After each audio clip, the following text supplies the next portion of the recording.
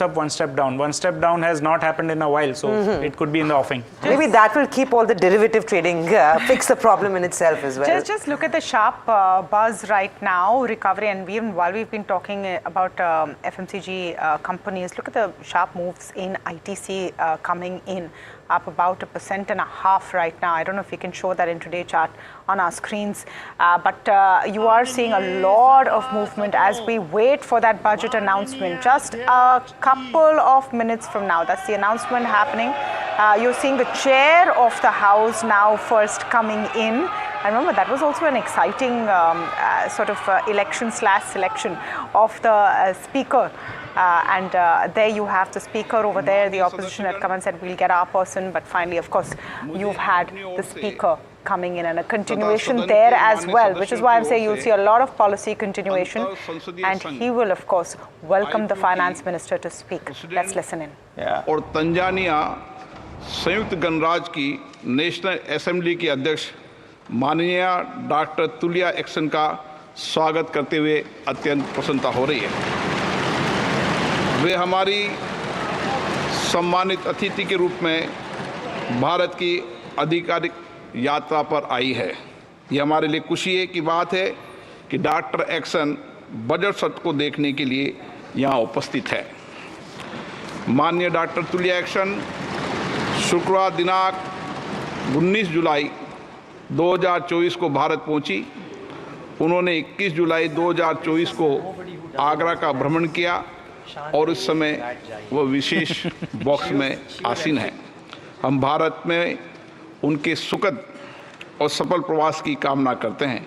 हम अंतर संसदीय संघ के प्रेसिडेंट के रूप में उनकी भूमिका के लिए सफलता की भी कामना करते हैं। उनके माध्यम से हम तंजानिया गणराज्य की संसद के सदस्यों, तंजानिया की सरकार तथा वहाँ की मित्र जनता को बधाई और शुभकामनाएं देते हैं। मान्य सदस्यगण, जैसा कि आपको समाचार भाग 2 के माध्यम से पहले ही सूचित किया जा चुका है कि माननीय वित्त मंत्री के बजट भाषण की प्रतियां हार्ड कॉपी के रूप में उपलब्ध कराई जाएगी। अतः बजट प्रस्तुत हो जाने के पश्चात माननीय सदस्य कृपया बजट भाषण की अपनी प्रति प्रकाशन काउंटर से प्राप्त कर लें।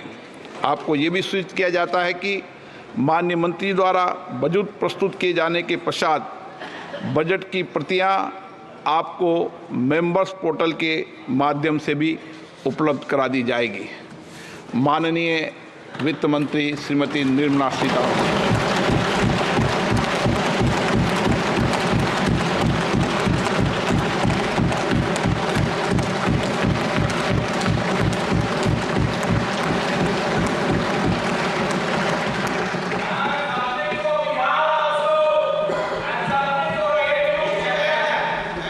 Honorable Speaker, I present the budget for 24-25.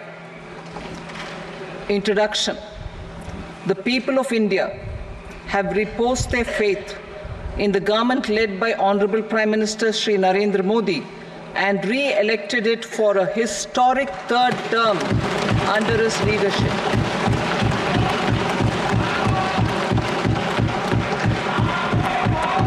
We are grateful for their support, faith, and trust in our policies. We are determined to ensure that all Indians, regardless of religion, caste, gender, and age, make substantial progress in realizing their life goals and aspirations. Global context. The global economy, while performing better than expected, is still in the grip of policy uncertainties.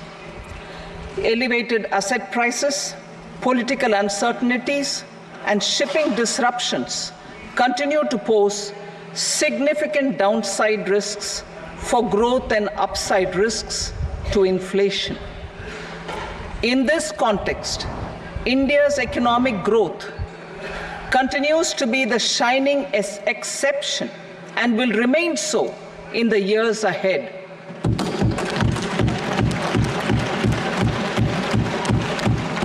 India's inflation continues to be low, stable, and moving towards the 4% target. Core inflation, that is non-food and non-fuel, currently is 3.1%. Steps are being taken to ensure supplies of perishable goods reach markets adequately. Interim budget. As mentioned in the interim budget, we need to focus on 4 major castes, namely the Garib, Mahilaye, Yuva, and Annadata, the poor, women, youth, and the farmer. For Annadata, we announced higher minimum support prices a month ago for all major crops, delivering on the promise of at least a 50% margin over costs. Pradhan Mantri Garib Kalyan Anna Yojana was extended for 5 years, benefiting more than 80 crore people. Administrative actions for approval and implementation of various schemes announced in the interim budget are well underway. The required allocations have been made. Budget theme. Turning attention to the full year and beyond in this budget, we particularly focus on employment, skilling, MSMEs, and the middle class. I'm happy to announce the Prime Minister's package of 5 schemes and initiatives to facilitate employment, skilling, and other opportunities for 4.1 crore youth over a 5-year period, with a central outlay of 2 lakh crore rupees.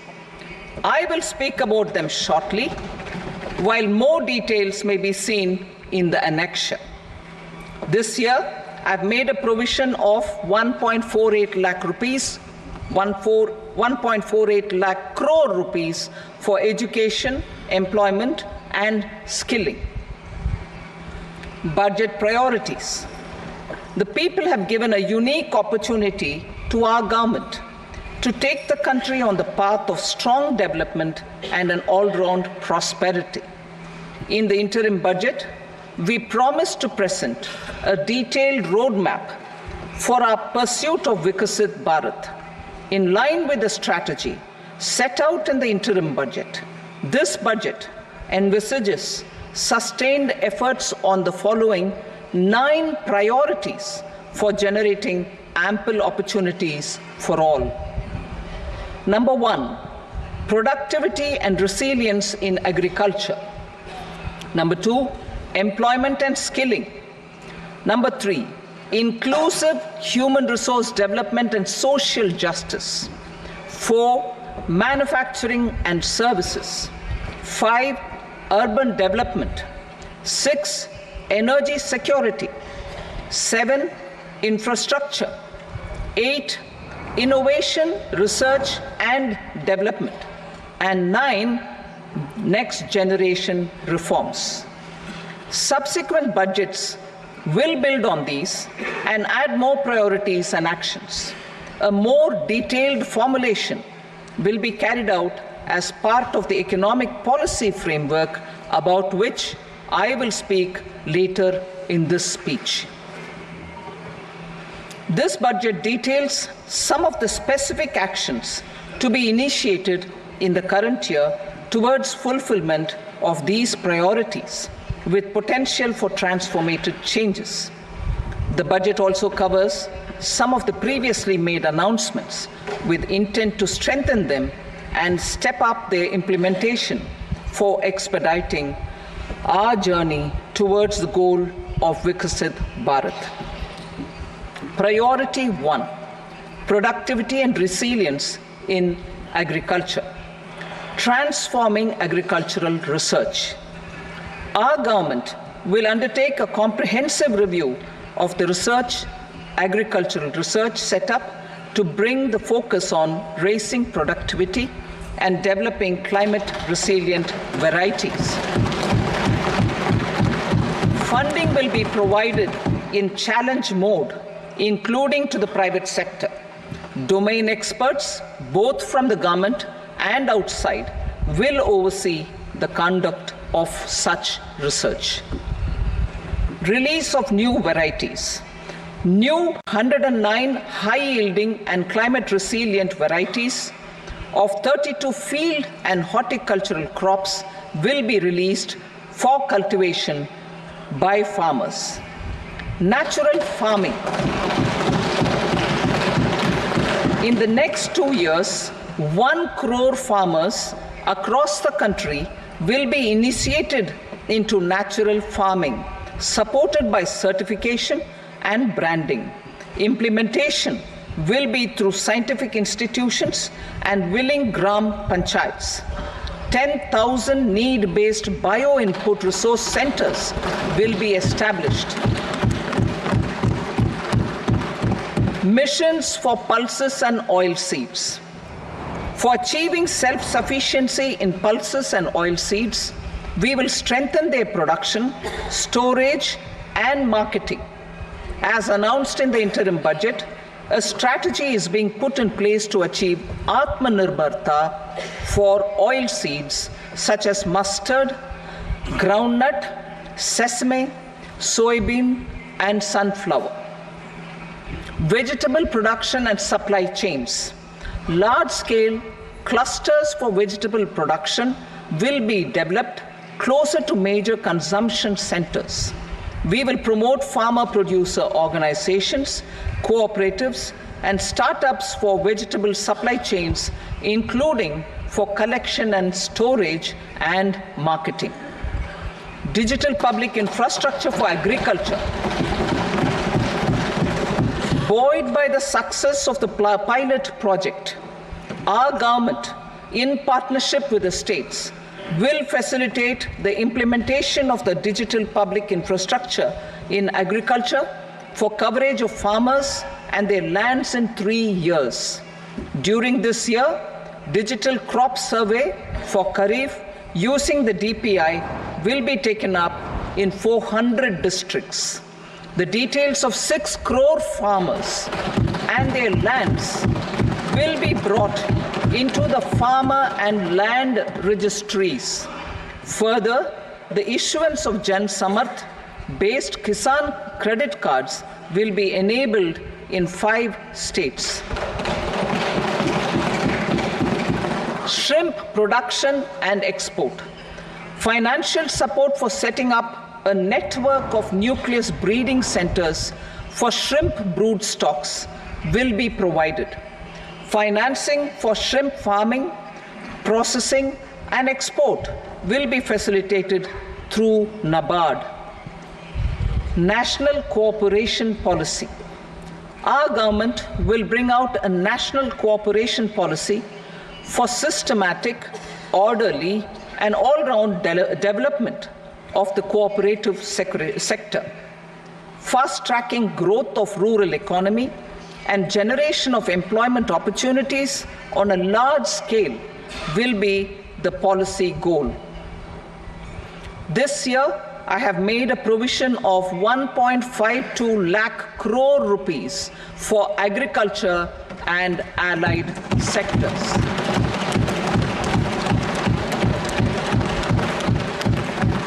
Priority 2, employment and skilling.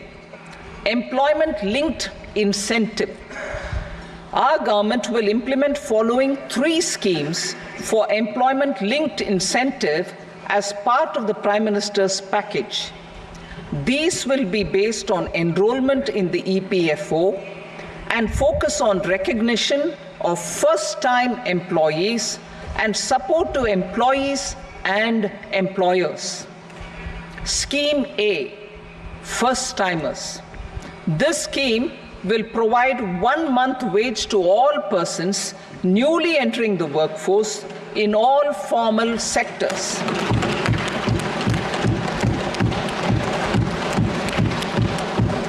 Direct benefit transfer of 1 month's salary in 3 installments to first-time employees as registered in the EPFO will be up to 15,000 rupees.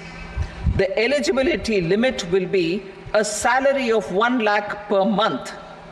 The scheme is expected to benefit 210 lakh youths.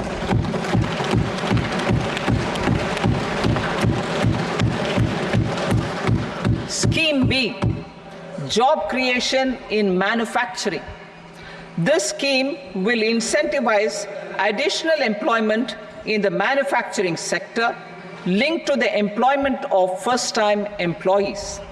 An incentive will be provided at specified scale directly both to the employee and the employer with respect to the EPFO contribution in the first 4 years of employment. The scheme is expected to benefit 30 lakh youth entering employment and their employers.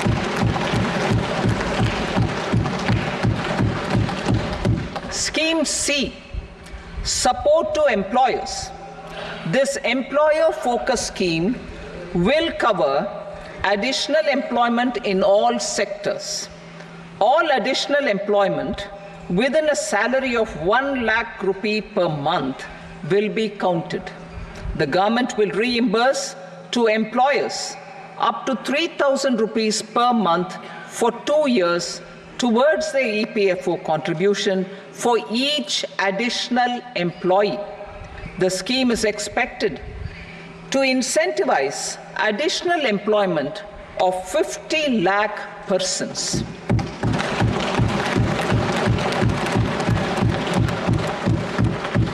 Participation of women in the workforce. We will facilitate higher participation of women in the workforce through setting up of working women hostels in collaboration with industry and establishing creches. In addition, the partnership will seek to organize women-specific skilling programs and promotion of market access for women SHG enterprises. Skilling program. I'm happy to announce a new centrally sponsored scheme as the 4th scheme under the Prime Minister's package for skilling in collaboration with state governments and industry. 20 lakh youth will be skilled over a 5-year period.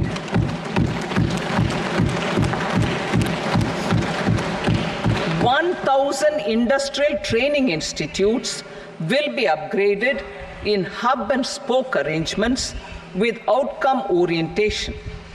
Course content and design will be aligned to the skill needs of industry, and new courses will be introduced for emerging needs. Skilling loans.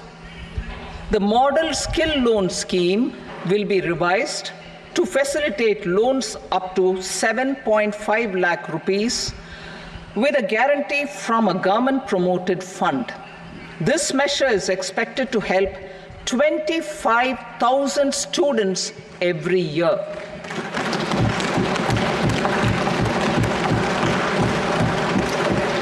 Education loans. For helping our youth who have not been eligible for any benefit under government schemes and policies, I am happy to announce a financial support for loans up to 10 lakh rupees for higher education in domestic institutions.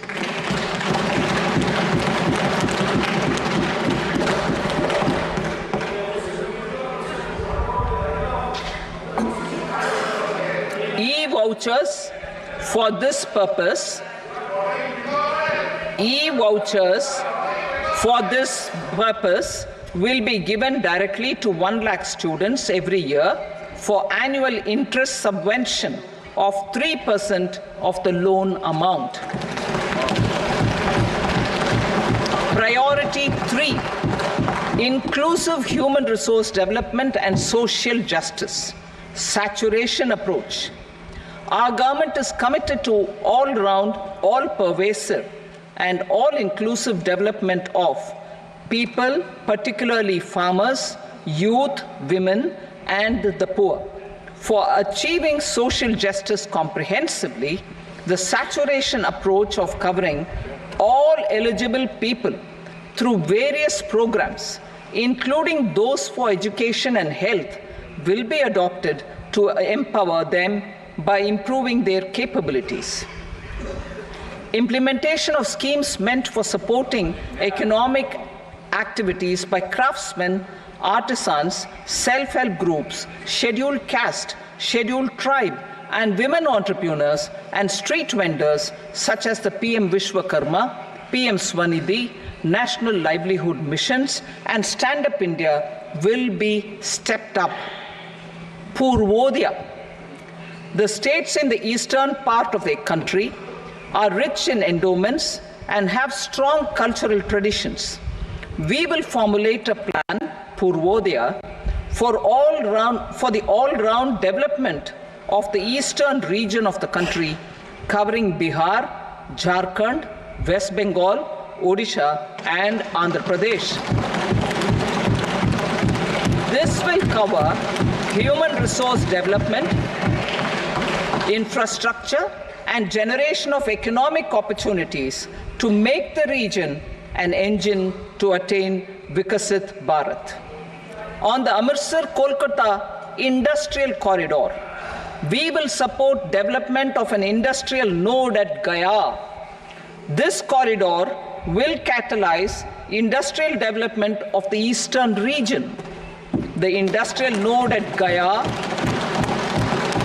will also be a good model for developing our ancient centers of cultural importance into future centers of modern economy. This model shall showcase Vikas B, Virasat B in our growth trajectory. We will also support development of road connectivity projects, namely 1. Patna-Purnia Expressway, 2. Buxar-Bhagalpur Expressway, 3. Bodh Gaya, Rajgir, Vaishali and Darbhanga spurs, and 4. Additional 2-lane bridge over River Ganga at Buxar at a total cost of 26,000 crore rupees.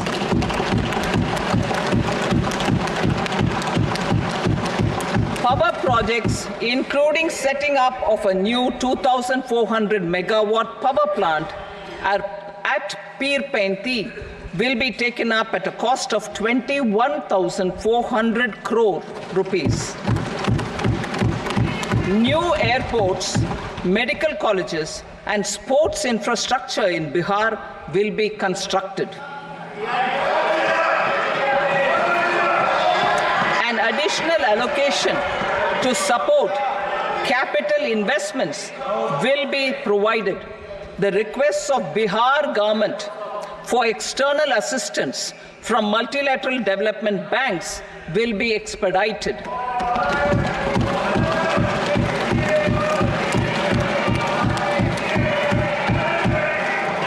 Andhra Pradesh Reorganization Act.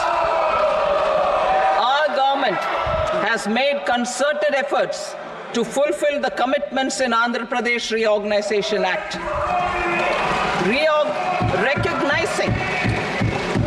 Recognizing the state's need for the capital, recognizing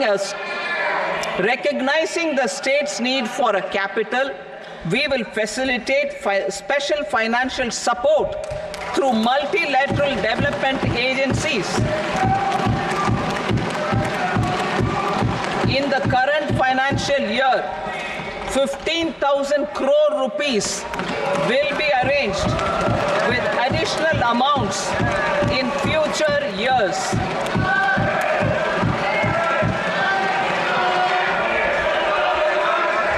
Our government is fully committed to financing and early completion of the Polavaram irrigation project, which is the lifeline for Andhra Pradesh and its farmers. farmers. This will facilitate our country's food security as well. Under the Act, Andhra Pradesh Reorganization Act, for promoting industrial development, funds will be provided for essential infrastructure such as water, power, railways, and roads in Kopparthi node on the Visakhapatnam-Chennai Industrial Corridor and Varavakal node on the Hyderabad-Bengaluru Industrial Corridor. An additional allocation will be provided this year towards capital investment for economic growth. Grants for backward regions of Rayalaseema, Prakasham, North Coastal Andhra, as stated in the Act, will be provided. PM Awas Yojana. 3 crore additional houses under the PM Awas Yojana in rural and urban areas in the country have been announced, for which the necessary allocations are being made. Women-led development. For promoting women-led development, the budget carries an allocation of more than 3 lakh crore for schemes benefiting women and girls. This signals our government's commitment for enhancing women's role in economic development. Pradhan Mantri Janjatiya Unnat Gram Abhiyan. For improving the socio-economic condition of tribal communities, we will launch the Pradhan Mantri Janjatiya Unnat Gram Abhiyan by adopting saturation coverage for tribal families in tribal majority villages and aspirational districts.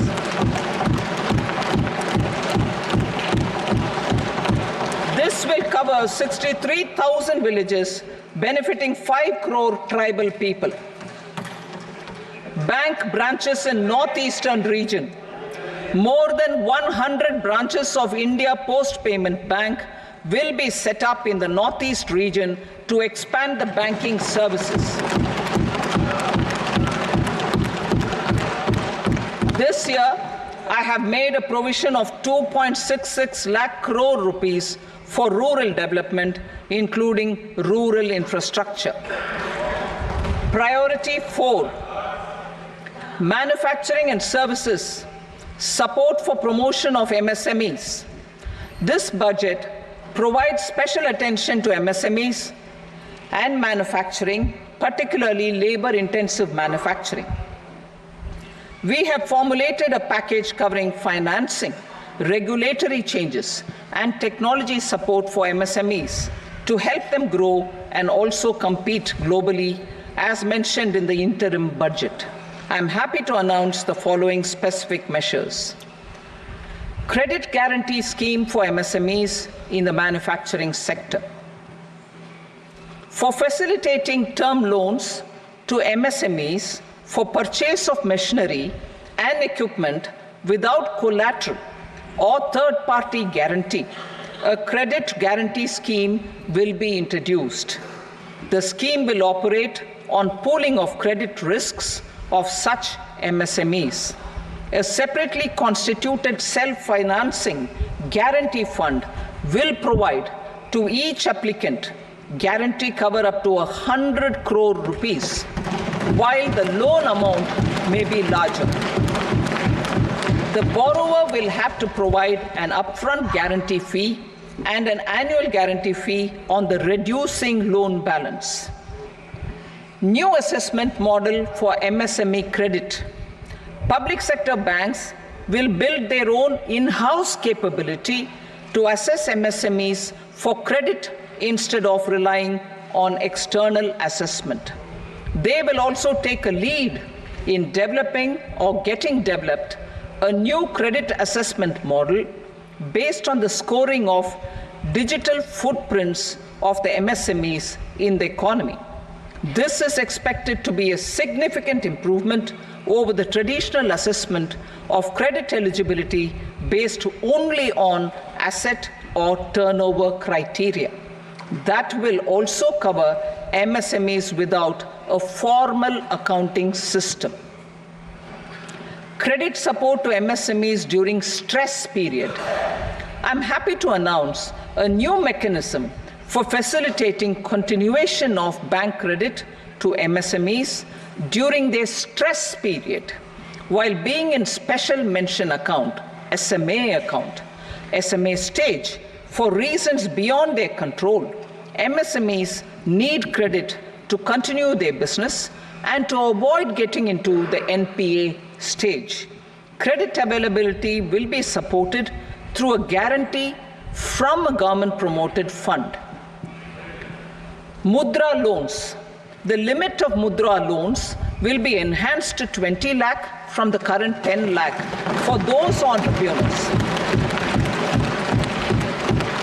who have availed and successfully repaid previous loans under the Tarun category.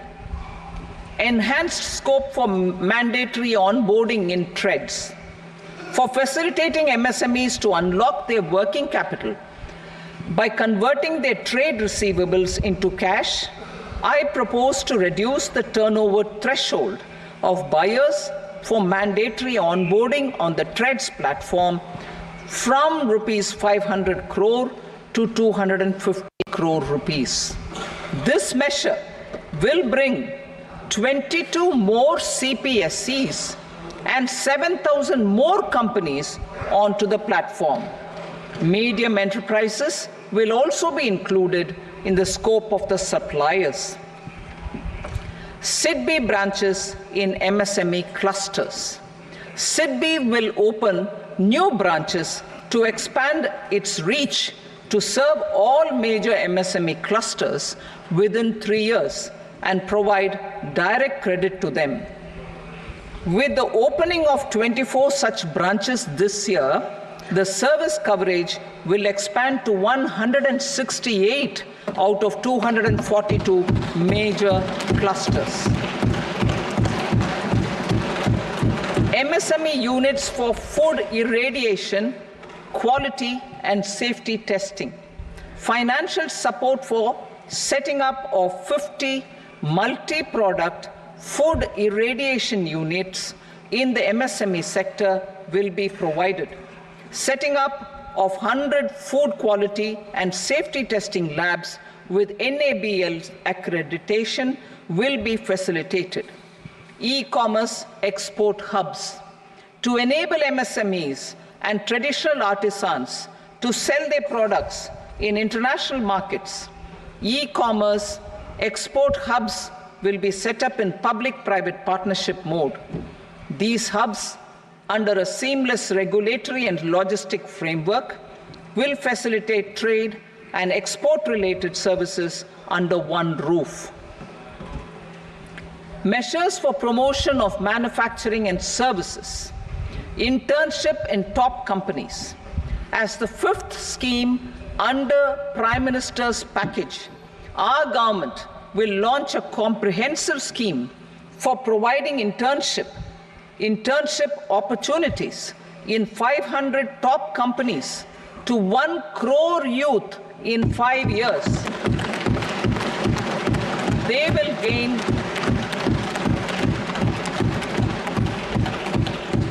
will gain exposure for 12 months to real-life business environment, varied professions, and employment opportunities. An internship allowance of 5,000 per month, 5,000 rupees per month, along with a one-time assistance of 6,000 rupees will be provided. Companies will be expected to bear the training cost and 10% of their internship cost from their CSR funds. Industrial parks. Our government will facilitate development of investment-ready, plug-and-play industrial parks with complete infrastructure in or near 100 cities in partnership with the states and private sector by better using town planning schemes. 12 industrial parks under the National Industrial Corridor Development Program also will be sanctioned.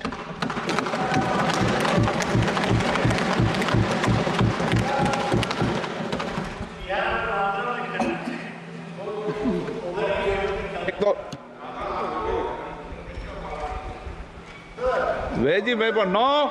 Please, Petty.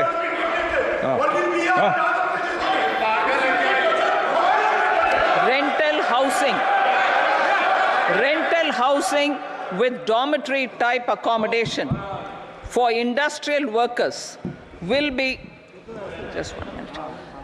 Rental housing, I repeat, rental housing with dormitory type accommodation for industrial workers will be facilitated in PPP mode with VGF support and commitment from anchor industries.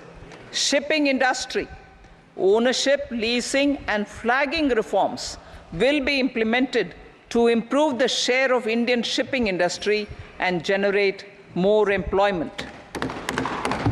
Critical mineral mission. We will set up a critical mineral mission for domestic production, recycling of critical minerals and overseas acquisition of critical mineral assets. Its mandate will include technology development, skilled workforce, extended producer responsibility framework, and a suitable financing mechanism. Offshore mining of minerals. Our government will launch the auction of the first tranche of offshore blocks for mining, building on the exploration already carried out. Digital public infrastructure applications. Turning to the services sector, I propose development of DPI applications at population scale for productivity gains, business opportunities, and innovation by the private sector. These are planned in the areas of credit, e-commerce, education, health, law and justice, logistics, MSME service delivery, and urban governance. Integrated technology platform for IBC ecosystem. An integrated technology platform will be set up for improving the outcomes under the Insolvency Bankruptcy Code for achieving consistency, transparency, timely processing, and better oversight for all stakeholders. Voluntary closure of LLPs. The services of the Center for Processing Accelerated Corporate Exit, CPACE, will be extended for voluntary closure of LLPs to reduce the closure times. National Company Law Tribunals. The IBC has resolved more than 1,000 companies, resulting in direct recovery of 3.3 lakh crore to creditors. 3.3 lakh crore rupees to creditors. In addition, 28,000 cases involving over 10 lakh crore rupees have been disposed of even prior to admission. Appropriate changes to the IBC, reforms and strengthening of the tribunal and appellate tribunals will be initiated to speed up insolvency resolution. Additional tribunals will be established. Out of those, some will be notified to decide cases exclusively under the Companies Act. Debt recovery. Steps for reforming and strengthening debt recovery tribunals will be taken. Additional tribunals will be established to speed up recovery. Priority 5, urban development. Cities as growth hubs. Working with states, our government will facilitate development of cities as growth hubs. This will be achieved through economic and transit planning and orderly development of peri-urban areas utilizing town planning schemes. Creative redevelopment of cities. For creative brownfield redevelopment of existing cities with a transformative impact, our government will formulate a framework for enabling policies, market-based mechanisms, and regulation. Transit-oriented development. transit-oriented development plans for 14 large cities with a population above 30 lakh will be formulated, along with an implementation and financing strategy. Urban housing. Under the PM Awas Yojana, Urban 2.0, housing needs of 1 crore urban poor and middle-class families will be addressed with an investment of 10 lakh crore rupees. This will include the central assistance of 2.2 lakh crore rupees in the next 5 years. A provision of interest subsidy to facilitate loans at affordable rates is also envisaged. In addition, enabling policies and regulations for efficient and transparent rental housing markets with enhanced availability will also be put in place. Water supply and sanitation. In partnership with state governments and multilateral development banks, we will promote water supply, sewage treatments, and solid waste management projects and services for 100 large cities through bankable projects. These projects will also envisage use of treated water for irrigation and filling up of tanks in nearby areas. Street markets. Building on the success of PM Swanidhi scheme in transforming the lives of street vendors, our government envisions a scheme to support each year over the next 5 years the development of 100 weekly hearts or street food hubs in select cities. Stamp duty. We will encourage states which continue to charge high stamp duty to moderate the rates for all and also consider further lowering duties for properties purchased by women. This reform will be made an essential component of urban development schemes. Priority 6, energy security, energy transition.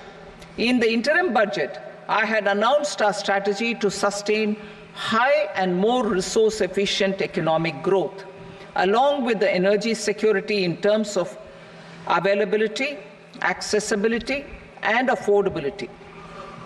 We will bring out a policy document on appropriate energy transition pathways that balances the imperatives of employment, growth, and environmental sustainability. PM Surya Ghar Muft Bijli Yojana. PM Surya Ghar Muft Bijli Yojana. In line with the announcement in the interim budget,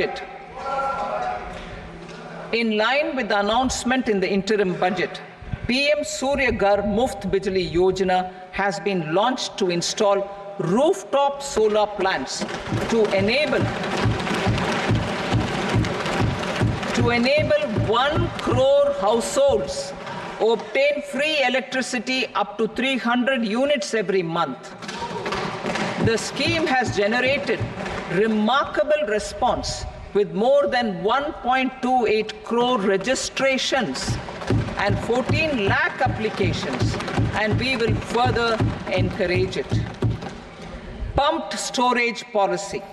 A policy for promoting pumped storage projects will be brought out for electricity storage and facilitating smooth integration of the growing share of renewable energy with its variable and intermittent nature in the overall energy mix.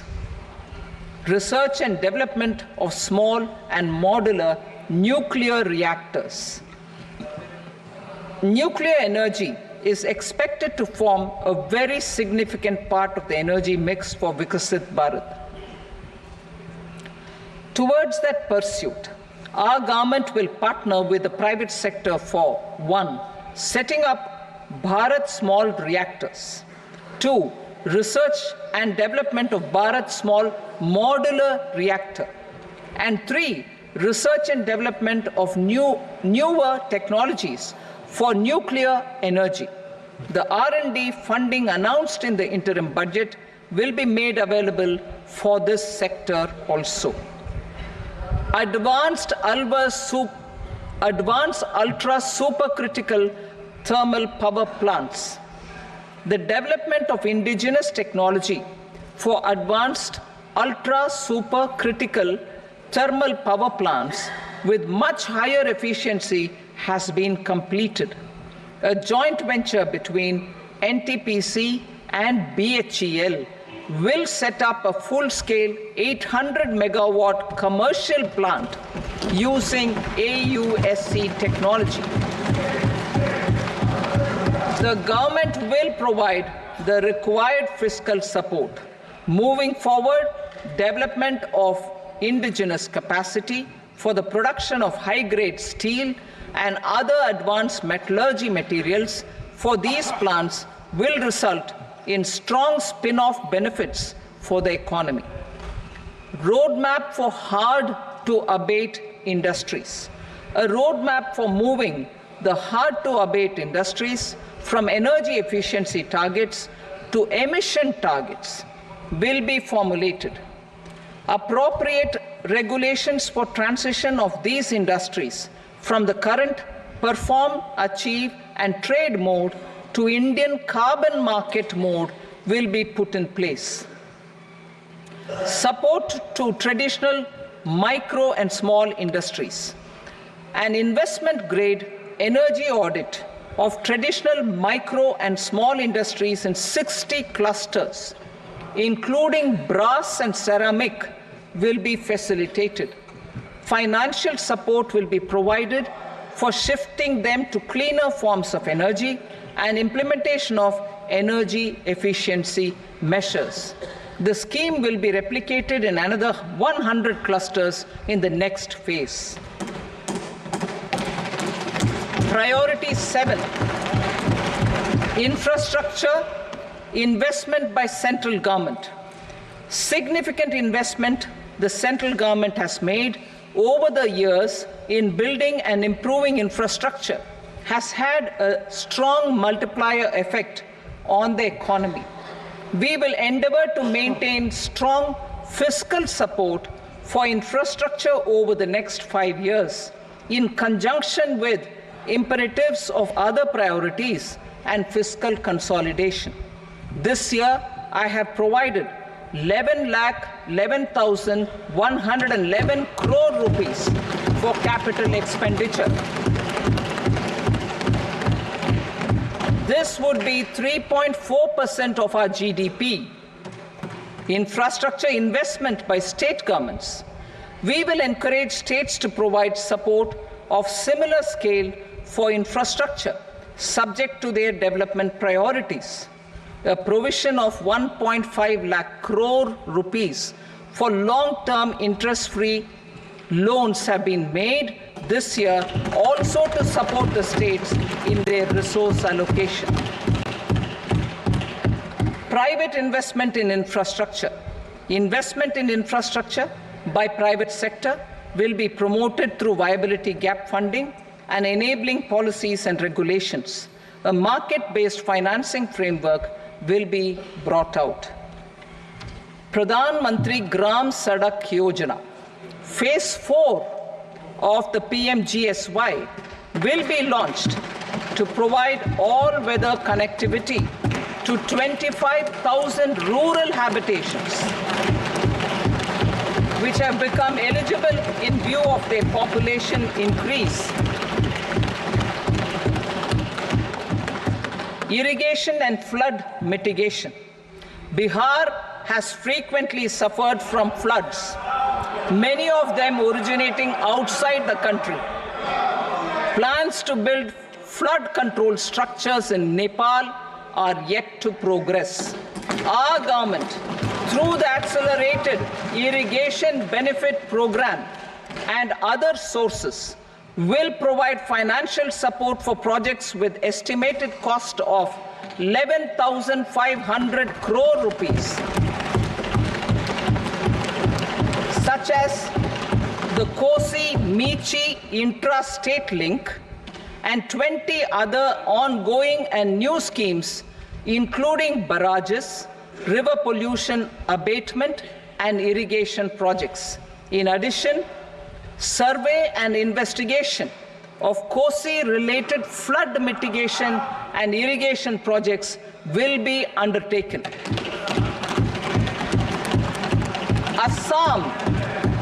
Assam grapples with floods every year by the Brahmaputra River and its tributaries originating outside India. We will provide assistance to Assam for flood management and related projects.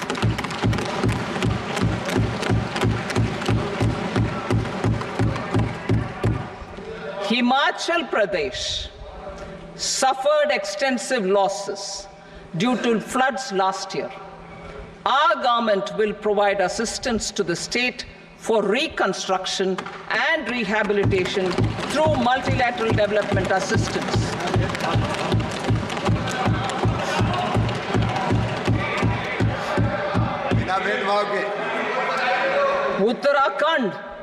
Uttarakhand too suffered losses due to cloudbursts and massive landslides. We will provide assistance to the state. Recently, Sikkim witnessed devastating flash floods and landslides that wreaked havoc across the state. Our government will provide assistance to the state. Tourism has always been a part of our civilization.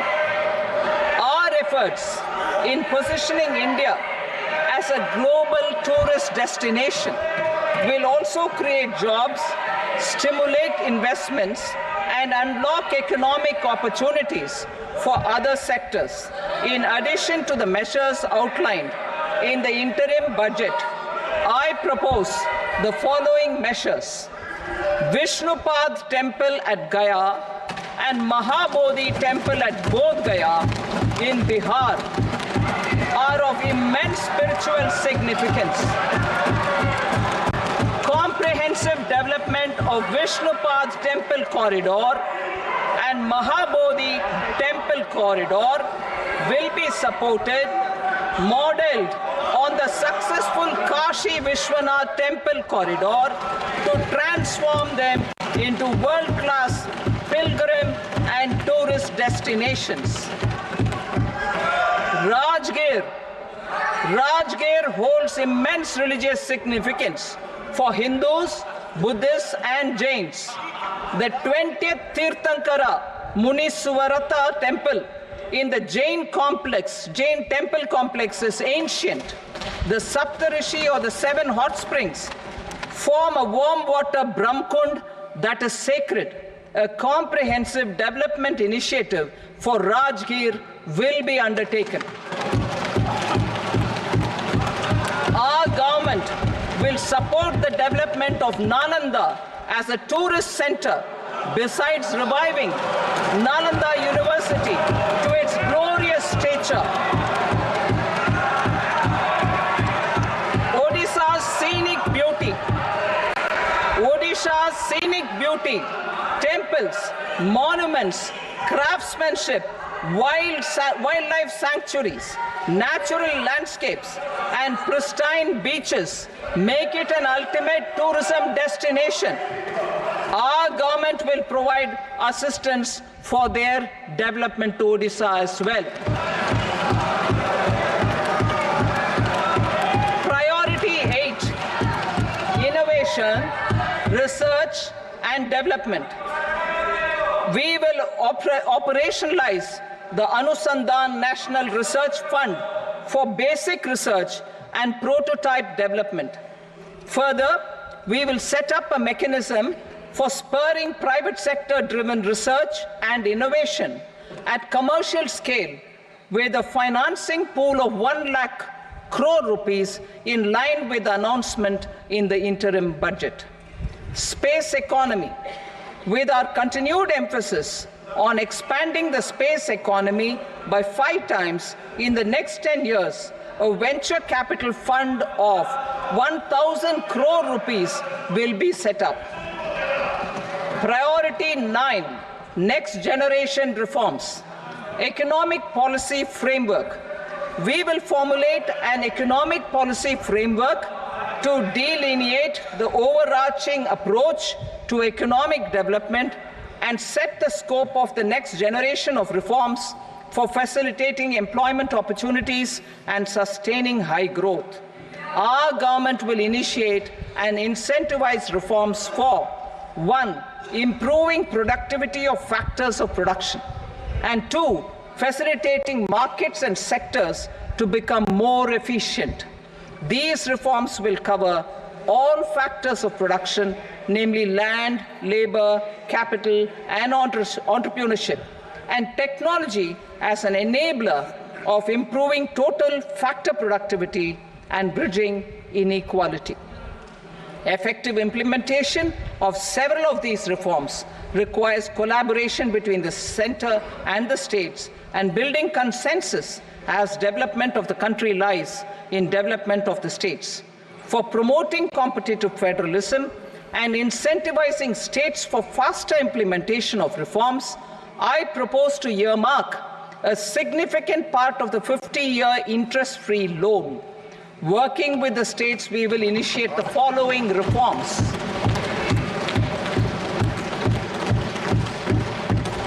Land-related reforms and actions, both in the rural and urban areas, will cover land administration, will cover 1. Land administration, planning and management, and 2. Urban planning usage and building bylaws.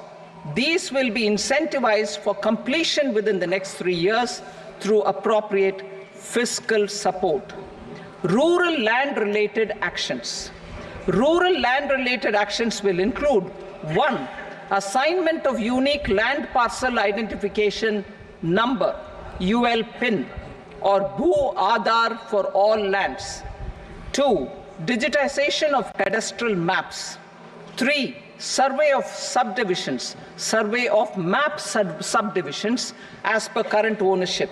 4. Establishment of land registry. And 5. Linking to the farmers registry. These actions will also facilitate credit flow and other agricultural services. Urban land-related actions. Land records in urban areas will be digitized with GIS mapping. An IT-based system for property record administration, updating, and tax administration will be established. These will also facilitate improving the financial position of urban local bodies. Labor-related reforms. Services to labor. Our government will facilitate the provision of a wide array of services to labor, including those for employment and skilling. A comprehensive integration of e-Shram portal with other portals will facilitate such one-stop solution. Open architecture databases for the rapidly changing labor market, skill requirements, and available job roles, and a mechanism to connect job aspirants with potential employers and skill providers will be covered in these services. Shram Suvidha and Samadhan portal. Shram Suvidha and Samadhan portal will be revamped to enhance ease of compliance for industry and trade. Capital and entrepreneurship related reforms, financial sector vision and strategy. For meeting financing needs of the economy, our government will bring out a financial sector vision and strategy document to prepare the sector in terms of size, capacity, and skills. This will set the agenda for the next 5 years and guide the work of the government, regulators, financial institutions, and market participants. Taxonomy for climate finance. We will develop taxonomy for climate finance for enhancing the availability of capital for climate adaptation and mitigation. This will support achievement of the country's climate commitments and green transition. Variable capital company structure. We will seek the required legislative approval for providing an efficient and flexible mode for financing leasing of aircrafts and ships and pooled funds of private equity through a variable company structure. Foreign direct investments and overseas investment. The rules and regulations for foreign direct investment and overseas investments will be simplified to 1. Facilitate foreign direct investments, 2. Nudge prioritization, and 3. Promote opportunities for using Indian rupee as a currency for overseas investment. NPS Vatsalya. NPS Vatsalya, a plan for contribution by parents and guardians for minors, will be started. On attaining the age of majority, the plan can be converted seamlessly into a normal NPS account. Use of technology. We have successfully used technology for improving productivity and bridging inequality in our economy during the past 10 years. Public investment in digital infrastructure and innovations by the private sector have helped in improving access of all citizens, particularly the common people, to market resources, education, health and services. We will step up adoption of technology towards digitalization of the economy. Ease of doing business. For enhancing ease of doing business, we are already working on the Jan Vishwas Bill 2.0. Further, states will be incentivized for implementation of the business reforms, action plans, and digitalization. Data and statistics. For improving data governance, collection, processing and management of data and statistics, different sectoral databases, including those established under the Digital India Mission, will be utilized with active use of technology tools. New pension scheme. The committee to review the NPS has made considerable progress in its work. I'm happy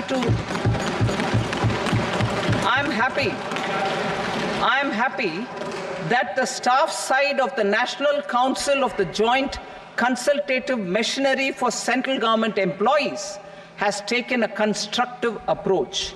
A solution will be evolved which addresses the relevant issues while maintaining fiscal prudence to protect the common citizens. Budget estimates for 24-25.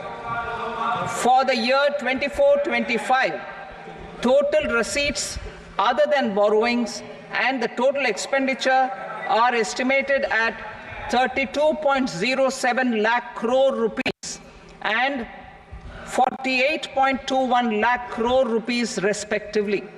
The net tax receipts are estimated at 25.83 lakh crore rupees. The fiscal deficit is estimated at 4.9% of the GDP. The gross and the net market borrowings through dated securities during 24-25 are estimated at 14.01 lakh crore rupees and 11.63 lakh crore rupees respectively. Both will be less than that in 23-24. The fiscal consolidation path announced by me in 2021 has served our economy very well, and we aim to reach the deficit below 4.5% next year. The government is committed to staying the course. From 2026-27 onwards, our endeavor will be to keep the fiscal deficit each year such that the central government's debt will be on a declining path as percentage of GDP. I will now move to Part B.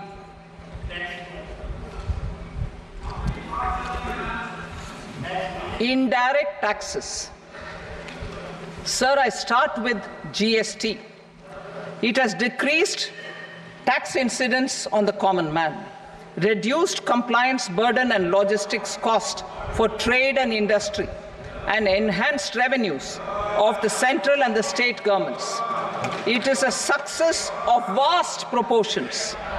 To multiply the benefits of GST, we will strive to further simplify and rationalize the tax structure and endeavor to expand it to the remaining sectors. My proposals for customs duties intend to support domestic manufacturing, deepen local value addition, promote export competitiveness, and simplify taxation while keeping the interest of the general public and consumers surmount. In Budget 22-23, we reduced the number of customs duty rates. I propose to undertake a comprehensive review of the rate structure over the next 6 months to rationalize and simplify it for ease of trade, removal of duty inversion, and reduction of disputes. I shall now take up sector-specific customs duty proposals. Medicine and medical equipments. To provide relief to cancer patients, I propose to fully exempt 3 more medicines from customs duties.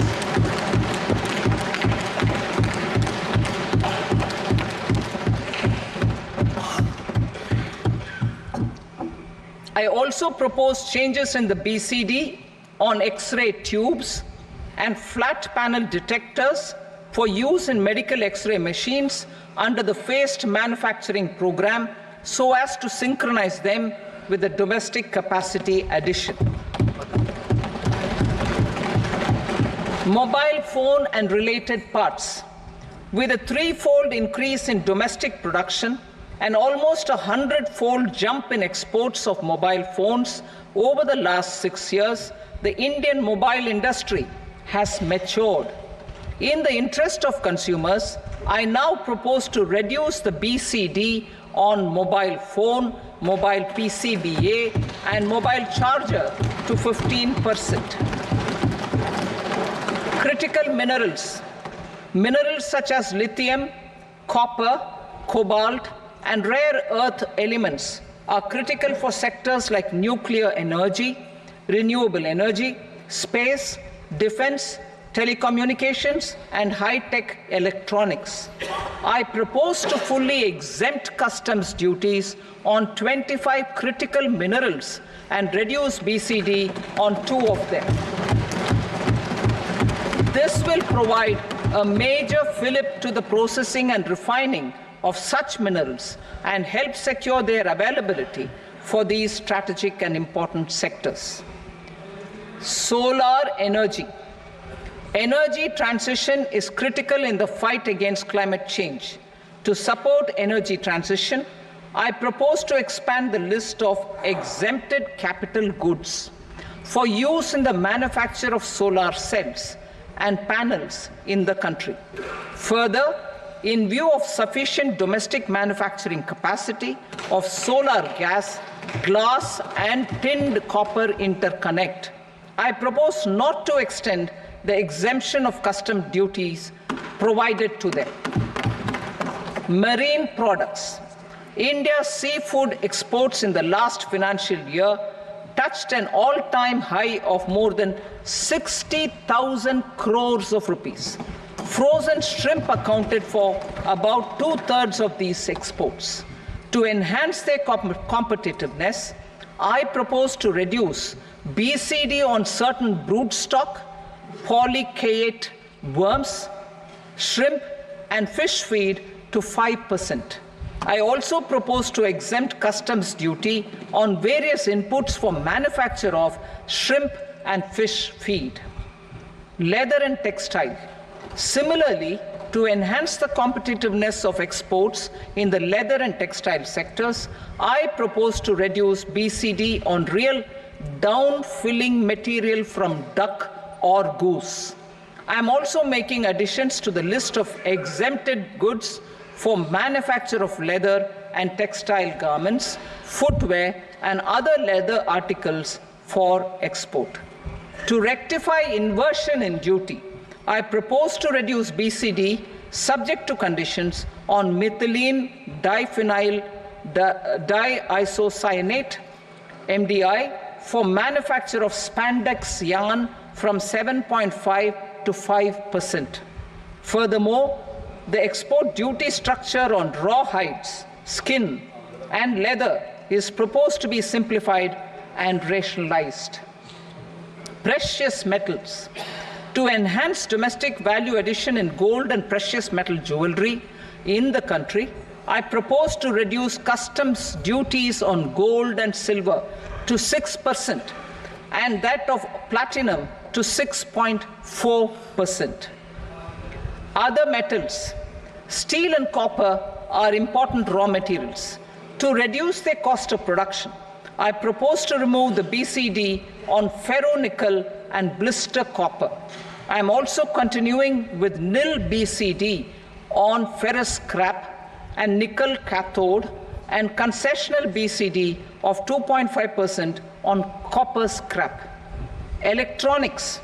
To increase value addition in the domestic electronics industry, I propose to remove the BCD subject to conditions on oxygen-free copper for manufacture of resistors. I also propose to exempt certain parts for manufacture of connectors. Chemicals and petrochemicals. To support existing and new capacities in the pipeline, I propose to increase the BCD on ammonium nitrate from 7.5% to 10%. Plastics.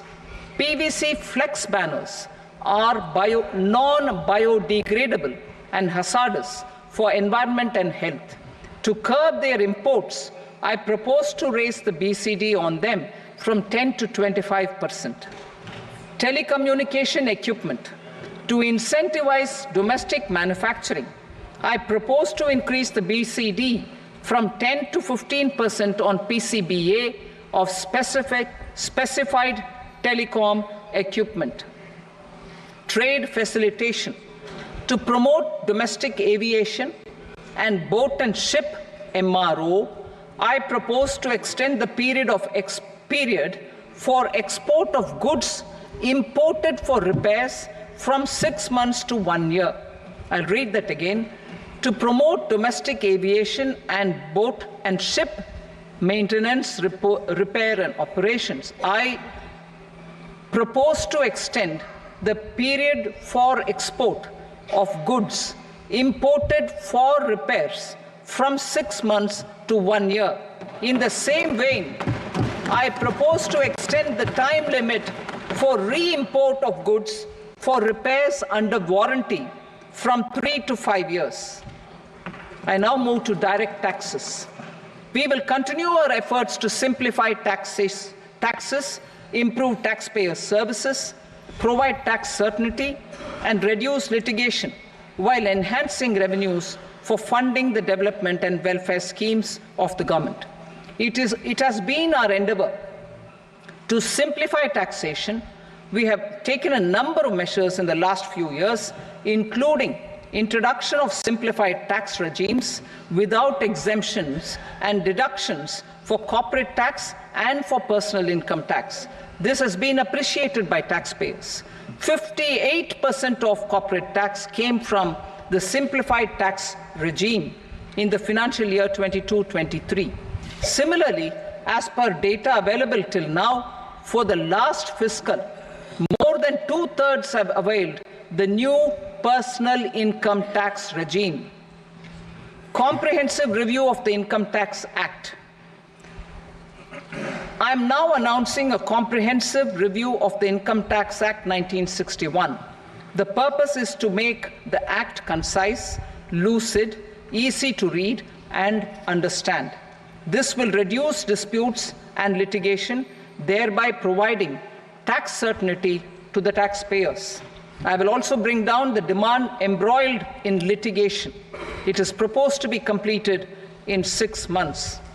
A beginning is being made in the finance bill by simplifying the tax regime for charities, tedious rate structures, provisions of reassessment and such provisions, and capital gains taxation.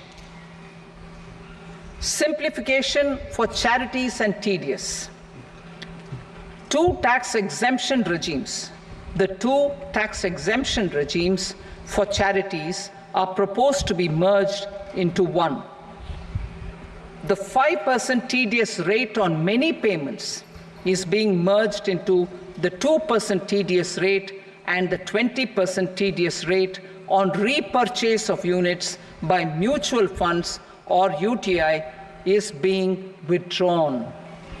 TDS rate on e-commerce operators is proposed to be reduced from 1 to 0.1%.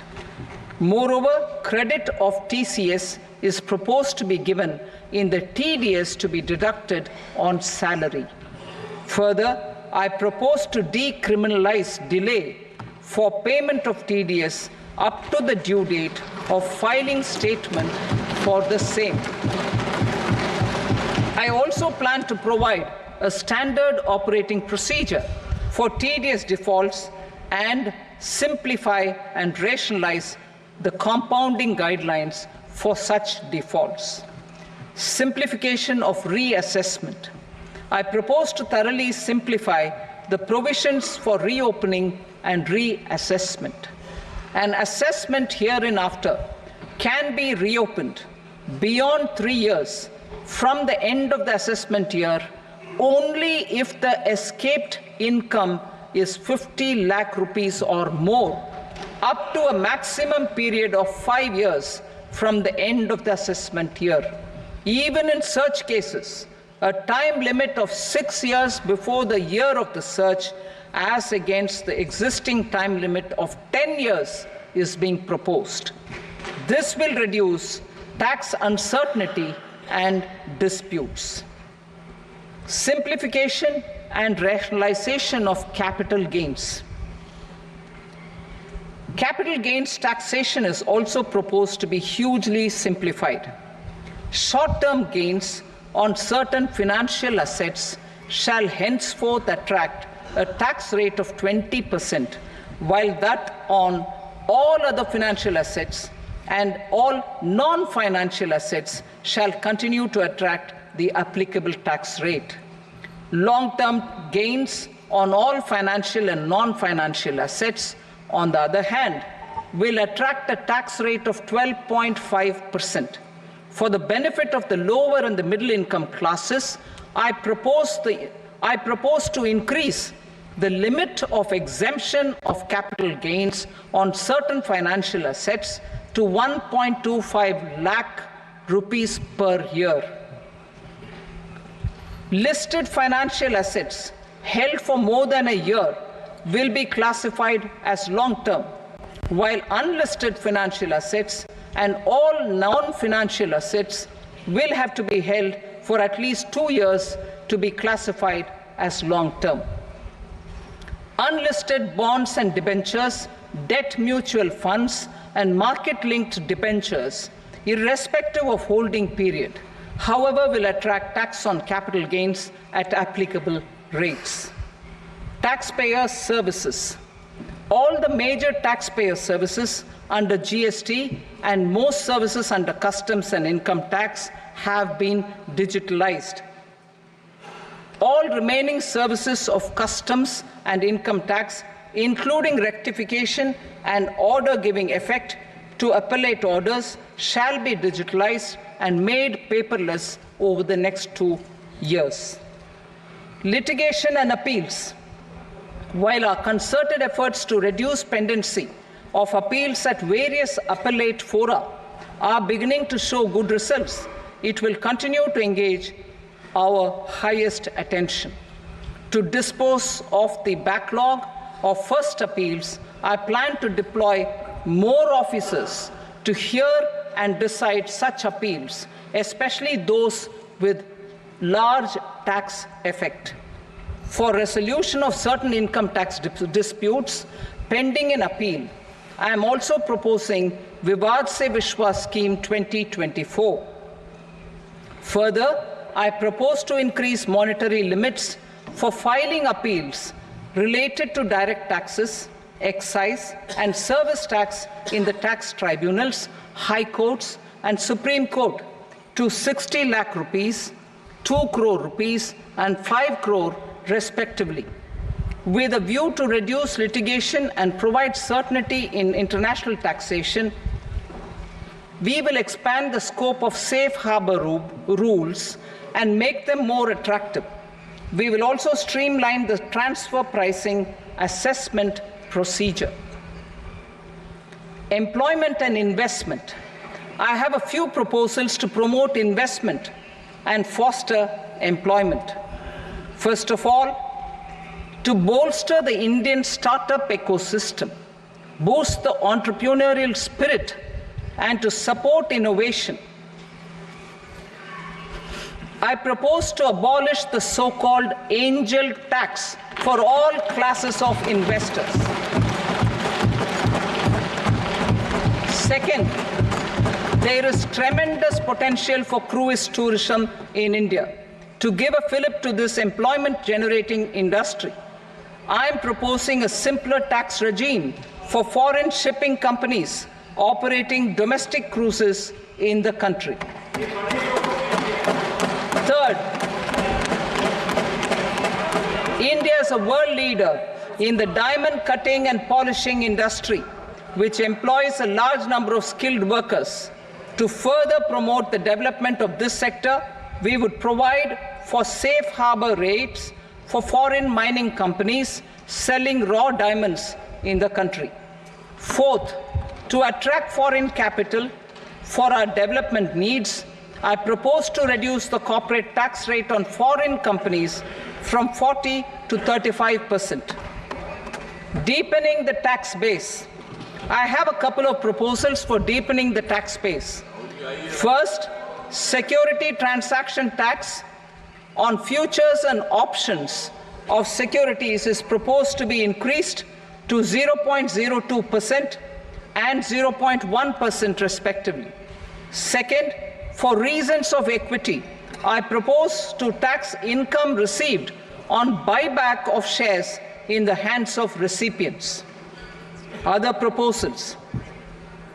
To improve social security benefits, deduction of expenditure by employers towards NPS is proposed to be increased from 10 to 14% of the employee's salary.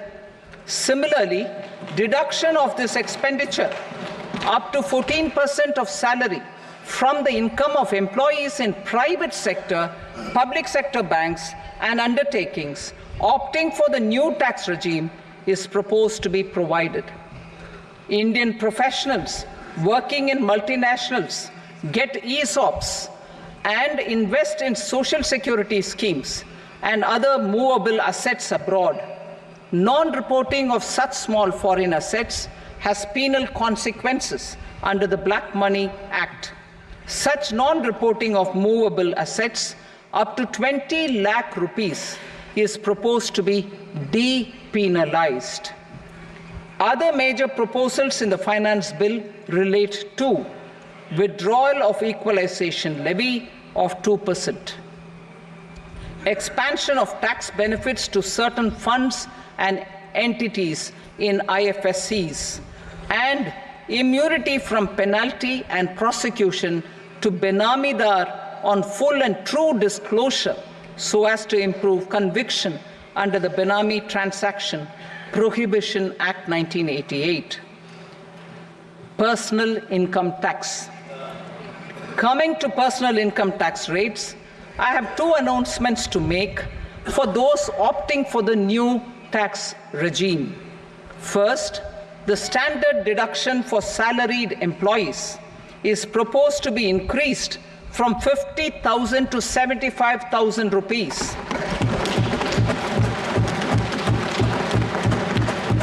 Similarly, deduction on family pension for pensioners is proposed to be enhanced from 15,000 to 25,000 rupees.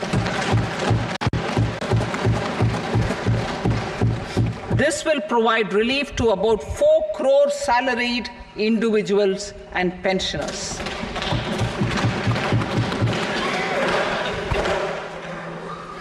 Second, in the new tax regime, the tax rate structure is proposed to be revised as follows.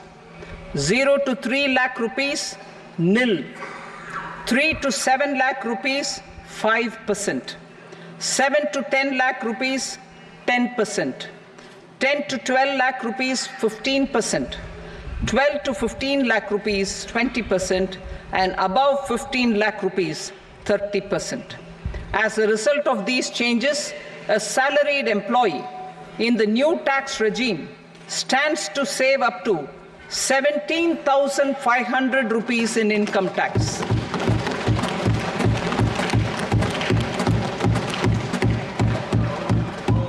Apart from these, I am also making some other changes as given in the annexure.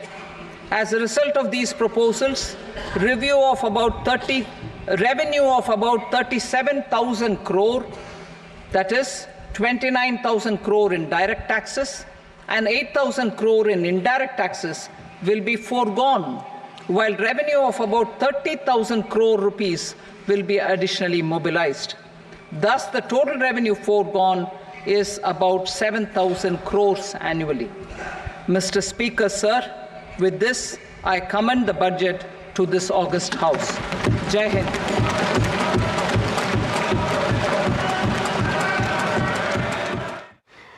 All right, lots of changes. That is how you would define this budget. On the positive side, the fiscal glide path, well, strengthened 4.9% for FY25.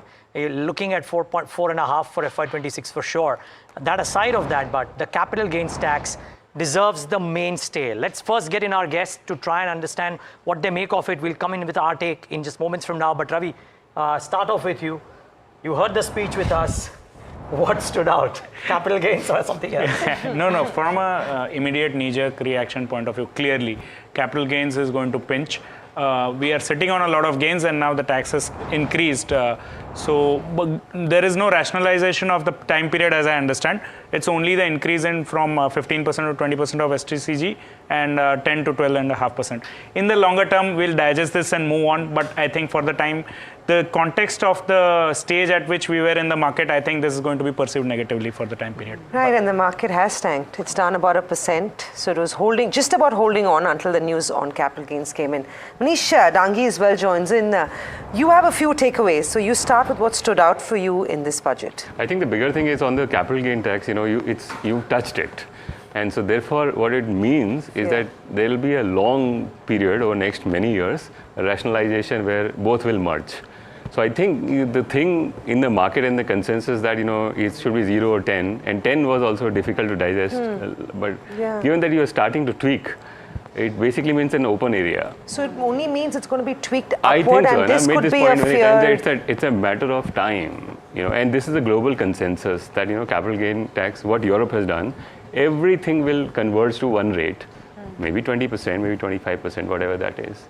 So in a sense, if you have a very long-term, and I make this point over and over again, that if you're a very long-term investor, you be prepared that you will end up, if you're actually booking profit much later, you will end up paying much higher taxes eventually. I think the sound way of looking at it is if you're making money, you pay your fair share of taxes, right? That's probably what the government is thinking. So Manish, just to come to you specifically on the STT, which the finance minister mentioned on finance futures and options, because we've been talking consistently before the budget what will come on F&O.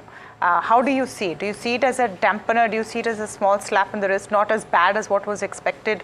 Where on that scale? It isn't as bad, right? We sort of, at least I thought that this income would be speculative, and therefore the tax rate applicable would go up quite substantially. It turns out to be more benign than what at least I thought. Ravi, just your take on that? Yeah, I mean, if they had classified everything as a speculation and straight away the highest slab of income tax would apply, that would have been a big dampener. I think that has not happened. So from that perspective, I think incrementally it might impact the volume a little bit because it does change the economics of the trader and the kind of strategies that they deploy. They deal with very micro moves. So for them, it does make a difference. But from the overall market and system point of view, I don't think it changes in a big way.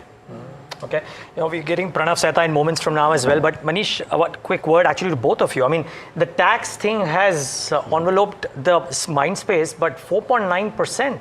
the glide path, this was not expected. I mean, people thought 5.1 ka 5 hoga. 5, I thought, yeah. Yeah, So, it's come to 4.9. So the big saving of 50 basis point right now is being deployed. 50 basis point because of the RBI bounty and better run rate of taxes is 50 basis point of GDP. That's being deployed in actually 20 basis point of fiscal consolidation. So in some sense, it remains a bond budget that we argued last budget also. Surprisingly, to me also surprising that the capex number has not risen. So I Why thought a surprise? I mean, there are 8 months left. How can the economy absorb a higher number? If you had a 1.5 lakh crore to spend, okay, especially when the nominal GDP is now starting to slow, you sort of would keep the momentum. So that capex I thought 1.5 lakh crore of RBI plus tax bounty would get deployed in some form in capex. That's not happened. Okay. So that's surprising to me. A lot of it, we will discuss jobs and MSME schemes and employment schemes, and we'll discuss, but there are a lot of positives. Just before we get to Mr. Sehta though, Ravi, the same question to you really, the 4.9% number. Yeah, no, clearly I think government has chosen the path to stay on the fiscal side rather than give in to the consumption side or the welfare side. Yeah, I think they have surprised us positively on that side. I think we spoke about it 7 days back also. Yeah, I was not expecting a 4.9% number. There was the way the political compulsions and also the way the read from the election result was that should spend some more on the bottom of the pyramid. But I think the government has decided to strictly stay on the path. Yeah. So the voter is not a constituency. Again, if you see the budget, even the coalition dharma, in some sense, a lot of Andhra and Bihar trade. Yes. Trade meaning it's Yes, we get what you mean. A lot of Andhra and Bihar allocations. allocation. Yeah. It's still through multilateral funding and long gestation one. So in some sense, it's not a direct dole. But there's 15,000 crores for Andhra Pradesh this year. Very small. It's not as bad. So Just a quick check on the bond market, because I think we're talking about the glide path and that 4.9% number. The rupee should have seen some reaction, and so would the, because I think Manish calls this a bond budget in that sense, right? But a big sort of uptick is what you would expect between now and the next couple of months. Remember, after India's inclusion in the JPM, the hope is that with very good fiscal discipline, a re-rating could be around the corner. And if that does happen, all stakeholders will stand to benefit. And I think that's what's a key takeaway, that fiscal discipline being very, very significant. We also got Pranav Sethia joining in. Pranav, you want to come in on this? Are you impressed by the fact that they've reduced it from 5.1 to 4.9 and for next year, sub 4.5? Absolutely. I think that's a great move. They have tasted success over the years because of the great macro management, I would feel, and that continuity is very evident. They have not compromised on the fiscal deficit at all. In fact, they've improved significantly. So I would think full credit to the government for this through the period, particularly also in this budget. Despite all the expectations of welfare measures being higher and so on. So I think it's a great move. Yes, of course, from the direct taxes side also, there are lots of measures. Maybe we can come to it. So let's unpack it one by one. Let's start with the capital markets focused tax changes. So long-term capital gains tax, short-term capital gains tax, some categories for 2 years, some for 1 year, and STT. So let's unpack that portion first. Right. So I would feel that the short-term capital gains tax increase from 15 to 20% was something that I wouldn't say was completely unexpected, given that probably they wanted to temper the short-term trading a bit, and that might have been the provocation as well as raising some revenue. Also some amount of equity in taxation. If a salary taxpayer, a normal business income, small business earner pays tax at 20-30%, short-term capital gains tax, probably they wanted to show some equity as well. So that's something that was pretty expected in some sense by me at least. The long-term capital gains tax was a little of a surprise, yes, indeed. And I don't know how the market will take it, because I don't think the market expected it as well. Not too well so far. Yeah, not 12.5. But I think that looks a little early in stage in terms of implementation. I would have felt that given that there is an STT in place, given that the collections from STT are so robust, given that they want to give a fillip to the domestic capital being invested in risk-bearing financial assets, which has been going so well, that's one move that I thought was a little earlier than what I would have expected in the normal course. But certainly I think overall, the steps have been good. Another thing which, of course, one has to see the fine print, but it seems that debentures, etc., also might probably go into the normal tax rate bracket instead of the 20%. So last year we saw the indexation benefit go away on mutual funds and so on. And now if the concessional tax rate also on that capital gain goes, which one has to see the fine print, if it goes into the regular slab rate, that might be another big move. But that could be good for deposits? That could be good for fixed deposits, and probably and that has been the provocation. Yeah, that is so the purpose. That seems to be the provocation to bring. I don't know, we all can agree with. Actually, just one thing. Also, MLDs is such a small. No, that's dead already. That's so dead, MLD, right? Yeah. You know, we killed. A couple of years ago. Yeah, 2 years ago. We killed direct access to bond markets now. That extra incentive that you had versus mutual funds. So if you go to mutual fund, you get taxed as normal in fixed income. But in the bonds, if you were listed and you bought, there was a capital gain of a listed instrument, concessional rate. That's gone. So in some sense, it's fair, right? I mean, Ravi is directly investing, and I am investing through mutual fund. Why should he benefit? I mean, why should I not be same as him? So in some sense, it's a fair thing to do. Yeah. And it's for the super smart dudes in this country, treasury guys, and the big quantum of money. Big HNI. Yeah. This government, let's level it all. Sabka saath, sabka vikas. Okay. Okay, Mr. Sethia, anything else on the tax front? Because there's a lot of other stuff. I would feel, again, abolishing angel tax is a big positive, especially for entrepreneurs, small businesses, startups, the whole ecosystem. And including for foreign investors who always wanted to enter the private equity and VC funds, so to say. So I think that's a great move indeed. The dropping of the foreign companies' corporate tax rate from 40 to 35 was again something that was very, very welcome. I think it was expected as well, because when the corporate tax rate on Indian companies came down, they had not brought the foreign company corporate tax rate down. So I think that again is a good leveling off. In terms of both foreign companies as well as Indian companies. Also, some of the trust building measures, the TDS rate rationalization, etc., seems to be a good move, very good move indeed.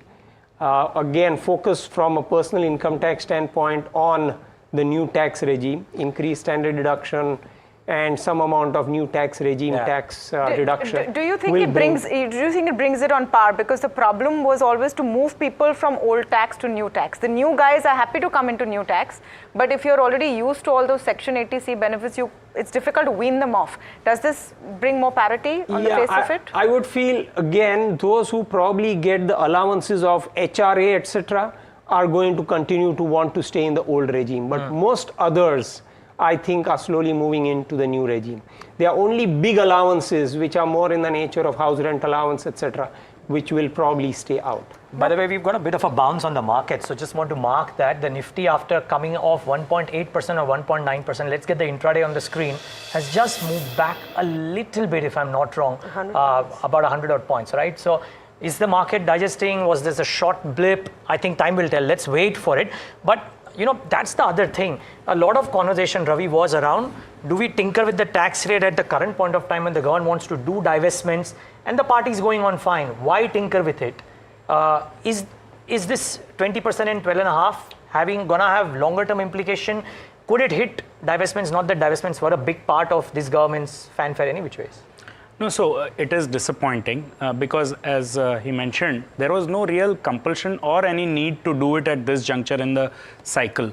There is, a corporate culture that is getting developed. Investing culture that is getting developed.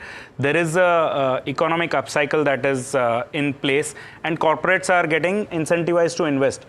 I think we should have probably held off couple of years more, and I think probably the step one should have been to rationalization of period. But anyway, that is all hypothetical, doesn't matter. The steps have been taken now, and I wouldn't have expected it. It's not the act still. It's a bill. Yes, absolutely. Not that I expected. It's not as if finance ministers have not rolled back, things which are not popular. I don't see us capital market lobbyists strong enough for us to get this. I agree. This is not one cohort which really moves the needle. Yeah. But yeah. The review of the rate structure on customs. I think we have also told we're getting Mr. Atul Lal of Dixon, because there is a move that has happened there, wherein the mobile industry, there's a reduction of the BCD on mobile phones and chargers. I wonder if Dixon has corrected a bit. We'll get that in moments from now. But Manish, the review of the rate structure on customs, reversal of duty inversion, a lot of things, and the measures towards job creation, etc. Is there a rural consumption focus, you think? It's a job focus, I would say, and instead of just rural. There isn't much for rural folks at margin in terms of absolute allocation. You can talk of many schemes. Populism, you didn't think it was populist? No, it's not populist at all. At all, right. Yeah. On jobs, many things listed. Lastly, it's mostly about, can we get formal jobs? So the EPFO linked things, the internship linked things. For the MSMEs, you had announcement that you could borrow and a credit guarantee scheme up to 100 crore rupees for any guy who's borrowing. So these are substantial. Angel tax, I guess, is the biggest deal for people like who invest in startups or are starting up. This could be messy. So a lot of these things are positive for general small, mid-sized new firm creation. And FDI linked, basically, if you bring down the taxes for the Firangi firms, foreign firms, that's also a positive news. So it is not populist. It will bear fruit in only few years, so to say. There's nothing now in let's do something today. Even for middle class, the total amount that someone calculated in my team is about $1,400-1,500 saving. On the new tax regime, I have few 5 stars, and that's about it. No, so savings on what extent? From new tax regime? Yes. Okay. Yeah. So okay. Every day 5 stars. So she said that I think 17,000 max. Yes. Is on the a max 50 that a lakh crore person could budget, get. the 17,000 is all that you transfer to the Twitterati middle class. It's a Middle very class small is amount. not Twitterati. Twitterati is a different class. No, your definition of middle class is very different from what I think of middle class. You think you are middle class, right? Yeah, absolutely. You are super rich in this country. Right. We also have Atul Lal, Vice Chairman and MD of Dixon Tech, joining in. Hi, Atul. It's Amina. Thank you very much for talking to us right after this budget. First up, before we go into the BCD reduction on mobile and chargers, how are you reacting to this budget? You see, I would like to really compliment Honorable Finance Minister. Please appreciate we are a highly labor-intensive manufacturing industry. And certain steps that have been taken to encourage and incentivize labor involvement, operators involvement, I think it's highly commendable. Particular emphasis on skilling or internships are most welcome. And also a special focus on MSME industry, because that's the backbone. Please appreciate the electronics manufacturing industry. It's in a formative stage. It is growing extremely fast. It's hugely labor intensive. And for creating an ecosystem, the MSME support is required. So I strongly feel it's a very positive budget for our labor intensive industry. Yeah. Lal, just very quickly, very specific to your industry, and I know we've got it's commendable. We've managed to pull off a good budget, not disturb too many things, still focused on Viksit Bharat, focus on employment. So lots of good things as well. But one thing that maybe Dixon could get impacted is the BCD reduction on mobile and chargers. What does this mean for a company like yourself? What's your reaction to this? No. Please be rest assured that mobile manufacturing in India has reached a stage that all the mobiles being sold in India will be manufactured in India. That's the kind of depth the industry has. And a large portion of that is going to be exported. So this reduction of custom duty on the CBU imports of mobile from 20 to 15% or on chargers is not going to have any negative impact at all. In fact, it's welcome. I feel that it's not having any impact at all on the depth and the breadth of mobile manufacturing in the country. In fact, it's going to deepen. Well, would you have expected more on the PLI schemes? That was something that was being talked about consistently, that PLI schemes have worked. Your company is, of course, a shining example of how well they work. That there would have been more push to extend manufacturing. Do you think that that is something that you would have hoped to see? So we in the industry, through our associations, have been working very closely with the government for rolling out an incentive package for the electronic component industry, which is beyond semiconductors. And the government response on that has been extremely positive because that's what helps in enhancing the value addition. So I think it's going to happen because the response is very welcoming. And I think it's going to happen besides the budget. Yeah, it's something different, but it's going to happen. That's a policy package we're expecting. In any case, we were not expecting that to be announced in the budget speech. So that's what we are working on because that's important imperative for creating a component ecosystem and deepening the electronics manufacturing ecosystem. Atul, just very quickly, I know while we didn't get too much in the PLI scheme, one expectation I believe from your industry was critical components. Something to come out on that. There was a little bit of noise in the industry that we could hear a PLI scheme on critical components. Are you disappointed? Is this a game changer of any sort?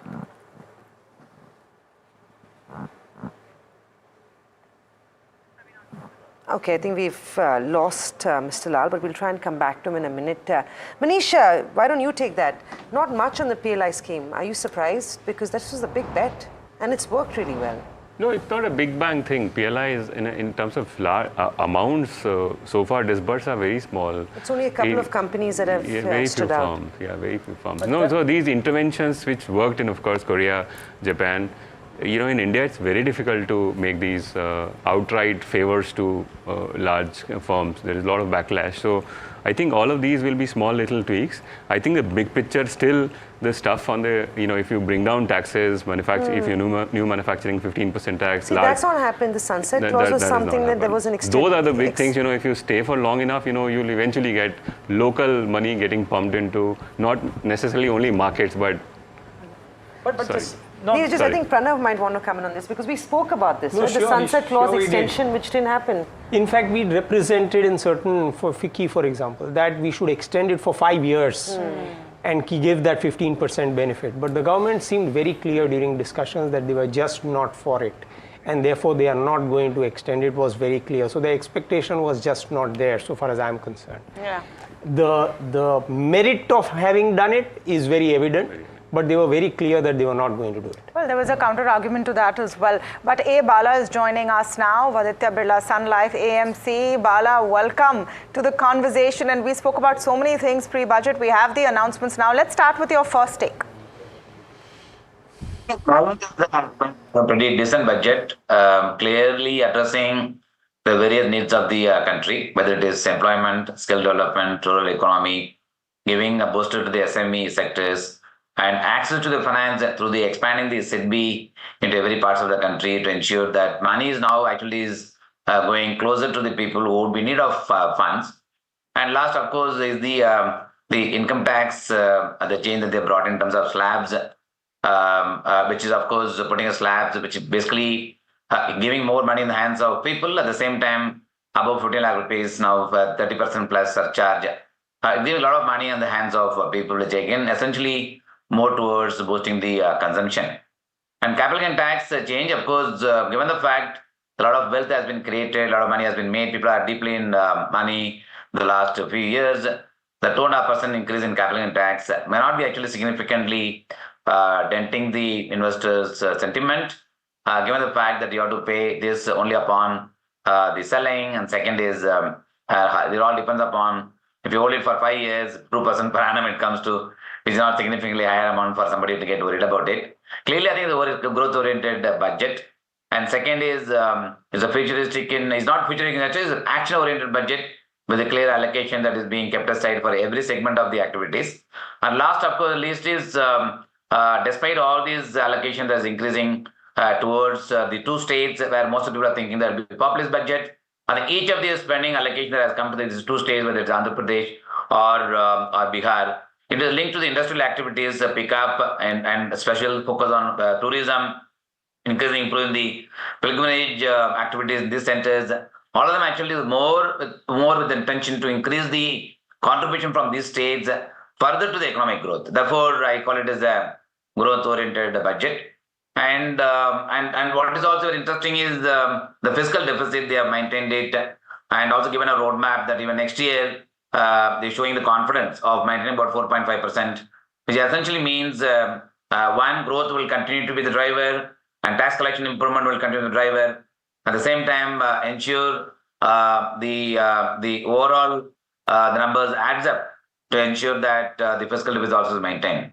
And last but not the least, given the where we are current account deficit, the balance of payment surplus are running, giving a specific focus on export sectors, whether it is a diamond or jewelries or even the textile sectors.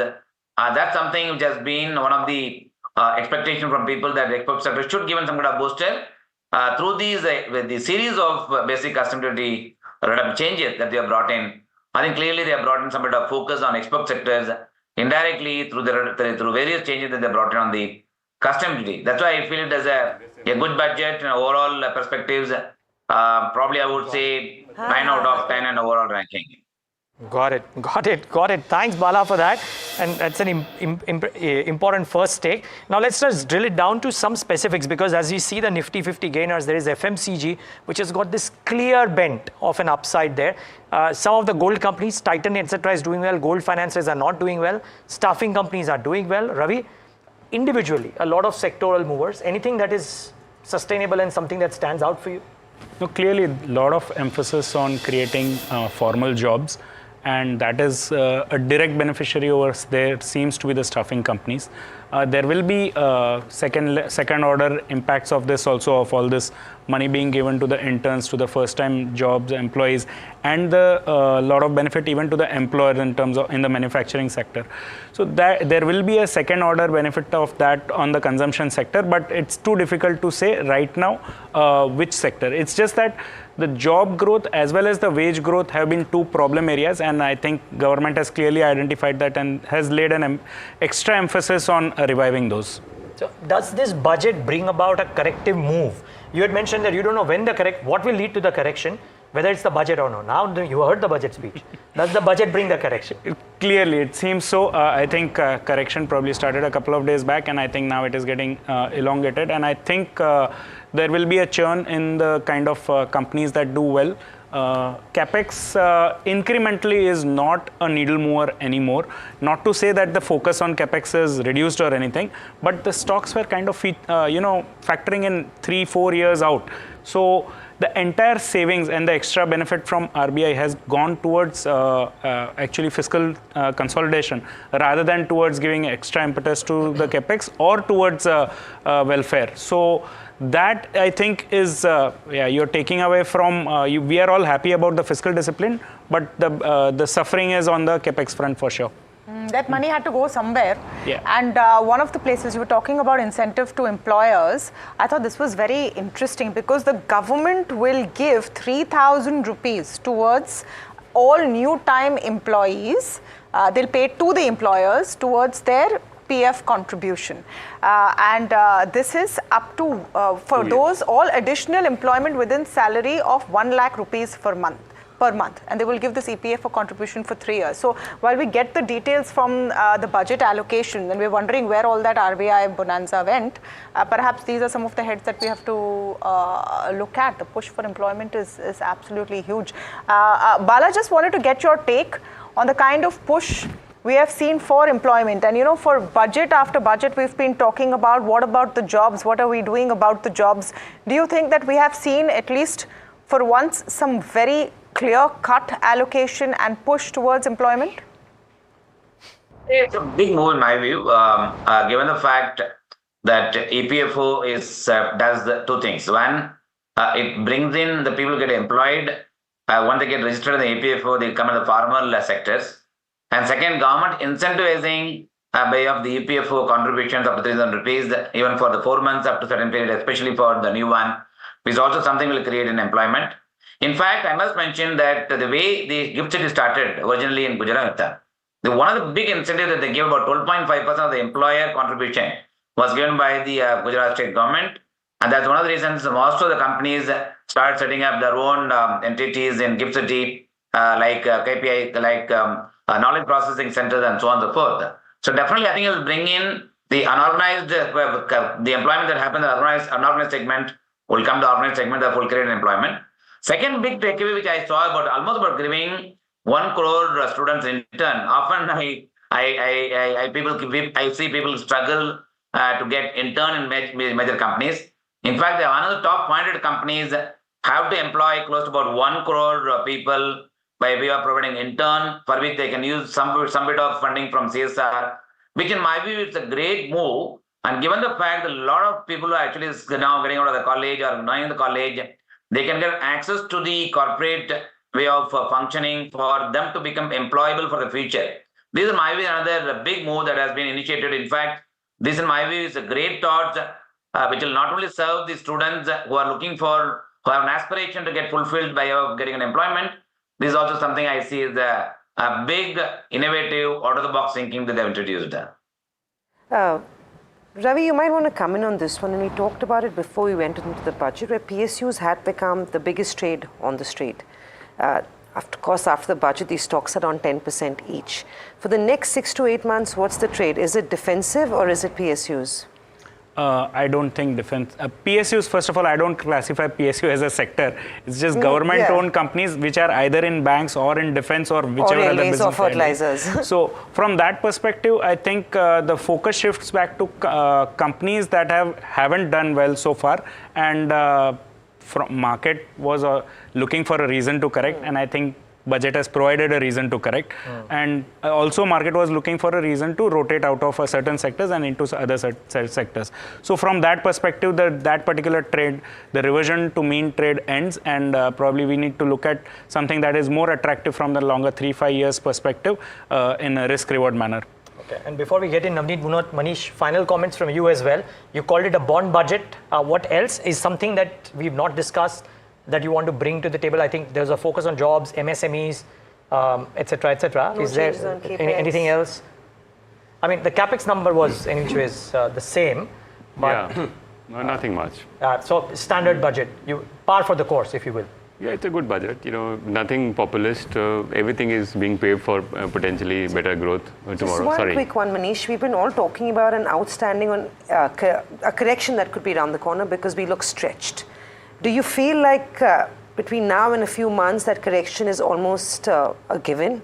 Because the budget hasn't left us asking for more, to be honest, right? Look at the reason why India is difficult to correct it in a substantial manner without global markets correcting is because there is an inertia, there's local money flowing in, and the reflex that Ravi would confirm of an investor is that has 5% correction and reallocation towards equity goes up. So you necessarily need a global headwind for you to sort of so constructive as we stand at 24,200, this market still looks good to buy for an investor. So that's very different. No. That's very different. Stay I'm saying invested. you're asking kal correct hoga kya? Nahi hoega. I'm saying inertia hai that there is a lot of money backing it. So that's a tailwind. There is fresh money. Agar money is on the sidelines. But if you're asking him or me or anyone else, is market expense cheap? Agree. It's not.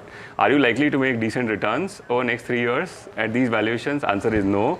Will markets correct tomorrow? We don't know. So we stay in cash. I like that's a summary. I like that. That's a great summary. Last take you want to take. Last take with Mr. Sethia. Mr. Sethia, just your last take, but and before we get Navneet Munot in, the buyback tax, does it have any implications for companies or sectors which are doing large buybacks? I would feel that so far as companies are concerned, if dividend income was the choice between buyback still remains an attractive proposition. That's what I would feel, subject to reading the fine print, because the buyback tax is still a capital gains tax, lesser than the normal dividend tax rate. I think overall, I would feel from an economy standpoint, from a stability, continuity, certainty standpoint, this is a very good budget. Yes, from a market standpoint, the capital gains tax changes might be a little bit of a dampener, but they've addressed the weaker sectors of the economy. Like agricultural growth was very weak. I think there's a lot on the agri sector. Job creation was very important. From production-linked incentives, we are now talking of employment-linked incentives. So I think that should help as well. So from an economy standpoint, I think the stability, continuity, addressing the weak spots and continuing the growth on the rest, I think is overall good for the economy, is the way I look. And the fiscal discipline is a big macro point. Now I'm asking him that this rationalization on term for capital gain, she said that all financial instruments will go to 1 year.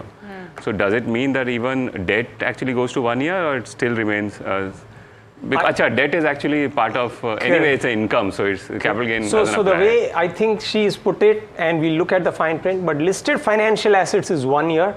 I think others, she said, is 2 years. She said That's unlisted financial assets, so I have that line, will be held for 2 years. Correct. Yeah. So listed financial assets, whether it is debentures, bonds, I think that's how it is 1 year for long term, and others is 2 years. But listed in bonds, securities, long term doesn't apply anymore. Correct. So correct, therefore it's correct. only equity. So she said that way, the listed financial assets. So I assume it will be mutual funds which are in listed equity as well as listed shares.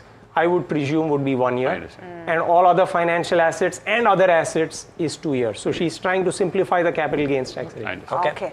We'll have to wait and see what the impact is. But thank you so much, Pranav Saita, Manish Dangi, Ravi Dharamshi with us. A Bala, great to have all of you for your first take. That was our think tank. We'll of course hear from Manish Sabarwal, who's part of our think tank. He's actually, we're told, in a meeting with government functionaries and was part of really also recommending a lot of things. Maybe we've seen some of them, and he has been talking about them. But Navneet Munot with us now, MD and CEO of HDFC AMC. Navneet, great to have you on Budget Day on NDTV Profit. Let's start with getting your take on what has been done with capital gains tax and how you are seeing it. The first reaction from the market is clearly negative. A bit of recovery right now. Do you see it as a big hindrance?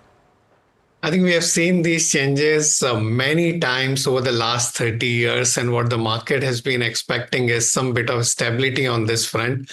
I hope that we get stability over the next several years, and this is what is final. Our demand from mutual fund industry has been to also look at the taxation on the debt funds because it has multiple objectives, including the development of the corporate bond market, which is very critical to achieve our ambition of becoming a developed country and really boost investments. We have seen a good SIP book building, the retail resilience, providing stability to the market through the equity flows, but we need to encourage debt flows also. But I'm sure you have experts who will tell you a lot more about the nuances within the taxation change structure.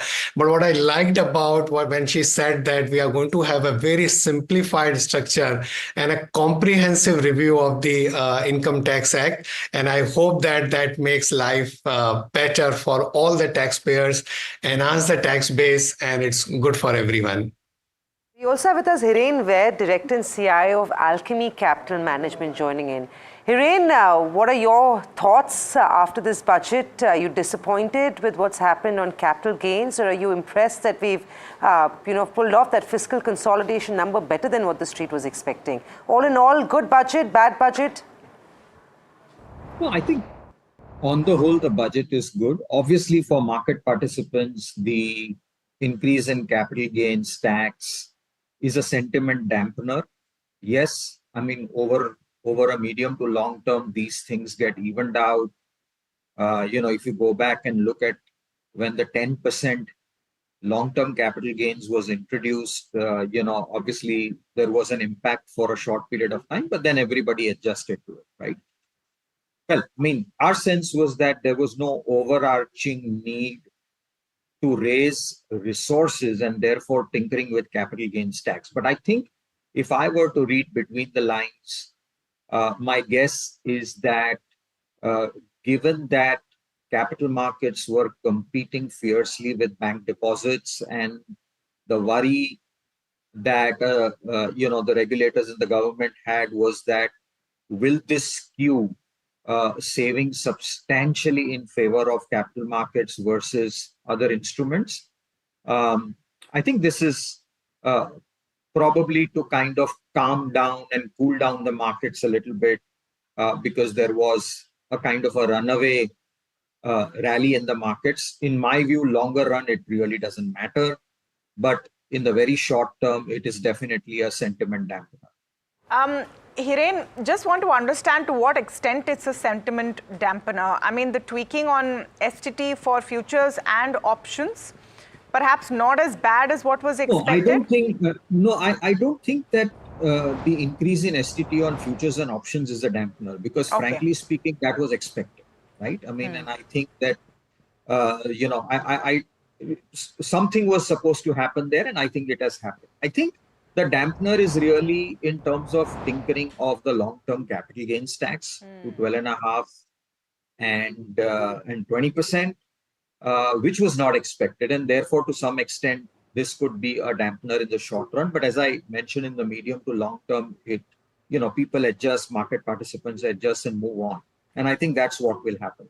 I think outside of that, and I think that what the government has done is that used the additional resources that they have to reduce the fiscal deficit, which on the whole should be positive for the economy because it reduces your cost of capital.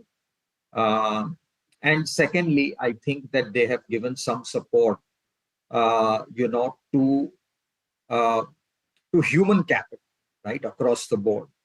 And also by reducing custom duties on a few products, and we'll have to see the fine print, the idea is to promote value addition and reduce the costs for local manufacturing. So I think broadly, having kept the capex number at what it is, they continue to do the heavy lifting. They've used the additional resources to help, give a little bit of a fillip to consumption, which is not bad. So you have a little more balanced growth. And I think, broadly speaking, also removing angel tax is a great step, because you need new entrepreneurs and they need risk capital.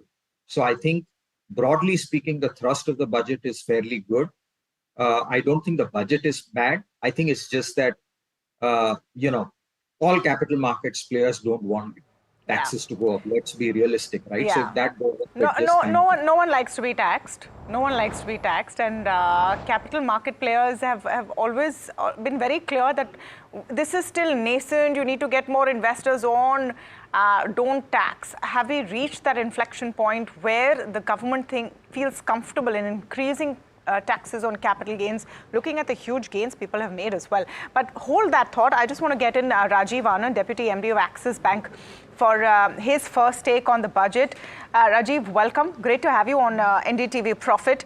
And, just to understand from your perspective, the support given to MSMEs, the support given for educational loans, how do you see all of these measures in a broader view? Firstly, I think notwithstanding the whole issue of increase in capital gains, which obviously the markets are a bit disappointed, but the way that I think about it is there's been all your viewers have made a truckload of money over the last few years.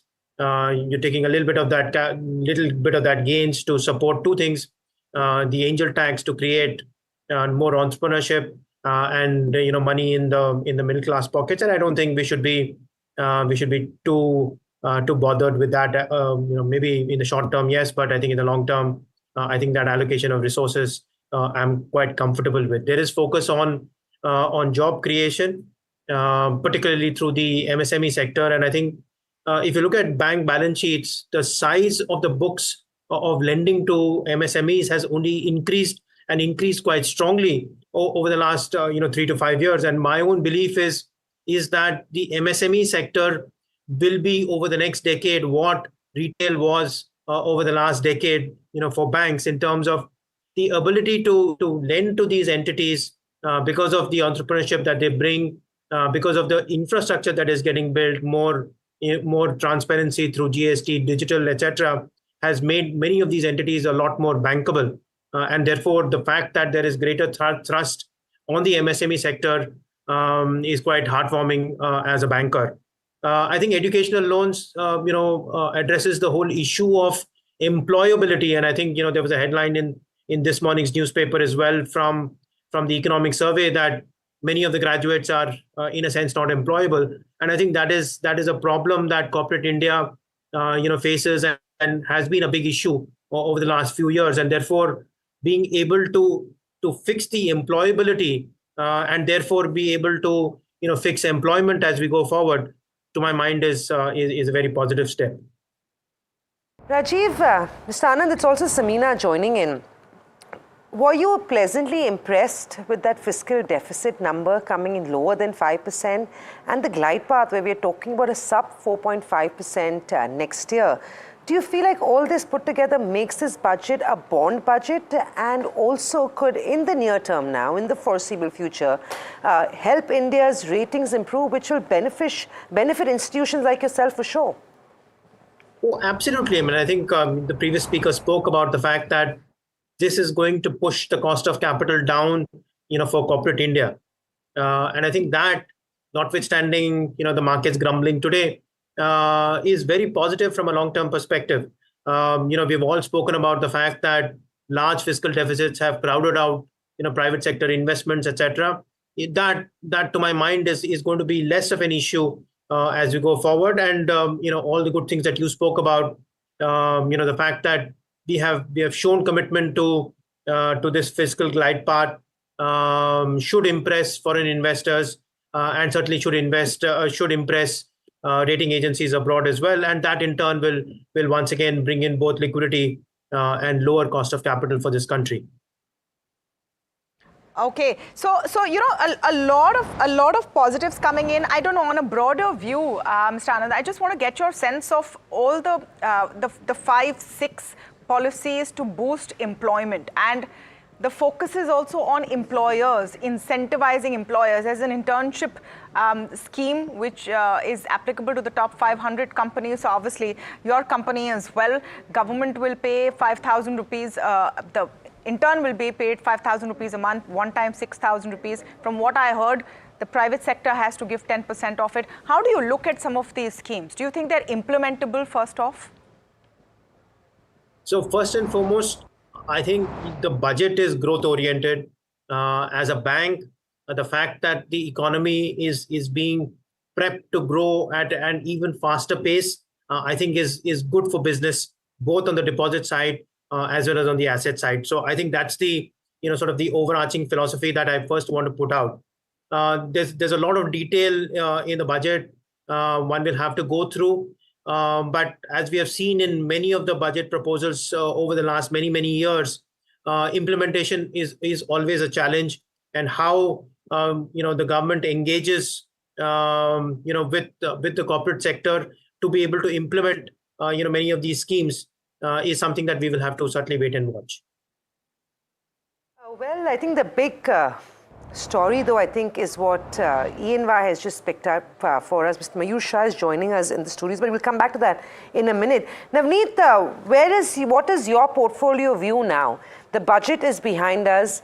It seems like it's largely in line with what we were expecting, even though the push on capex, agri-consumption is not as much as we'd have liked or the street would have liked. There's tinkering on capital gains as well. If you're a market participant sitting with cash on the sidelines, what should one do? No, I think the broader direction of sustainable growth, inclusive growth, focus on innovation while keeping the fiscal prudence has continued. And all of this is good in the long run. Think about it. Over the last 5 years, the capex has almost tripled. The central government capex has almost tripled from 3.35 lakh crores to 11 lakh crores. And now incrementally, it looks like government want to spend more money on the rural economy, which is actually good because a large part of the population is there and we need to invest more. It looks like government want to focus a lot more on employment creation, which is very good. We need to reap the benefit of demographic dividend. So both for consumption as well as from an investment perspective in your portfolio, there would be opportunities. Very interesting. Okay. Rajiv, Anand, one final question, and then I have a question for Hiren Ved as well. And this is Neeraj here. I heard you mention about the overall a good budget, focus on jobs, so on and so forth. Is there a tilt towards giving this much needed impetus to consumption? All job focus gives that tilt to consumption any which ways. There are for skill developments, etc. also money being put on the table. Do you get the sense that it is a budget in that sense tilting towards consumption as opposed to an overarching focus on capex, which continues as is? It's a little difficult question, and I think that's the bet that the finance minister is making. But I just want to leave a thought on the table that we are seeing relatively weaker consumption in an environment where net household savings are actually relatively weak, meaning that that despite the fact that households have levered themselves up quite strongly over the last 4 to 5 years, we're seeing a situation where we're seeing consumption relatively weak, and so therefore the savings that is going to come through either better jobs because they're skilled better, or because of some of the tax breaks, whether that will go to reduce leverage in households or whether it will go to consumption is something that we will have to certainly wait and watch. But I think the bet is that all this will ensure that we will see improvements in consumption. Rajiv, we'll leave it at that. Thanks so much for taking the time out and really being with us today. Navneet, take a moment. Understand I have to let you go, so thank you for joining in as well and giving us your thoughts. Really appreciate your time today. Hiren Ved, the markets not as disappointed as you would think when a capital gains tax hike would happen, because most people are saying this is not the greatest of times to do it, so on and so forth. Is the market taking heart from the fact that this was anyways going to come? Good, it's done in the first term, but it's being accompanied by fiscal prudence, which will help maybe in ratings at some point of time in the future, and it shows the bent of the government that they are not resorted to populism in a very large scale. No, absolutely. I think the fact that they've signaled 4.9% fiscal deficit and 4.5% next year is very clear signal to the rating agencies that we as a country are very serious about fiscal consolidation, and that we are aiming for a much more sustainable advantage in terms of ratings upgrade and the resultant reduction in cost of capital that can happen.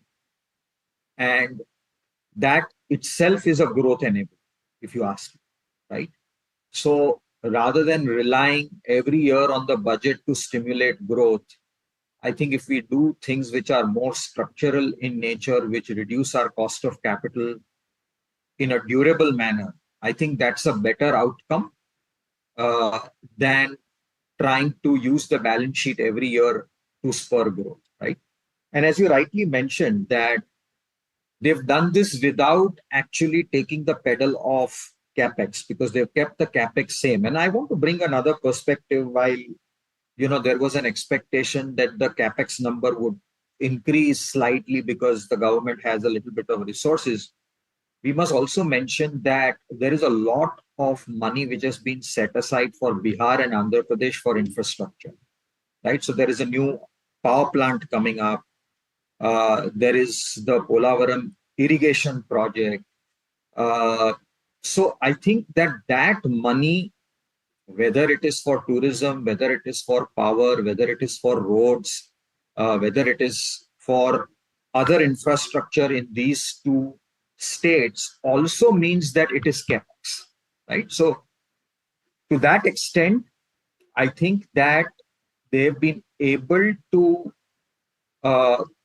bring up these slightly more struggling sectors and areas that needed focus, like job creation, skilling, without taking the pedal off capex. Right. And hoping that now the private sector will start to kick in, which actually has already happened, because if you heard the CEA say that private capex has already gone up 20%. Yeah, it has. The top firms have, maybe the bottom ones haven't. But Hiren, you spoke about the renaissance of private capex way earlier. It's showing signs. Thank you so much for joining us on the budget day and giving us your thoughts as well. Really appreciate your time. Okay, my colleague Charu Singh is speaking to Ashish Chauhan, the CEO of NSE. Let's dip in to hear that. Incentives. Even smaller companies have been given incentives by saying they will get the first salary of the new employee over 3 tranches, and also some portion of the provident fund has to be paid, have to be paid by the government. So many incentives have been given to create jobs, create skills, and also include the women in the workforce. And those are the way we would be able to take advantage of our demographic dividend going forward.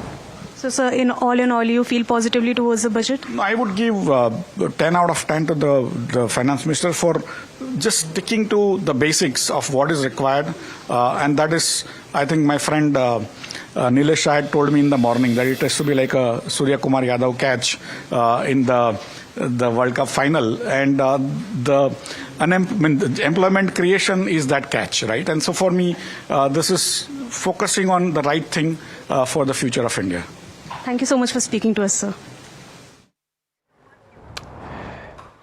Okay, well, that's the view from NSC as well. But Samina, big changes afoot on the taxation front. And good changes from the sound of it, right? So I think what we have, Mayur Shah from Ernst & Young as well, who's in the studios with us. But indexation benefit, we believe, on real estate, gold and other non-financial assets has been abolished. And there's a change in treatment of LTCG.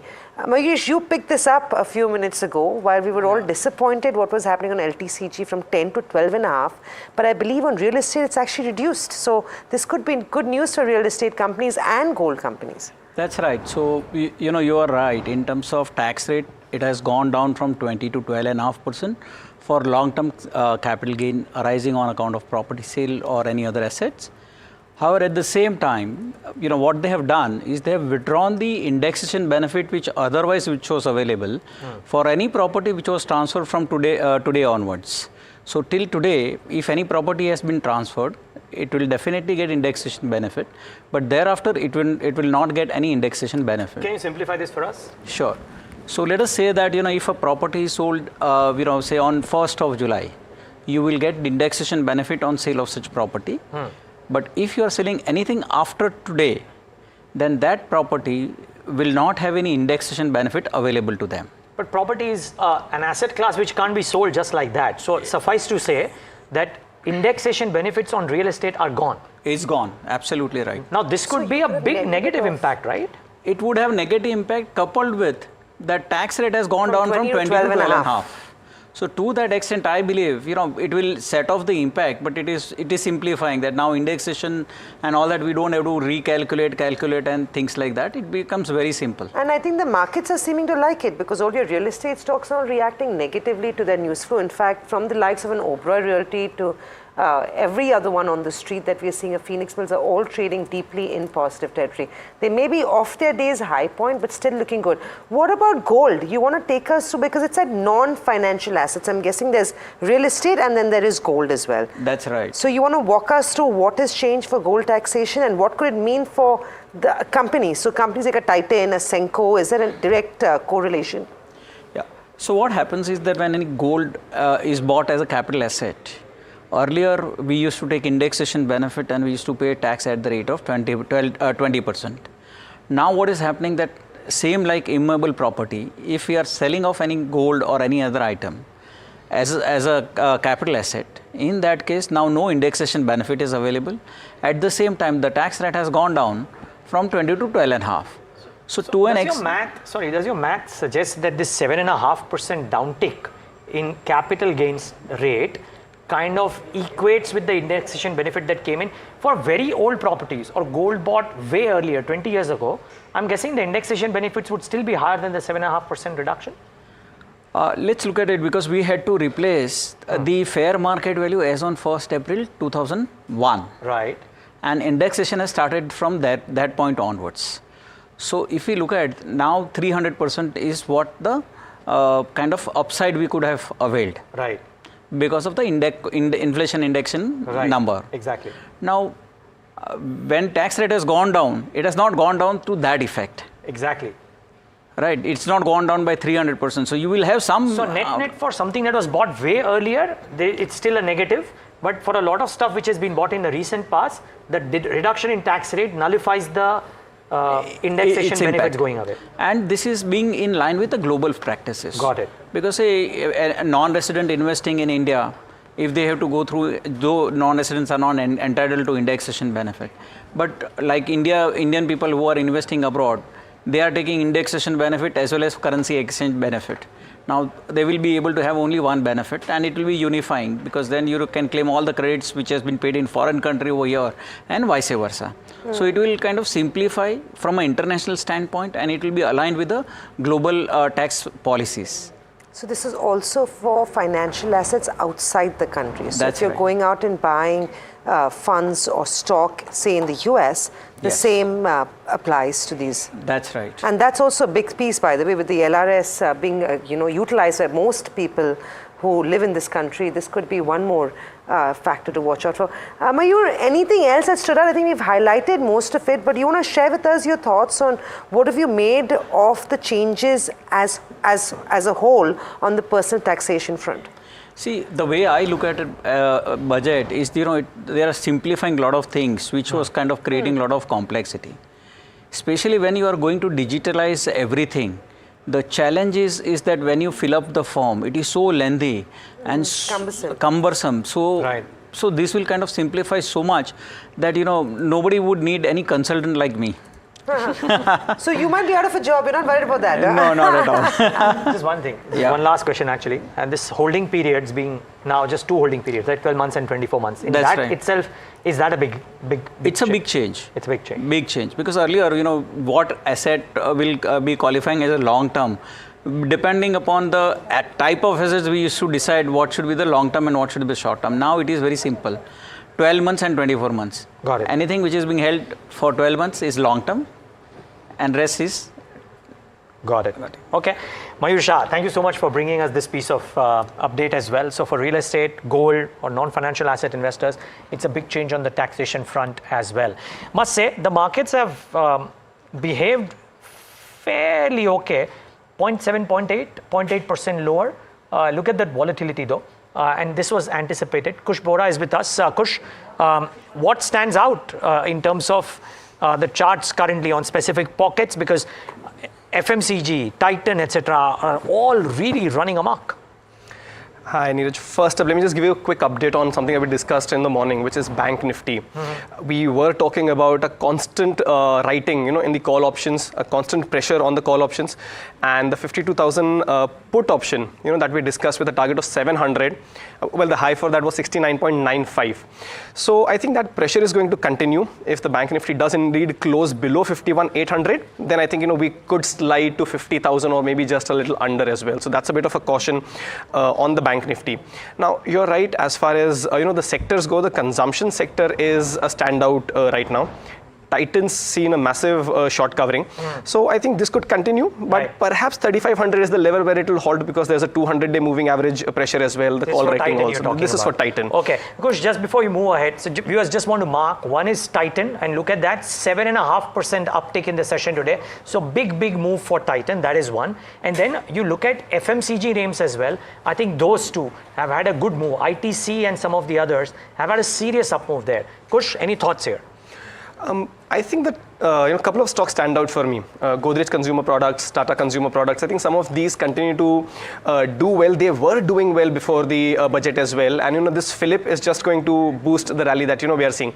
So Godrej Consumer Product is perhaps something that I would buy, perhaps hold at current levels also. Just a few Andhra stocks that are actually doing quite well. So pull up KCP, NCL, Deccan.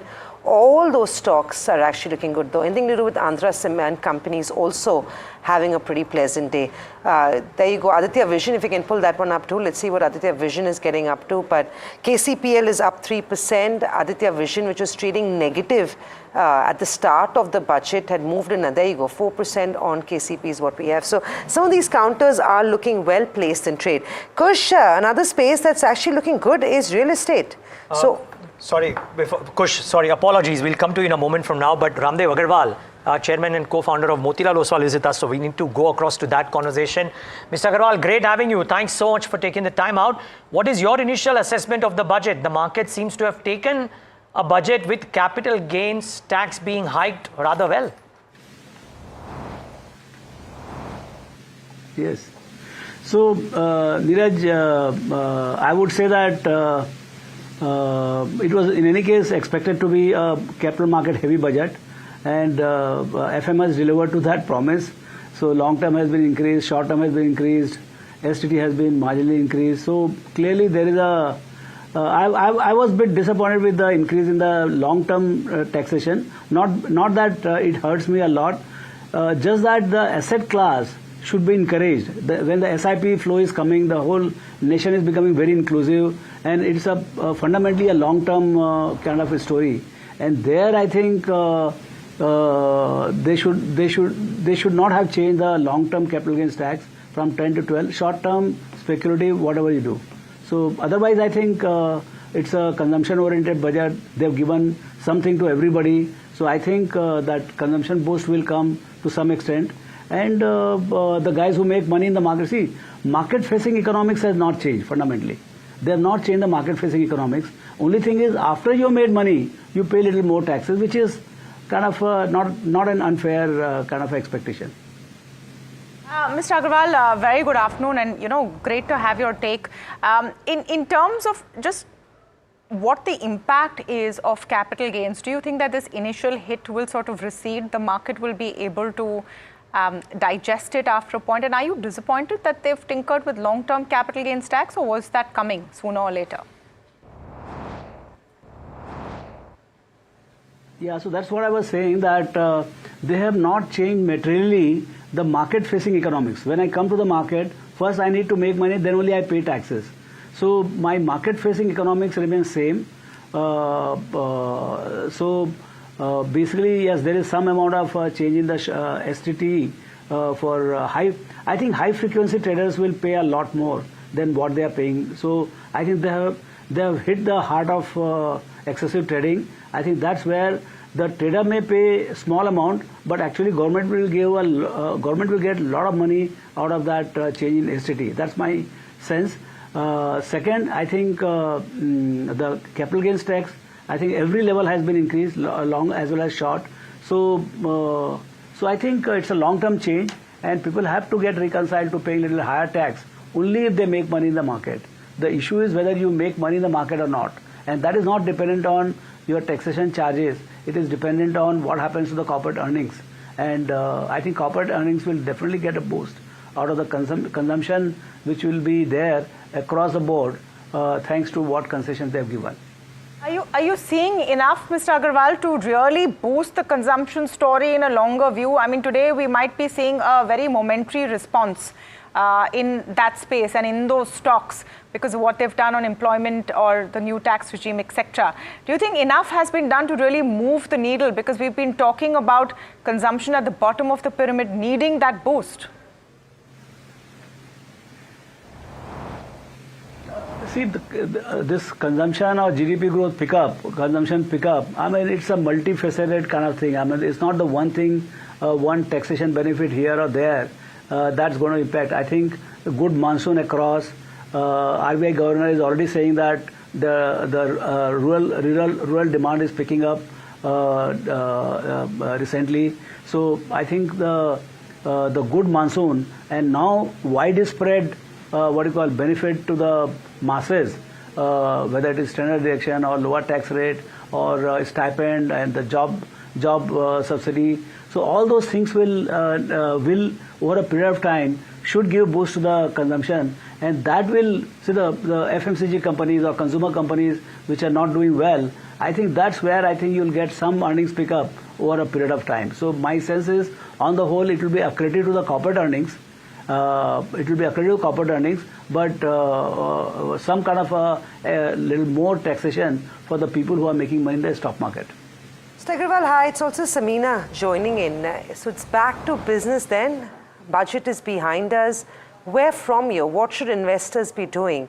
Does the budget give us an excuse to correct from here, take profits off the table? Or will the fact that it's a neat, clean, fiscally well-consolidated budget give the market the impetus for the next leg of the rally from here on?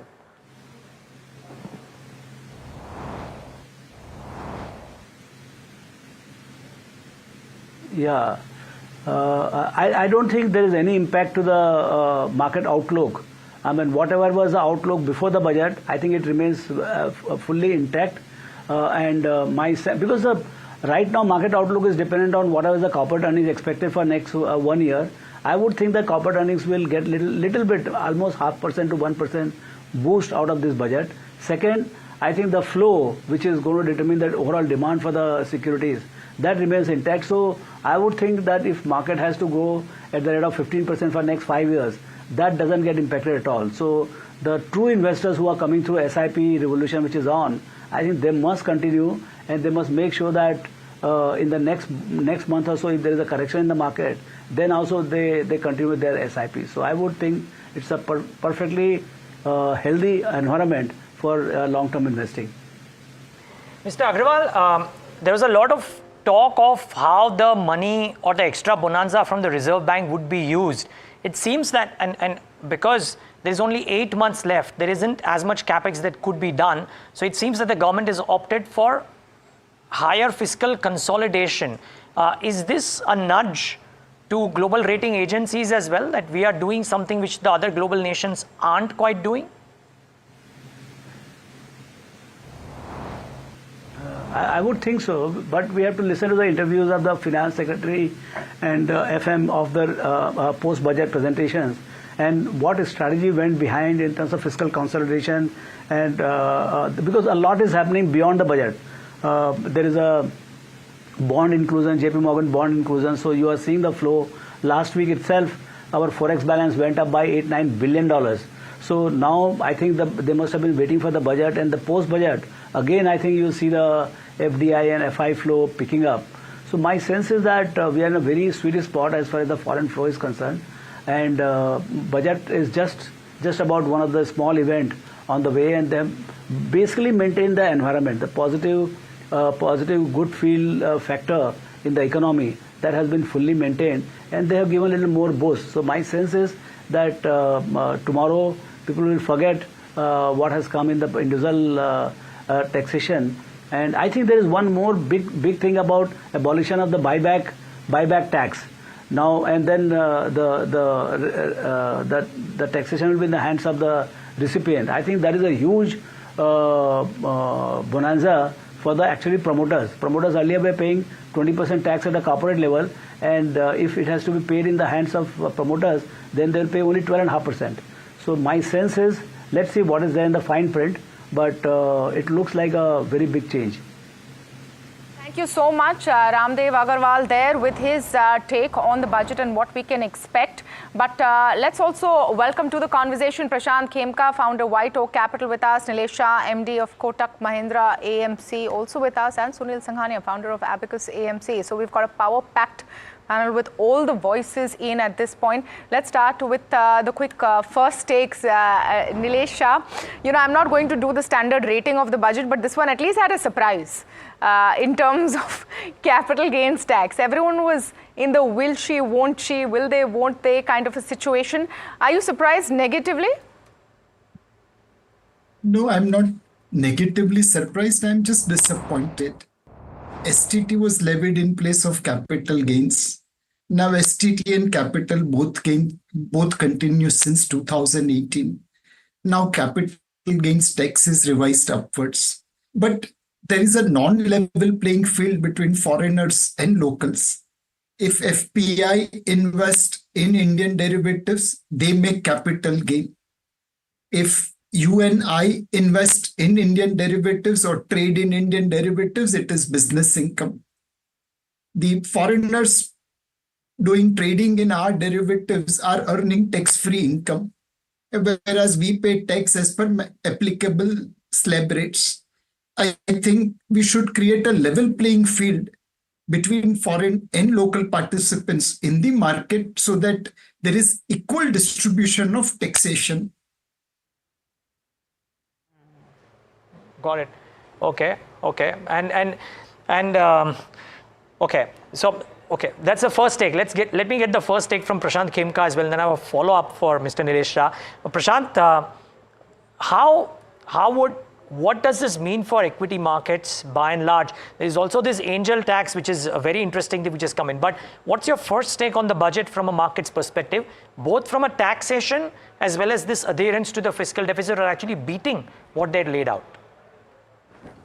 Certainly, thank you, Neeraj. So, first of all, in almost all respects, other than capital gains tax, the budget to me seems like a continuation of prior budgets. The prior budgets were all received well by the investment community, and we have to keep in perspective that the impact of budgets in normal course of events with some rare exceptions, is fairly short-lived on the markets unless there are some very tectonic shifts in the way the economy is expected to grow going forward. So in some sense, there's a continuity budget. This one negative on capital gains tax, I think, as Nilesh Bhai also mentioned, the revenues could have been generated in other ways as well. It just, besides, first of all, it's a 2.5% increase. Let's forget for a minute the short-term gains tax, which you can't really forget, but the long-term gains tax has been increased by 2.5%. That means if you are going to expect 10 to 11% over time, I think reasonable to expect 10% return from the market, then it has shaved it off by 25 basis points. It's material, yeah, because there's no indexation benefit. So your real return has gone down more than 2.5. It's gone down probably by 5%. It also opens up a Pandora's box in a sense. We had a certain stable tax regime on investors for last several years. Yeah, 10% on capital long term, 15% short term. Now, the increase in this budget also raises the risk in investors' mind, legitimately so, that we can have frequent changes. And when I say changes, usually with things related to taxes, they only go in one direction. So could this imply future tax hikes as well? Already, I think, in my experience of having invested in developed and EM markets, the taxes on investments in equity markets in India are towards the high end, especially the variety of taxes, all taken together. I'm not saying just look in isolation, long-term gains tax or short-term gains tax, and so on, including the dividend tax and the buyback tax and the STT and all those. So at a certain point, there'll be a straw on the camel's back. A theory would be applicable. I don't think this 2.5% increases that straw, but increases the risk that down the line you'll have further uplift in this tax rates. But that is the primary concern with the budget. Otherwise, I think most of the budget, particularly, hopefully, the fine print would have to be looked at. Nilesh Bhai was just mentioning a short while ago on the media, which is what I'm frantically searching for in the fine print, that certain laws have been amended in the direction of ease of doing business, which would allow fund managers like myself sitting outside India to come back to India and live a normal life in India. I'm yet to see that print. My team is looking for it as well. But if such things are indeed included in the fine print, then ease of doing business is what I usually always look for from a budget rather than this tax tinkering. The budget is an opportunity. Every budget to me is an opportunity to improve ease of doing business, because all said and done, we are last published, ranked 63rd on ease of doing business. We want to be number one to become a developed nation by 40. We can't become a developed nation by being 63rd nation on ease of doing business. That's true. Yeah? That's so that true. fine print, I'm very much eager to look into as it becomes available. Yeah. Prashant, I can almost feel the pain. But I think that's the kind of voice that Nilesh Bhai gave as well, and you rightly referred to it. So Nilesh Bhai, I think Prashant makes this important point, that does this open up in a sense, a bit of a runway that people will not have clarity now about whether this is the last of the tax changes and the max tax that we have, which is 20% on short term, or could it be more? So at least this year, Neeraj Bhai, the details are out. And I'm sincerely hoping that the safe harbor clause which Prashant Bhai referred to, and which I had the pleasure of handing over to the Honorable Finance Minister in my pre-budget consultation, really works out. And next time, both me and Prashant Bhai are in your studio in person, and not I am in local office and Prashant Bhai in global office. And that's the important point. If India has to develop as a regional financial center, we have to bring Prashant Bhai in India, not keep him outside. By changing our rules and facilitating it, And this budget is a step in the right direction. There are changes being proposed to improve ease of doing business, ease of doing investments, and we should keep on taking feedback so that we ultimately achieve our objective of bringing talent into India. Nilesh bhai, so a couple of things. I want to ask you about employment, etc. But I just want to play devil's advocate on the capital gains tax changes. Of course, the impact for real estate and gold still has to be understood because indexation goes out of it. But on equities, if the counter argument would have been that look at the kind of gains made in equities by everyone, why should the government not take a little bit more from you? Every other kind of income is also being taxed. What would you say to that? So one, why do we give tax incentive? We give, like vitamins, tax incentives for correct certain deficiency. Where is the challenge today? Is government doing its job of building infrastructure? Answer is yes. Is private investment coming through as much as they wanted? Even yesterday's economic survey mentioned that now the ball is in private sector's court to take it forward. How will private sector invest if there is no capital formation?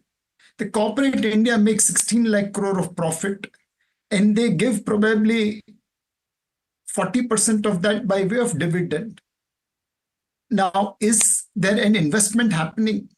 Answer is it's happening on a limited manner, which is why tax incentives are needed so that capital market can provide capital to our entrepreneurs and they can go and then invest. Today, 9 lakh crore rupees in last 3 years between FY21 to 23 has gone into currency notes. Does people make money on currency note? Answer is no. We need to give them incentives so that currency note, instead of lying in Tijori, comes back into the economy. We have imported on an average 700 tons of gold. In 22 years of this century, our net import of gold, including gold smuggling and people wearing jewelry and passing through green channel, is about $500 billion, more than our foreign direct investment, more than our foreign portfolio investment. Where is that gold lying? It's lying in Tijori. Shouldn't we give tax incentives so that that gold comes out of Tijori and stays in formal economy? Tax incentives are needed to correct the deficiency on low capital formation. Okay, just that's a good point there. So perhaps we could have been a little softer with long-term capital gains tax there. That's the resounding voice coming through. I just want to get Prashant Khemka, your view on the employment push. And that really, I would say, if I had to predict what tomorrow's headlines will be in all the newspapers, among other things, after capital gains tax, would be the big push for employment. I want to understand from your point of view, do you think that there are some out-of-the-box ideas which could really change things? Certainly, but before I go to that, I do want to, thank Nilesh bhai for really batting for the industry on this, regardless of what is there in the fine print, batting for the industry for this change, which would really spawn and it's tied to the employment creation as well. It would spawn a birth of a global hub in India. Just like for IT services, India is a global hub. With a small change in the policy, the right change in the policy that Nilesh bhai was referring to, the safe harbor clause, it would lead to India becoming the global hub, just like it is in IT services, becoming a global hub for asset management as well. And think of the employment creation that would lead to. So the employment creation initiatives are very positive in the budget, but what structural measures that can, besides the incentives, other structural measures which come along with ease of doing business, not just related to the safe harbor clause, but across board. The finance ministers talked about reviewing the tax code within the next 6 months by the time of the next budget. Simplification of tax code, ease of doing, leads to greater ease of doing business. That itself should spawn and have a far deeper and much larger impact on job creation. Then What is also welcome, very welcome, in the interim, the higher allocation to job creation initiatives, be it in skill development, upgradation of skills, and incentives to manufacturing sector for first-time employees, and the incentives in form of contribution to the pension plans. All those are very welcome moves, but you have to think in terms of combination of these fiscal incentives, which may work very well in the short to interim time periods. Combine that with the structural job creation possibilities that would come with greater and greater ease of doing business.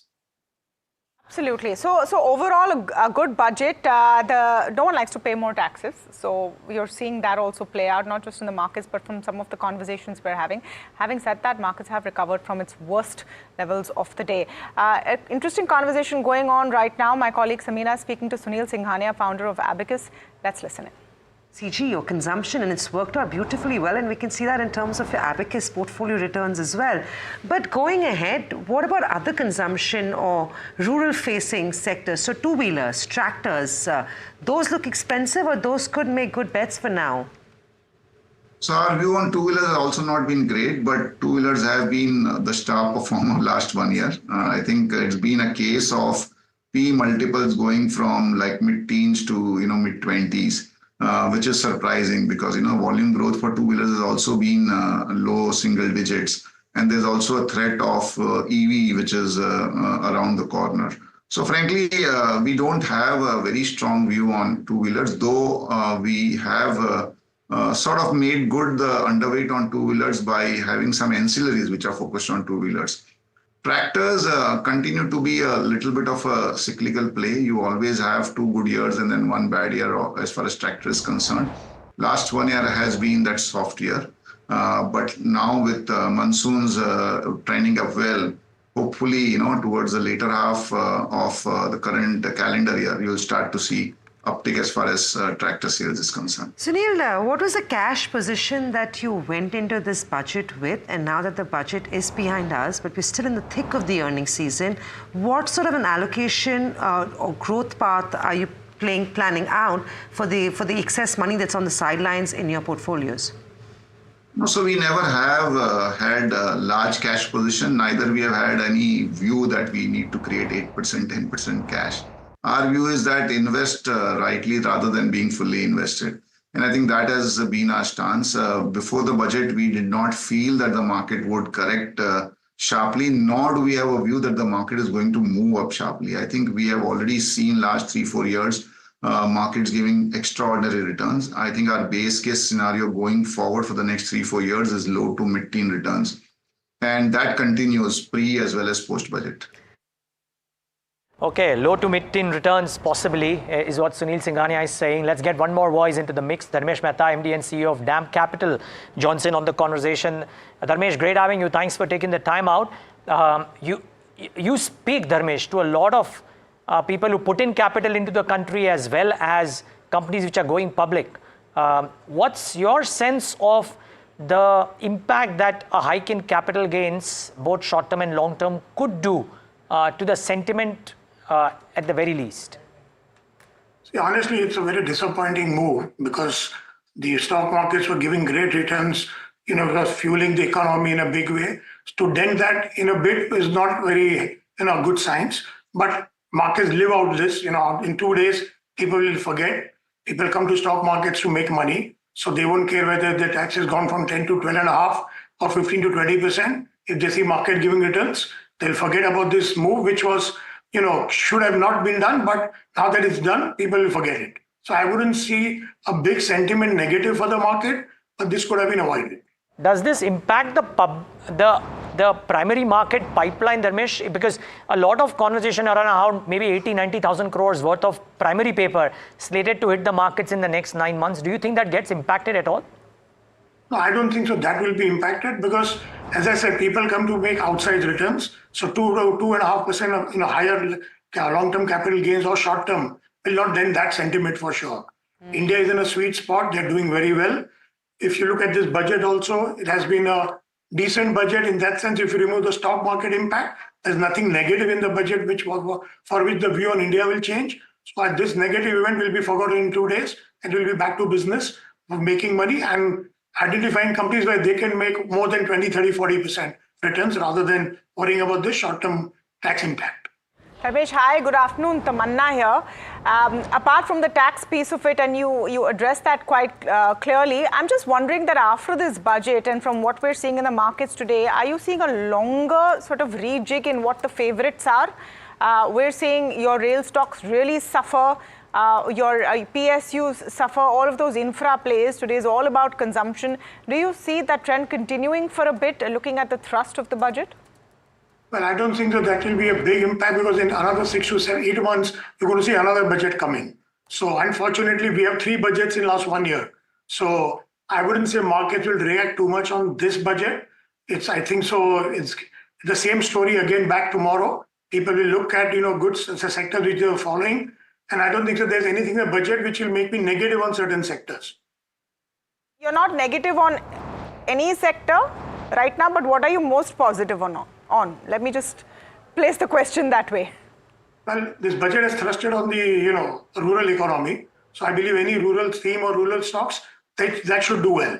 So that's a big positive out of the budget on the rural economy. Okay. Dharmesh, no sectoral moves per se, but are you happy with the fact that the number on capex has been kept as is, and the money that was there excess from the RBI dividend has been used to prune down the fiscal deficit even further? Is it a signal to global agencies of sorts about what India is doing and sticking to the fiscal glide path with even more alacrity? Well, fiscal discipline is always good for the country and for the markets as a whole. But yeah, I would have been more happy if there was more thrust on capex, especially on infrastructure, which is the need of the hour. But as I said, another budget is on the way in 6 to 8 months. So maybe they kept it for the next one. All right. So thank you for that. Dharmesh Mehta, MD and CEO, DAM Capital. Short, sweet and crisp answers there on what he expects from the budget. Kush is with us. So Kush, we've heard all the gyan, all of the inputs coming in. Everyone likes the budget like they always do in every budget. Except this time people are being quite honest that they're not very excited about the capital gains tax. Markets, of course, took a huge knock. Look at that Nifty chart. And then has begun recovering. They'll get over it. Market will get over having to pay a little more tax. But what do they do right now? You are entering the fag end of this budget session, about 1.5 hours to go. What's the play? I think, again, I'll allude to what we discussed in the morning, which is 24 hours from now, markets will perhaps continue doing what it was doing before the budget was announced. In fact, the markets are doing that a little earlier. What do I mean by that? Real estate had seen quite a bit of a bump up, but most of these stocks are in the red, perhaps one of the highest losing sector for the day. And guess which sector is doing the best? Lo and behold, IT has made a strong comeback. So we're exactly doing what the market was doing before the budget, and I think this theme will continue. From a standpoint on the indices, I think 24,200, if that is held on the Nifty, you should continue to hold your long positions, but once that is taken out, exit. 51,800 seems to be the level that the Bank Nifty might close below. So if that is lost, then Bank Nifty goes into a short territory. And from a near-term perspective, as I said, something if you have to take out from the budget. Anthony Waste, this stock was doing well before the budget. Even today, it's holding on to its gains. So I think from a near-term perspective for a target of 725, this is one stock that you can consider. Keep your stop losses close to 660 levels. What about a team lease right now? A team lease, a Quest, all of your employment sort of pushes, and you're seeing that play out, definitely fundamentally, a team lease as well. What are you seeing on the charts, Kush? Again, my concern comes from the fact that they're not able to hold the highs that they have made. If you remember, when the budget speech was on, and we were having this conversation that a lot of stocks that are moving aren't really able to hold the highs that they had made. The same thing applies for team lease. So while this is a shot in the arm, the stocks perhaps now already witnessing some profit booking. Quest Corp 2, I think 650 is a resistance level. So I wouldn't buy into them now. I think that move is done. We'll perhaps see if this momentum continues tomorrow, but for now you could just take this as an exit opportunity if you're holding from lower levels. No, I didn't. Sorry, and I'm just saying I didn't see any announcements specifically. I don't know if I've missed it on power, because there's a big expectation with all the 500 gigs of capacity to be added that there will be some mention about how they'll move from fossil to non-fossil, but no specific announcements on power, at least to the best of my mind. Wonder if that is a bit of a deterrent, because some of these stocks, Tamanna mentioned the railway stocks. Look at some of the energy. I mean, Suzlon is a separate kettle of fish, but otherwise, a lot of these stocks have come off. 10%. Yeah, Borosil Renewable is up about 9.5%. I'm not sure what's happening now. AstraZeneca, have you guys looked at it? 10% on AstraZeneca. Is it a cancer drug importer? I don't know what it is on Astra. Could be, because they have waived off on 3 duties. So BCD on 3 cancer drugs has been waived off. Now, whether that has to do with, whether AstraZeneca has anything to do with it is something we'll have to wait and understand. The stock is up and about 10% higher. Borosil is also holding up quite well, 10% on Borosil. Angel One is up 6.5%. Not sure what the story there is. Easy Trip Planners, so anything to do with domestic tourism companies are doing well on back of that push coming in to create those tourism corridors in the country. But Kush, very quickly, while I know that a bunch of these FMCG, IT stocks are doing well today, but would it be prudent to take money off the table before the day ends today? Because I'm assuming if you're back to business tomorrow and if this LTCG settles in to the minds of traders and investors, then I think this FMCG play may not work. So, Samina, just to the point, markets I think have now matured enough to understand that this is perhaps a knee-jerk reaction, as some of the fundamental guests were also saying that, what do you still do? I mean, the taxes have gone up, but are you going to not park your money here? I mean, I don't think that's the case, right? So I think the markets will continue doing what they were doing. And in that sense, FMCG was doing well. IT was doing well. So I would continue these two stocks. What I would take money off from is those stocks, which got a shot in the arm but haven't really been able to hold, the higher levels. So for me, the likes of HCL, Persistent, these are, a hold. Tata Consumer, Godrej Consumer Products, these are a hold. So I would continue holding on to these, stocks and sectors which were anyway doing well. A quick mention, and Sunil actually mentioned this. He said by your LTCG being revised from 10 to 12.5%, it converts to 35 basis points. So if you were first gunning for returns of 15%, today you have to add, if you have to pay the additional taxation, the returns that you need to gun for is 15.35%. So it doesn't mean that just because LTCG has gone up, you're going to stop investing in this market. All you will do is probably hope and try to make 35 basis points more in terms of returns. So I think that was an interesting takeaway and probably a good way to look at it. A lot of these shrimp companies are doing well. So Avanti Feeds, Apex Frozen, both of those counters had it quite good in the early minutes of trade.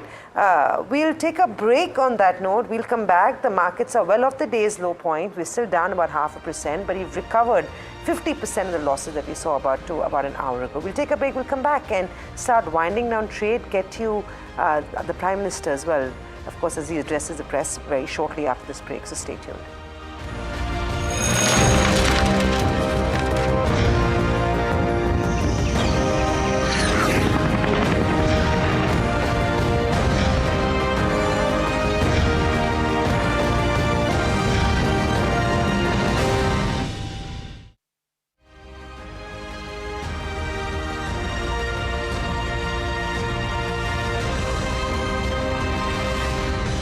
ले जाने वाले इस महत्वपूर्ण budget के लिए मैं सभी देशवासियों को बधाई देता हूं। वित्त मंत्री निर्मला सीतारमण जी और उनकी पूरी टीम बहुत बहुत बधाई की पात्र है। साथियों, ये बजट समाज के हर वर्ग को शक्ति देने वाला बजट है। ये देश के गांव, गरीब किसान को समृद्धि की राह पर ले जाने वाला बजट है। पिछले 10 वर्षों में 25 करोड़ लोग गरीबी से बाहर निकले हैं। ये जो न्यू मिडिल क्लास बना है, यह बजट उनके सशक्तिकरण की निरंतरता का बजट है। ये नौजवानों को अनगिनत नए अवसर देने वाला बजट है। इस बजट से शिक्षा और स्किल को नई स्केल मिलेगी। ये मिडिल क्लास को नई ताकत देने वाला बजट है। ये जनजातीय समाज, दलित, पिछड़ों को सशक्त करने की मजबूत योजनाओं के साथ आया है। इस बजट से महिलाओं की आर्थिक भागीदारी सुनिश्चित करने में मदद मिलेगी।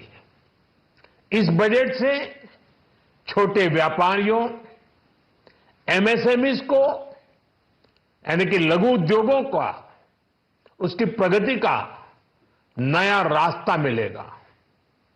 बजट में मैन्युफैक्चरिंग पर भी बल है, इंफ्रास्ट्रक्चर पर भी बल है। इससे आर्थिक विकास को नई गति मिलेगी और गति को भी निरंतरता मिलेगी। साथियों, रोजगार और स्वरोजगार के अभूतपूर्व अवसर बढ़, ये हमारी सरकार की पहचान रही है। आज का बजट इसे और सुदृढ़ करता है। देश और दुनिया ने पीएलआई स्कीम की सफलता देखी है। अब इस बजट में सरकार ने एम्प्लॉयमेंट लिंक्ड इंसेंटिव स्कीम की घोषणा की है। इससे देश में करोड़ों करोड़ों नए रोजगार बनेंगे। इस योजना के तहत जीवन में पहली नौकरी पाने वाले युवा की पहली तनख्वाह हमारी सरकार देगी। स्किल डेवलपमेंट और उच्च शिक्षा के लिए मदद हो या फिर 1 करोड़ नौजवानों को इंटर्नशिप की योजना, इससे गांव के गरीब के मेरे नौजवान साथी, मेरे बेटे बेटी देश की टॉप कंपनियों में काम करेंगे। उनके सामने संभावनाओं के नए द्वार खुलेंगे। हमें हर शहर, हर गांव, हर घर एंटरप्रेन्योर्स बनाना है। इसी उद्देश्य से बिना गारंटी के मुद्रा लोन की लिमिट को 10 लाख से बढ़ाकर 20 लाख रुपए किया गया है। इससे छोटे कारोबारियों, विशेष रूप से महिलाओं, दलित, पिछड़े, आदिवासी परिवारों में स्वरोजगार को बल मिलेगा। साथियों, हम सब लोग मिलकर भारत को ग्लोबल मैन्युफैक्चरिंग हब बनाएंगे। देश का एमएसएमई सेक्टर मध्यम वर्ग से जुड़ा हुआ है। एक प्रकार से एमएसएमई सेक्टर की ओनरशिप मध्यम वर्ग ही है और इसी सेक्टर से गरीबों को ज्यादा से ज्यादा रोजगार भी मिलता है। छोटे उद्योगों की बड़ी ताकत, उस दिशा में हमारा अहम कदम है। इस बजट में एमएसएमईज के लिए ईज ऑफ क्रेडिट बढ़ाने वाली नई योजना का ऐलान किया गया है। मैन्युफैक्चरिंग और एक्सपोर्ट इकोसिस्टम को हर जिले तक ले जाने के लिए बजट में अहम घोषणा की गई है। ई कॉमर्स, एक्सपोर्ट हब्स और फूड क्वालिटी टेस्टिंग के लिए 100 यूनिट्स, ऐसे कदमों से वन डिस्ट्रिक्ट वन प्रोडक्ट अभियान को गति मिलेगी। साथियों, ये बजट हमारे स्टार्टअप्स के लिए, इनोवेशन इकोसिस्टम के लिए ढेर सारे नए अवसर लेकर आया है। स्पेस इकोनॉमी को बढ़ावा देने के लिए 1,000 करोड़ रुपए का फंड हो, एंजल टैक्स हटाने का फैसला हो, ऐसे कई सारे कदम इस बजट में उठाए गए हैं। साथियों, रिकॉर्ड हाई कैपेक्स इकोनॉमी का एक ड्राइविंग फोर्स बनेगा। 12 नए इंडस्ट्रियल नोड्स, देश में नए सैटेलाइट टाउन्स का विकास और 14 बड़े शहरों के लिए ट्रांजिट प्लान्स, इससे देश में नए इकोनॉमिक हब विकसित होंगे और बहुत बड़ी संख्या में नए रोजगार बनेंगे। साथियों, आज डिफेंस एक्सपोर्ट्स रिकॉर्ड स्तर पर है। इस बजट में डिफेंस सेक्टर को आत्मनिर्भर बनाने के लिए अनेक प्रावधान किए गए हैं।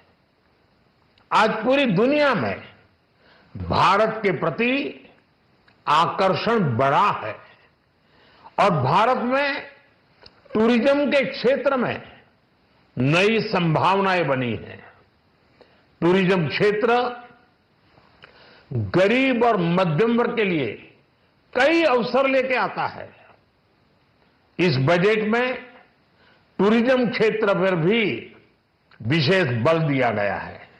साथियों, एनडीए सरकार ने पिछले 10 साल में ये सुनिश्चित किया है कि गरीब और मध्यम वर्ग को लगातार टैक्स से राहत मिलती रहे। इस बजट में भी इनकम टैक्स में कटौती और स्टैंडर्ड डिडक्शन में वृद्धि का फैसला लिया गया है। टीडीएस के नियमों को भी सरल किया गया है।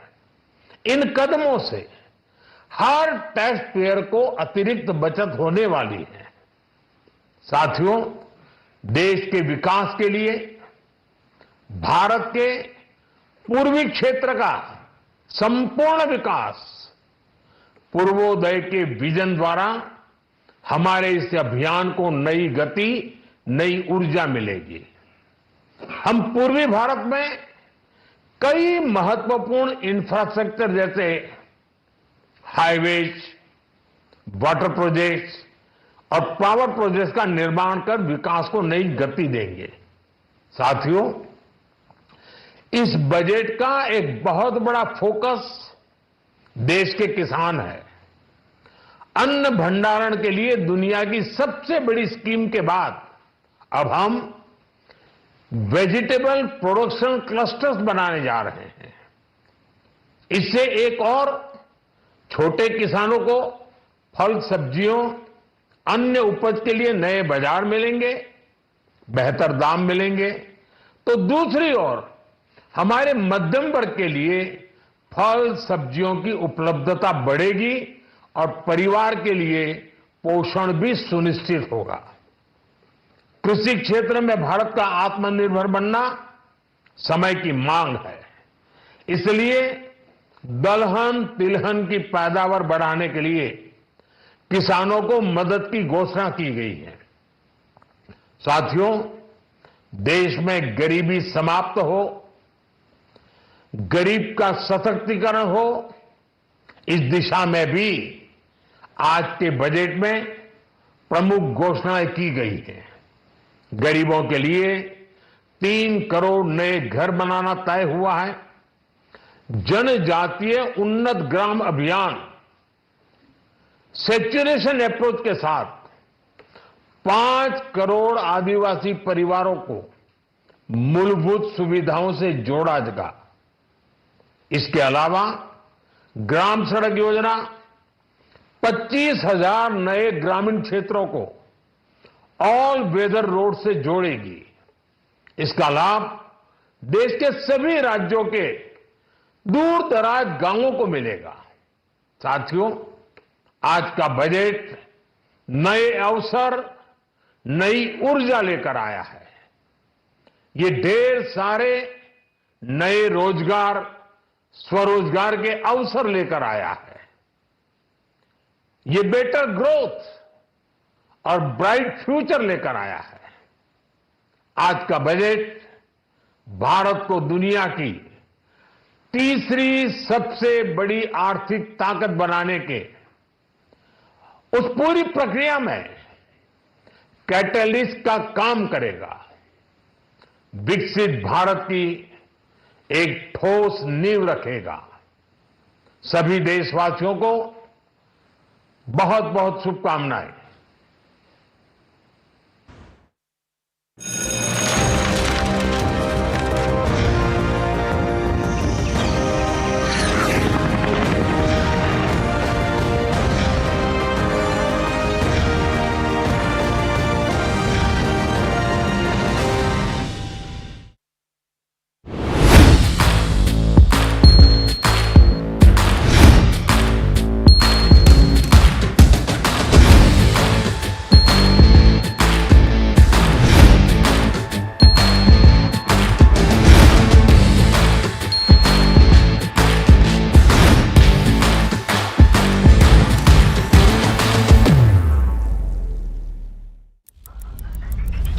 Headlines you start your day with. What matters worldwide is now in the palm of your hands. Get ready to seize the day and maximize your financial potential. Stay ahead of the curve with all you need to know on NDTV Profit.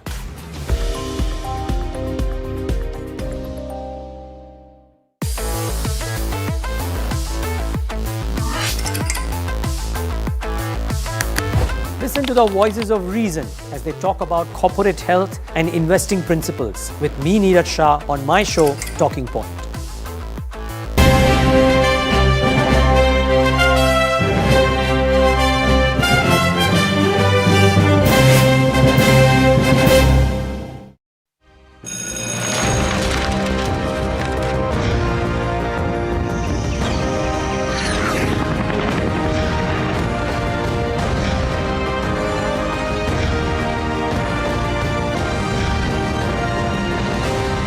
With the change in the tinkering on capital gains, the markets did react negatively, but we're well off the day's low point now with the 65-point cut, recovered nearly 250 points on the day's low point. Well, all in all, it's a thumbs up from most people we've spoken to, but Saurabh Mukherjee, now founder and chief investment officer of Marcellus Investment, joins in. Saurabh, hi, thank you very much for joining us. Net, good budget, bad budget. Are you disappointed with tinkering of capital gains, or are you impressed that fiscal discipline has been maintained more than what we were expecting? I think the FM ticked all the boxes I could have expected of her. I think she needed to take on this kind of froth that was building up in the market. The RBI and SEBI have been very clear that they're seeing too much money come into the stock market, too little going into the real economy. All credit to the FM for jacking up short-term capital gains to 20%. Secondly, she took on the employment challenge, the challenge of creating millions of jobs. She took it on head on. I saw 5 measures being announced to juice up employment. Even if 2 or 3 of those work, I think that's a meaningful step up. And thirdly, rural India has been suffering since COVID. I think there was a big allocation towards rural India as well. To fund all of this, obviously, capex had to be throttled off. So I don't think there was any increase in capex relative to the February budget, which I think is also sensible. I think government capex has already gone up by 30% each year for the last 3 years. There wasn't obvious need to jack up capex. There was plenty of need to jack up RevX and boost consumption, and she's done that. So full marks to the FM. I think remarkably well thought through, common sense oriented budget. Well, it was a well-balanced budget, and while most people were worried that it would be have some shades of populism, that didn't actually happen. Madhusudan Kela, now founder of MK Ventures, now joins in. Hi, Mr. Kela, it's Samina joining in. First up, quick take on what did you make of this budget? There was tinkering on capital gains, but we've been expecting that now for a few years. Markets have also so far taken that in their stride. Or at the same time, it's not been a populist budget. It's focused on agri, it's focused on employment, a 5-year budget in every sense of the word. Yeah.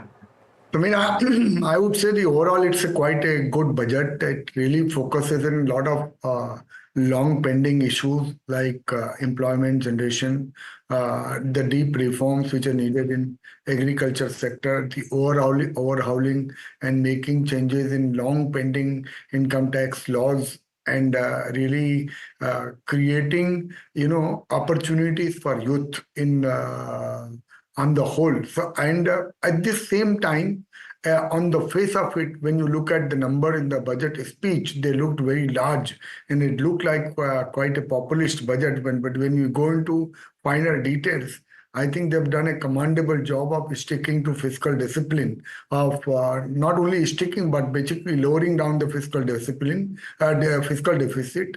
Also ensuring that the government borrowing over a longer period of time as a percentage of the GDP will go down, which will argue very well for our long-term rating. So on the whole, it's quite a good budget. Coming down to markets, of course, markets have had a very fabulous run in the last 3 years, and more specifically in the last 6-9 months. The market had some reason for small corrections here and there, and that came in the form of short-term capital gains and also some increase in long-term capital gains. Also, it was, you say that it was expected, but I was certainly not expecting it in this year at least because the government fiscal situation going into the budget was really, really good. However, I think they have taken a larger call of ensuring that the money really goes into the real economy and doesn't go all in the stock market, and which is why they have actually brought down all the asset classes and categorized at 12.5% long-term capital gains so that people can invest into other asset classes as well. And so they have made it as attractive as the equity is. And the second point is also they have lowered down the duty on the gold so that some amount of investment can even go into the gold. So I think those measures coupled with this long-term and short-term capital gains tax, it basically indicates the government intention to ensure that the saving must get distributed and not go only into an asset class. So on the whole, I'd say it doesn't really, it argues very, very well for the long-term growth of the country, and it doesn't change my stance on the stock market from a medium to long-term perspective. Absolutely. Thank you, Mr. Kela, for that. Stay with us. Let me quickly move to Saurabh. Saurabh, this is Harsh here. Saurabh, has enough been done to kickstart the corporate capex cycle? Because that was one piece where the market really had their eyes out on where the budget is concerned. I mean, look, corporate capex, I don't think the government can do a lot more than they've done. The main thing I thought they did was by making it unattractive to do buybacks. I think the FM is very clear. If you now announce a buyback, you'll actually be taxed not just on the amount or not just on the capital gains, but the investor will get taxed on the entire payout. I think that'll put pay to any corporate buybacks this point in. And since dividends were already taxed, the incentives are now there for companies to spend the money on capex rather than dividending it or blowing it on buybacks. And in parallel, by keeping the budget deficit under control, by pulling back the government's borrowing, the government has reduced crowding out. The 10-year bond yield should be coming down. Interest rates are likely to come down in the next few months. So the government has done everything possible from a fiscal standpoint for private sector capex. Ultimately, it's a free market economy, and it's up to our promoters and our industrialists to do the needful. I don't think that in a free market economy the government can be expected to do more than what was already done in this budget. Okay, I take your point. Mr. Kela, both from a private sector capex perspective as well as from a personal tax perspective, do you believe enough has been done to spur consumer spending as well as private capex spending? There is never enough, you can say it is being done, but I think whatever they could do, they have done. Ultimately, we have to also understand they are also operating within the constraints. Like budget is nothing else but a balancing of income and expenditure. So whatever is your income is what you can spend, making sure that your fiscal deficit doesn't go beyond a point. So I think adequate is being done. They have addressed quite a few issues which were really pending in terms of economy, the biggest being the job creation and the opportunities which are being created. It's such an innovative scheme actually. 500 companies will hire internship and that will go into the CSR budget. That will really encourage a lot of companies to hire younger people and provide employment, which is actually absolutely the need of the hour. So in a way, I would say a lot is being done, and now it is left to investors and entrepreneurs to take the risk and do their ventures. Right? What can the government do beyond the point? Right, Madhu, and you're smiling away, which makes me really believe that you're genuinely impressed by this budget. But if job creation is the focus for the next 5 to 10 years, and as an equity market participant, how would you play this employment boom? Would it be consumer stocks? Would it be auto stocks? Where would your bias lie if you're looking at investing in this market for the next 2 to 3 years? I mean, I will not go one-on-one to honestly to look into opportunities because of A move or B move. Why? The reason why I'm smiling is because it is business as usual for us, right? We are back to, because, before the budget, there are lots of rumors which go on, this FNO will get this taxation, that taxation. There are a lot of things which go around the budget. Once the budget is passed, at least that it is life as usual. So I would say that it is back to really going to the drawing board and really being able to identify bottom-up opportunities which will arise from various sectors. At this point of time, I can't thumb the table and say that I will buy a particular sector or B particular sector. I will look for bottom-up opportunities. Within the sector, I will keep a 3 to 5 year horizon, and I will keep my return expectation as moderate, considering the fact that last 3 years we have made really extraordinary money. That the focus would also be to ensure that we don't extrapolate that kind of returns in our mind and make sure that we are investing with moderate return expectation and not what we have gained in the last 3-4 years. Right. Saurabh, you want to comment on that as well? We've borrowed returns from the future, and that's a given with the kind of rally these markets have seen. It's a raging bull run, to say the least. There is a sense and quarters of the market, people like you, do believe these are expensive markets and a correction is much overdue and maybe also healthy for the markets. Earnings have come our way. Most of them have at best met street expectations. Do you feel now is a good time to take some money off the table and then probably, come back with different vigor, but just wait it out for now, exit, take profits off and then reinstate or reinvest those funds at a later stage? Actually, it's a very interesting market. If you look at high quality companies, they actually haven't run up. So we're large investors in HDFC Bank, Asian Paints, and both stocks I think have given close to nil returns. Even companies, high quality companies which have done reasonably well, say a Titan or a Divi's Lab or a Dr. Lal Path Labs, they've had reasonable runs. I don't think there's been a blockbuster bull run in a Titan or a Divi's Lab or a Dr. Lal Path Labs. Where you've seen crazy rallies, utterly unjustified rallies in my view, is a whole bunch of PSU related names, a whole bunch of power and infrastructure names.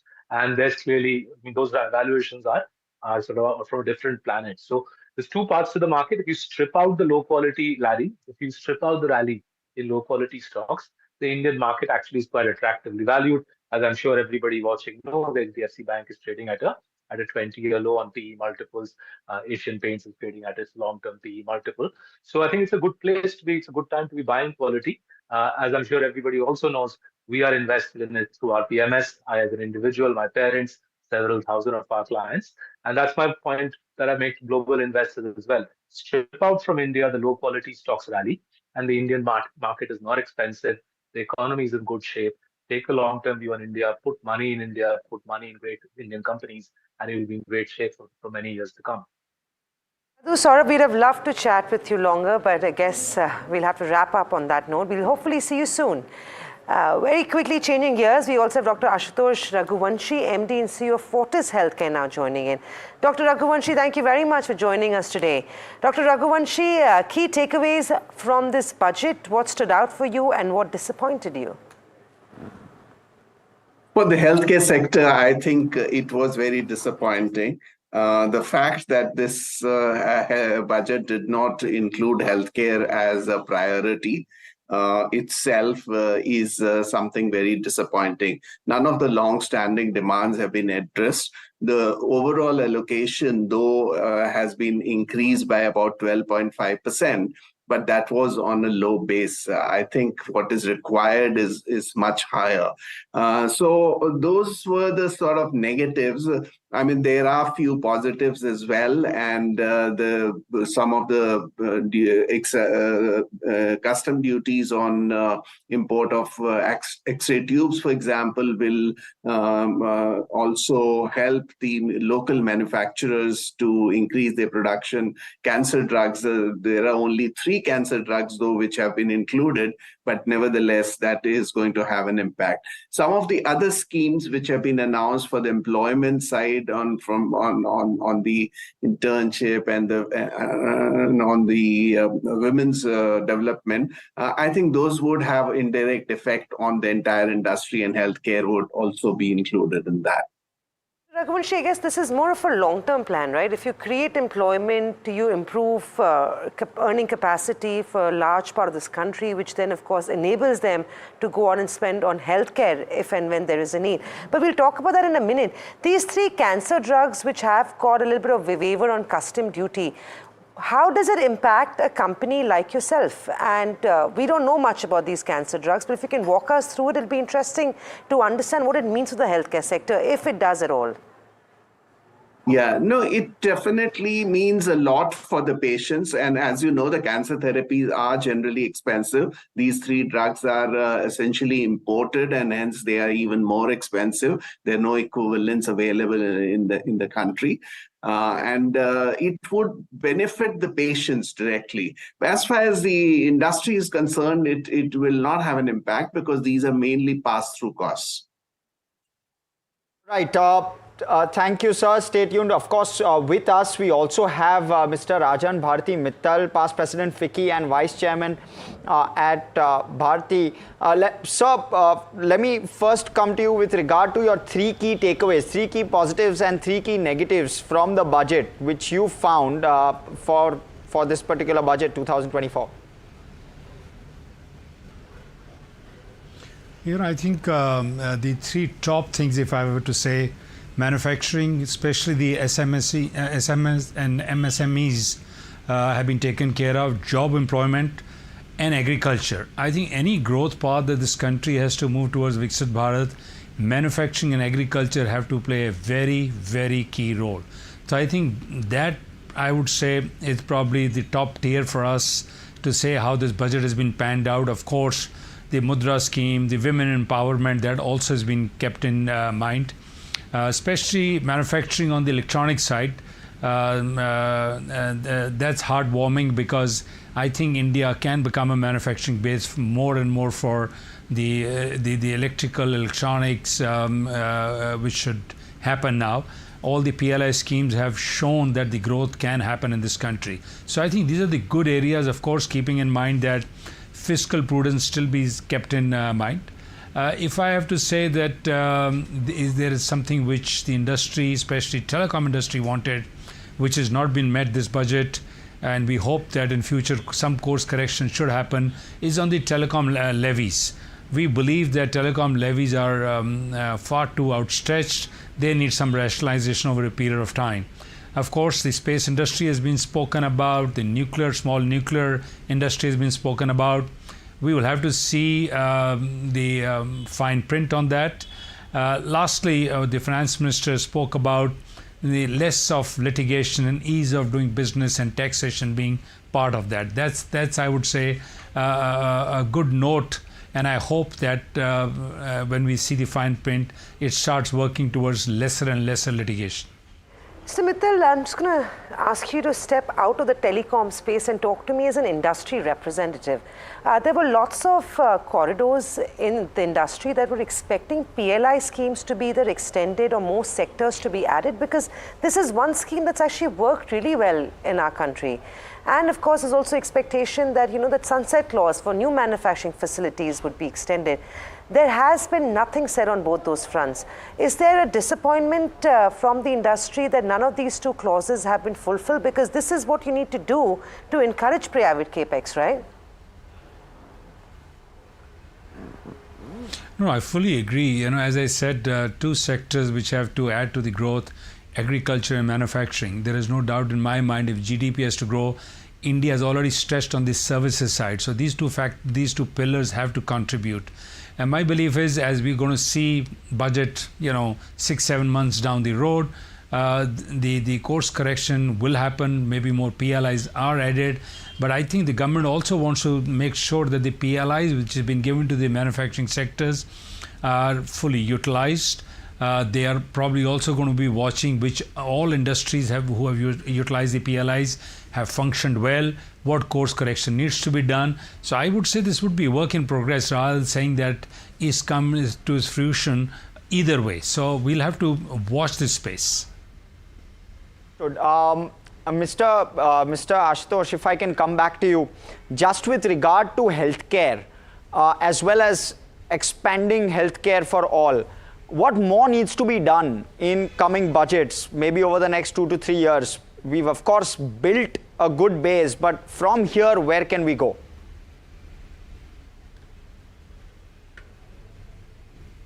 Of healthcare in this country, which needs to be addressed parallelly, the public healthcare system and the private healthcare system. The private healthcare can never become a substitute for public health in the larger context of the nation.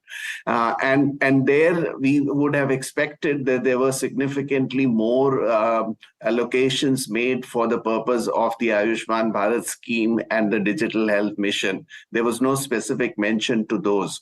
On the other hand, as far as private healthcare industry is concerned, there are several aspects which need to be addressed, which have been long-standing demands of the healthcare sector. One of them is the rationalization of the GST structure, because it being exempt, we do not get any input credit. And that actually results in the higher costs for the patient. So that is very important factor which needs to be addressed. And there are also several other measures which the government can take to promote the infrastructure being created in tier 2 and tier 3 cities where the availability of adequate infrastructure is not there. And for that, certain schemes of PLI, etc., could be tailored, which the private sector can sort of catalyze and use them as basis to create further infrastructure in those areas. All right. Thank you, Mr. Mittal. Thank you, Mr. Ashutosh, for all of those views coming through. We're having a conversation in parallel with Mr. Vijay Kedia as well. Let's quickly dip into that conversation. Tamanna having that conversation. सबसे बड़े नाम सबने आकर कहा है कि वो इस बात से डिसअपॉइंटेड हैं कि long term capital gains tax बढ़ाया गया. एफएनओ वाली एसटीटी से ज़्यादा परेशान नहीं लोग हैं, लेकिन इससे डिसअपॉइंटेड हैं. आप एक विजय केडिया बोल रहे हैं कि आपको इससे कोई फर्क नहीं पड़ता है. You are not disappointed. Do you welcome it? Of course I do welcome. देखो, कंट्री जिंदा रहनी चाहिए मैडम. कंट्री जिंदा रहेगी तो शेयर बाजार जिंदा रहेगा. इकोनॉमी बढ़ती रहेगी तो शेयर बाजार बढ़ता रहेगा. शेयर बाजार बढ़ता रहेगा तो मेरी भी प्रगति होती रहेगी, मेरी भी वृद्धि होती रहेगी. मैं खाली अपने बारे में अगर सोचूं कि मेरे को टैक्स नहीं देने का है, तो ऐसा तो कैसे होएगा ना. फिर तो कंट्री बंद हो जाएगी. तो मैं इसके एकदम फेवर के अंदर हूँ. मेरे को लगता है कि 12.5% उन्होंने कम बढ़ाया है. अगर आप 15% भी, मैं तो सोचता था 20% करेंगे. मैं आपको सच बताता हूँ, मेरे मन में तो ऐसे लगता था कि बाकी जो दूसरी एसेट क्लासेस सब में 20% टैक्स का स्लैब है लॉन्ग टर्म का, तो क्यों नहीं करेगा. एक आपको एक एग्जाम्पल देता हूँ तमन्ना जी.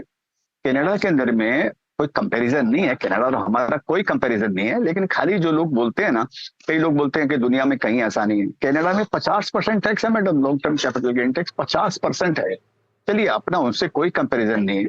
आदमी क्या ना, कनाडा में हेल्थ केयर दे रहे हैं, आपको फीस नहीं भरनी है बच्चों की, आप बुढ़ापे में आपका ध्यान रखते हैं. You really can't compare with Canada. Exactly, वही मैं बोल रहा हूँ, कंपेयर नहीं कर सकते. तो आप ये भी सोचिए ना, 147 करोड़ आदमी के अंदर में फिर 1,69,000 आदमी 45%. So that conversation happening, but let's quickly go across to N. Jayakumar, who's joining us, MD and Group CEO at Prime Securities. Mr. Jayakumar, talk to us. You were constructive on pharma, and just first give us your views with regard to the budget itself.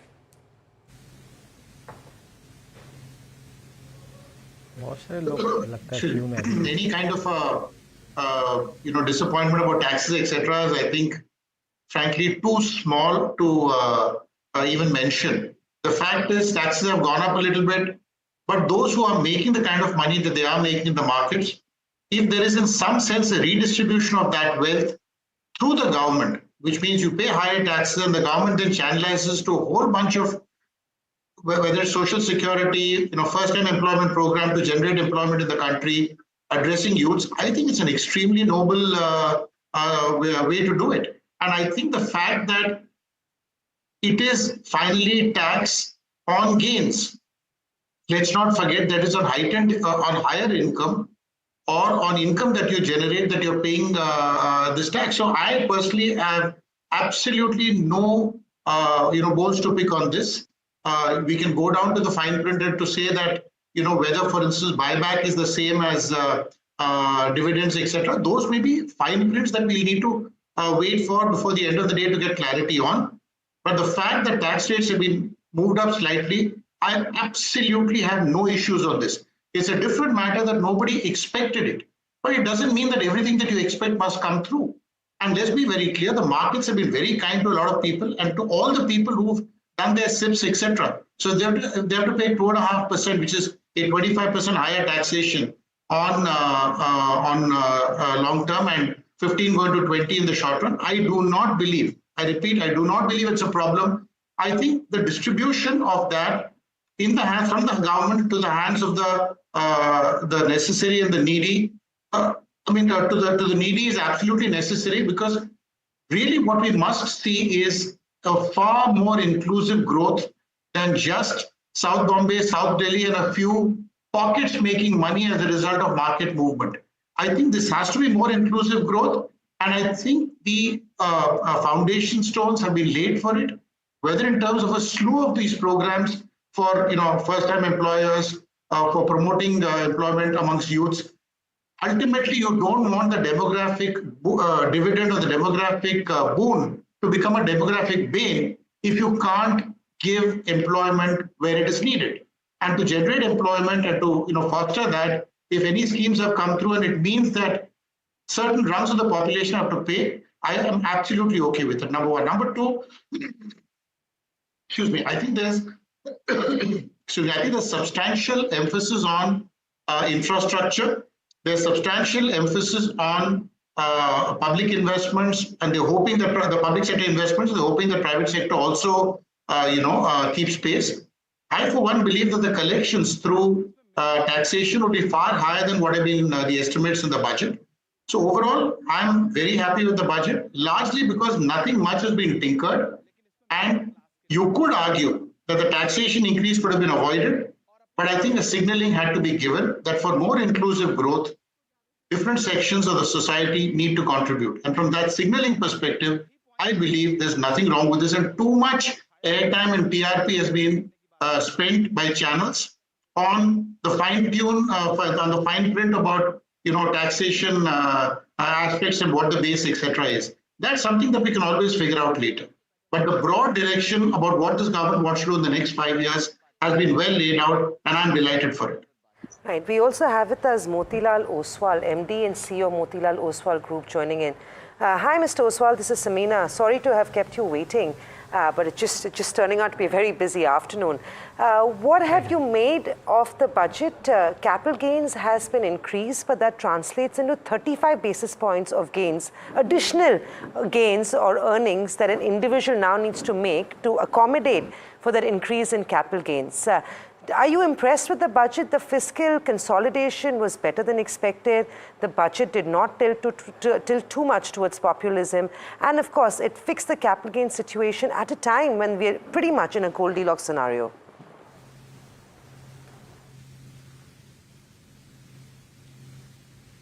Yeah, so if I have to, I think, summarize about the overall budget, I would say that there are very minimum changes overall.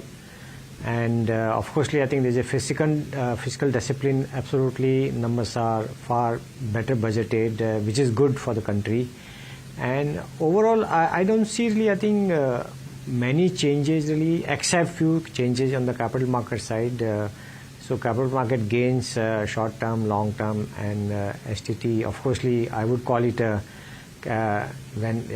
absolutely that there can't be any gains without any pains. So it's a capital pain budget in that sense from long term, short term, and STT perspective. But I think it was more on the expected line. But I think more important will be that how the whole regulatory changes comes in next few weeks about the overall any new restrictions or any kind of new changes happens the way the future and options, especially the volumes are happening. So market definitely would look forward to those changes, and these in any case more or less I think not big change, but to the extent really I think it is a change, and global investors, domestic investors would like to see the continuity of policy on this side. Because if you have to look at the overall, just the huge number of people are coming in, but still if you look at the percentage of household savings coming to the market is less than 5%. So if we want to encourage more and more people to come here and invest for long term, especially their savings, then definitely there should be stable policies, and there should be some kind of encouragements for the investors who actually invest for long term. I have nothing really a thing to say about the STT on the future option. That's okay, but I think for long term investors, especially capital gains tax, I wish they should not have any changes. So, Mr. Oswal, just with regard to STT, I want to try and cap this tax angle off. Do you believe that this will dissuade investors from engaging in F&O? Do you, of course, you head and lead Motilal Oswal Group, and therefore maybe in the most relevant position to answer this. Yeah. It will, okay. Yeah, it would, because the cost of transaction will definitely go up. Right. So in that sense, definitely it will make an impact, because people trade for very small gains or small amount of gains, and that's where it is going to impact them. Right. And sir, do you believe on the policy side of things, enough has been done in this budget to push consumption?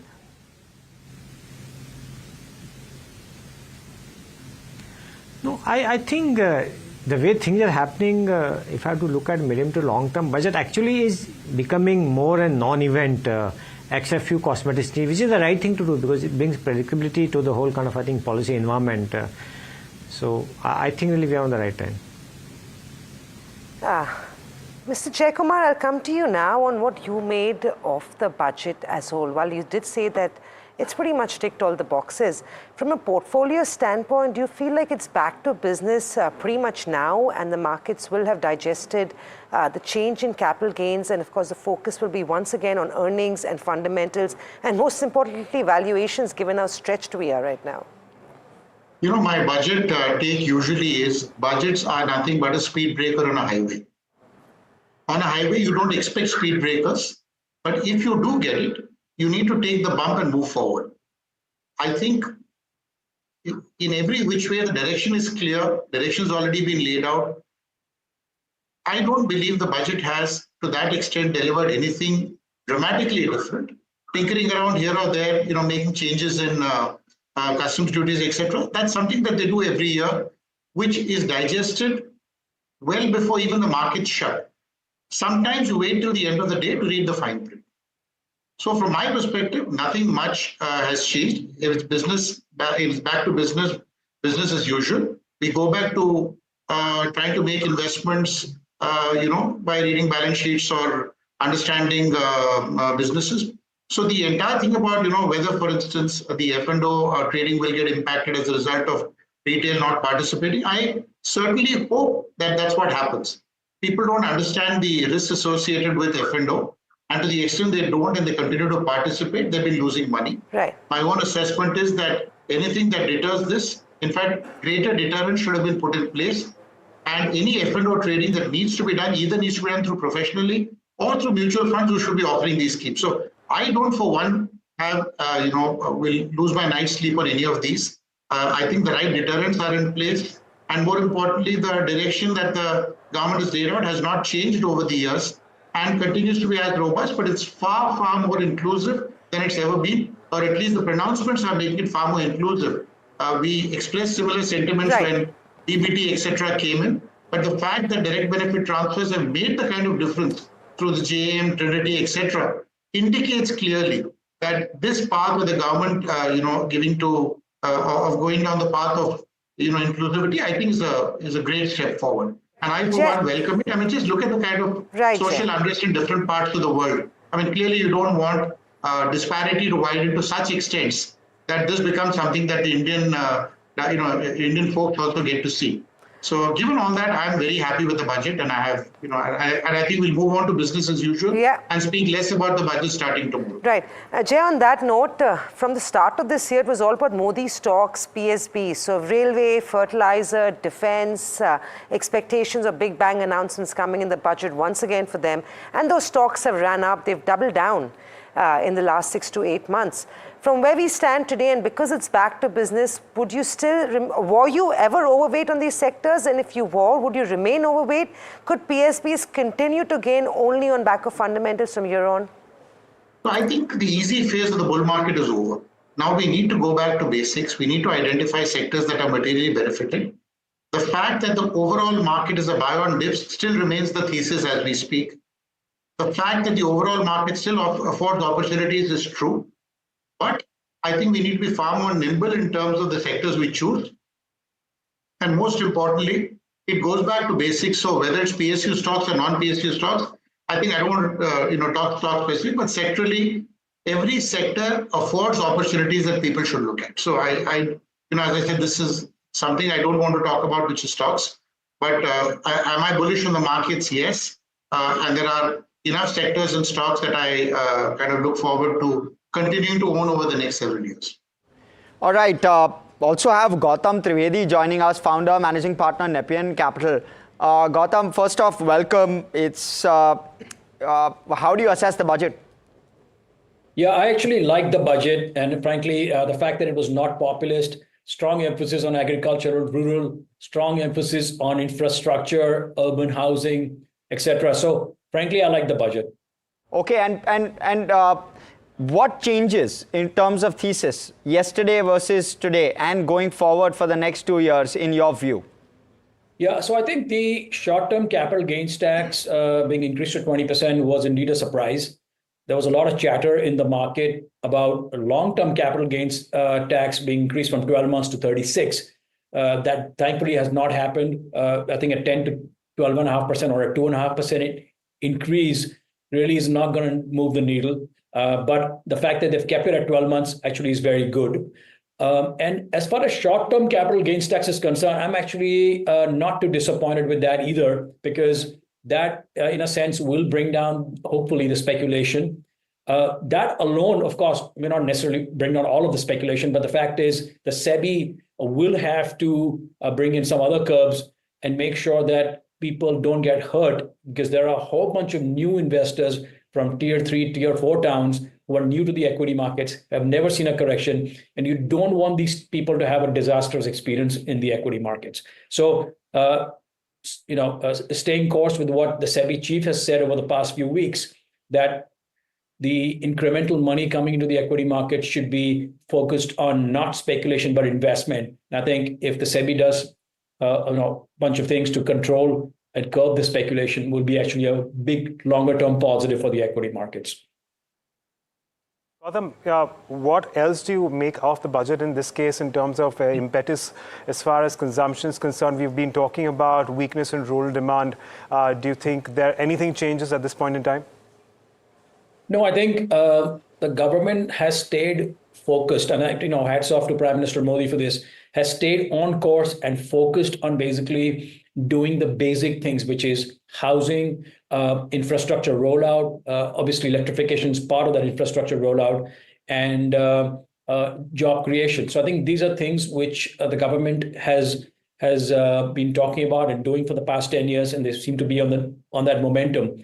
So I think from that standpoint, the market was not at all surprised that these were the core tenets of the budget. There were tweaks. I think, for example, the lack of indexation going forward on real estate has taken a lot of people by surprise. But my personal view is that is for legacy properties, does not impact future properties. I.e., if you were to buy an apartment today, let's say in Midtown Mumbai, and looking at selling it 5 or 10 years from now, I don't think that's going to be a concern, and that's going to weigh on your mind on buying the property itself today. But if you've inherited a property, or your grandfather bought something for 1 crore rupees, and the value of that today is 30 crores, as an example, so you have to pay 12.5% on that 29 crores of capital gains. So those are issues for legacy properties, but not so much going forward. Right, Gautam, interesting there, because we just did some quick math on that just before we came here. And on that, just about 40 lakh rupees, if that was your cost of acquisition in 2002, then as of today, you're at a no profit, no loss in terms of tax. The tax cost is neutral if you sell your property at 3 crore. Of course, if the numbers change, this may also change. But basically, essentially, I think that the intention has been to keep parity in terms of the absolute tax amount that you're bearing, despite the 20% to 12.5% cut, and despite indexation going away. And this is, of course, for real estate, gold, as well as non-financial assets. Of course, we'll try and dive deeper into that. But let me come back to Mr. Jayakumar, if I may. Mr. Jayakumar, talk to us about what you believe are the key misses in this budget, because you've spoken about so many positives. What's the possible 1 or 2 things which have been missed? We do talk about divestments once in a while. We do, maybe greater clarity on that could have come through. Maybe there could have been some more measures on, steps taken for PLI, especially because your manufacturing thrust is so heavy that the PLI could have been looked at as a tool for getting there, because you then facilitate and foster domestic manufacturing. I think, especially in the context of employment creation, etc., this could have been definitely one further step taken. Other than that, my own assessment is there are a lot more things they want to do. They can do it outside the budget. So to expect a lot more than what has already been covered, maybe a little, uncharitable to them. So I'm, as I said, broadly okay. There are not too many misses from my perspective. 1 or 2 which I pointed out. Gautam, the other big number from the budget is 4.9% fiscal deficit target, and with an aim to reduce this number further. But this comes with costs, right? Going down. Your assessment on this as well? To Jake's point about the one point that I thought also stood out, which was I wouldn't use the word negative, but that we need to actually assess, the government needs to address, is the lack of divestment, privatization / asset monetization. And frankly, if you want to get from 5.1 to 4.9, 4.9 to 4.5, either your tax collections need to significantly go up, or you should be able to achieve a significant amount of divestment of PSUs. And unlike a lot of Western countries who don't have a portfolio of companies to monetize or sell, or land to monetize, we have in our country, the government of India has so many PSUs that they can sell, especially in a market where the valuations of these PSUs have gone up. The stock prices have gone up significantly, and we are in the middle of one of the biggest bull markets in the history of the world. So it's a little odd that the government has desisted from monetizing assets at this point of time. And frankly, if the government were to move in that direction, I'm sure a host of investment bankers, including Jayakumar here, would help them sell these assets at a significant profit, and which could further reduce the fiscal deficit. All right, Gautam, stay with us, but I'm going to take a moment to thank Mr. Jayakumar for joining us and taking us through his views and insights as far as this budget is concerned. With that, we also slip into a short break and we come back with a lot more in just a bit. Stay tuned in.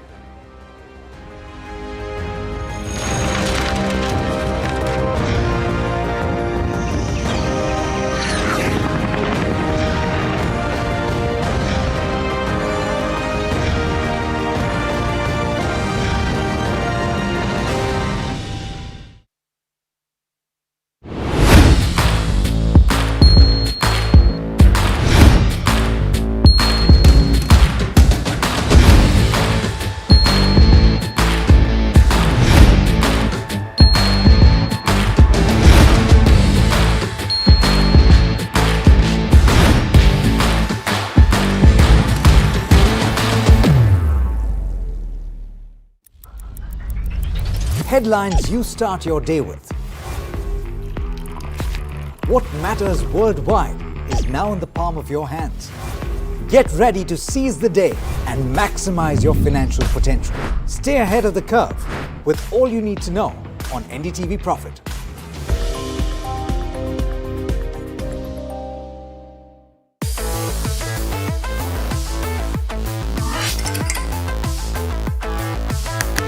Listen to the voices of reason as they talk about corporate health and investing principles with me, Neeraj Shah, on my show, Talking Point.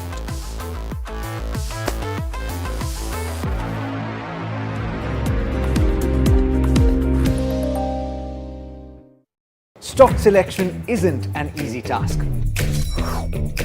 And neither is choosing the right moment to sell.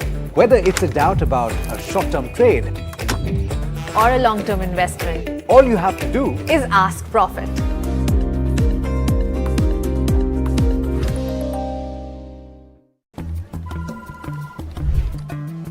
Bro, what are you doing? I'm trading FNOs. So, have you made any money? Oh, it's simple. If you think the market is moving upwards, just buy Nifty call option. But if you think the market could slide downwards, simplifying futures and options trading. Don't worry about the future. We've got your options covered. Futures and options strategy that will help you move with the tide. An unmissable trade. If you want to be in the money.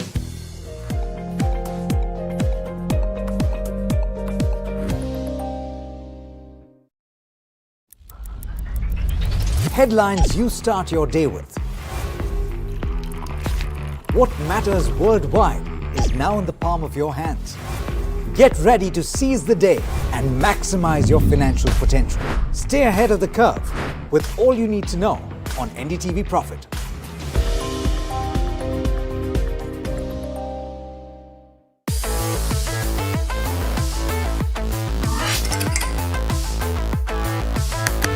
Listen to the voices of reason as they talk about corporate health and investing principles with me, Neeraj Shah, on my show, Talking Point.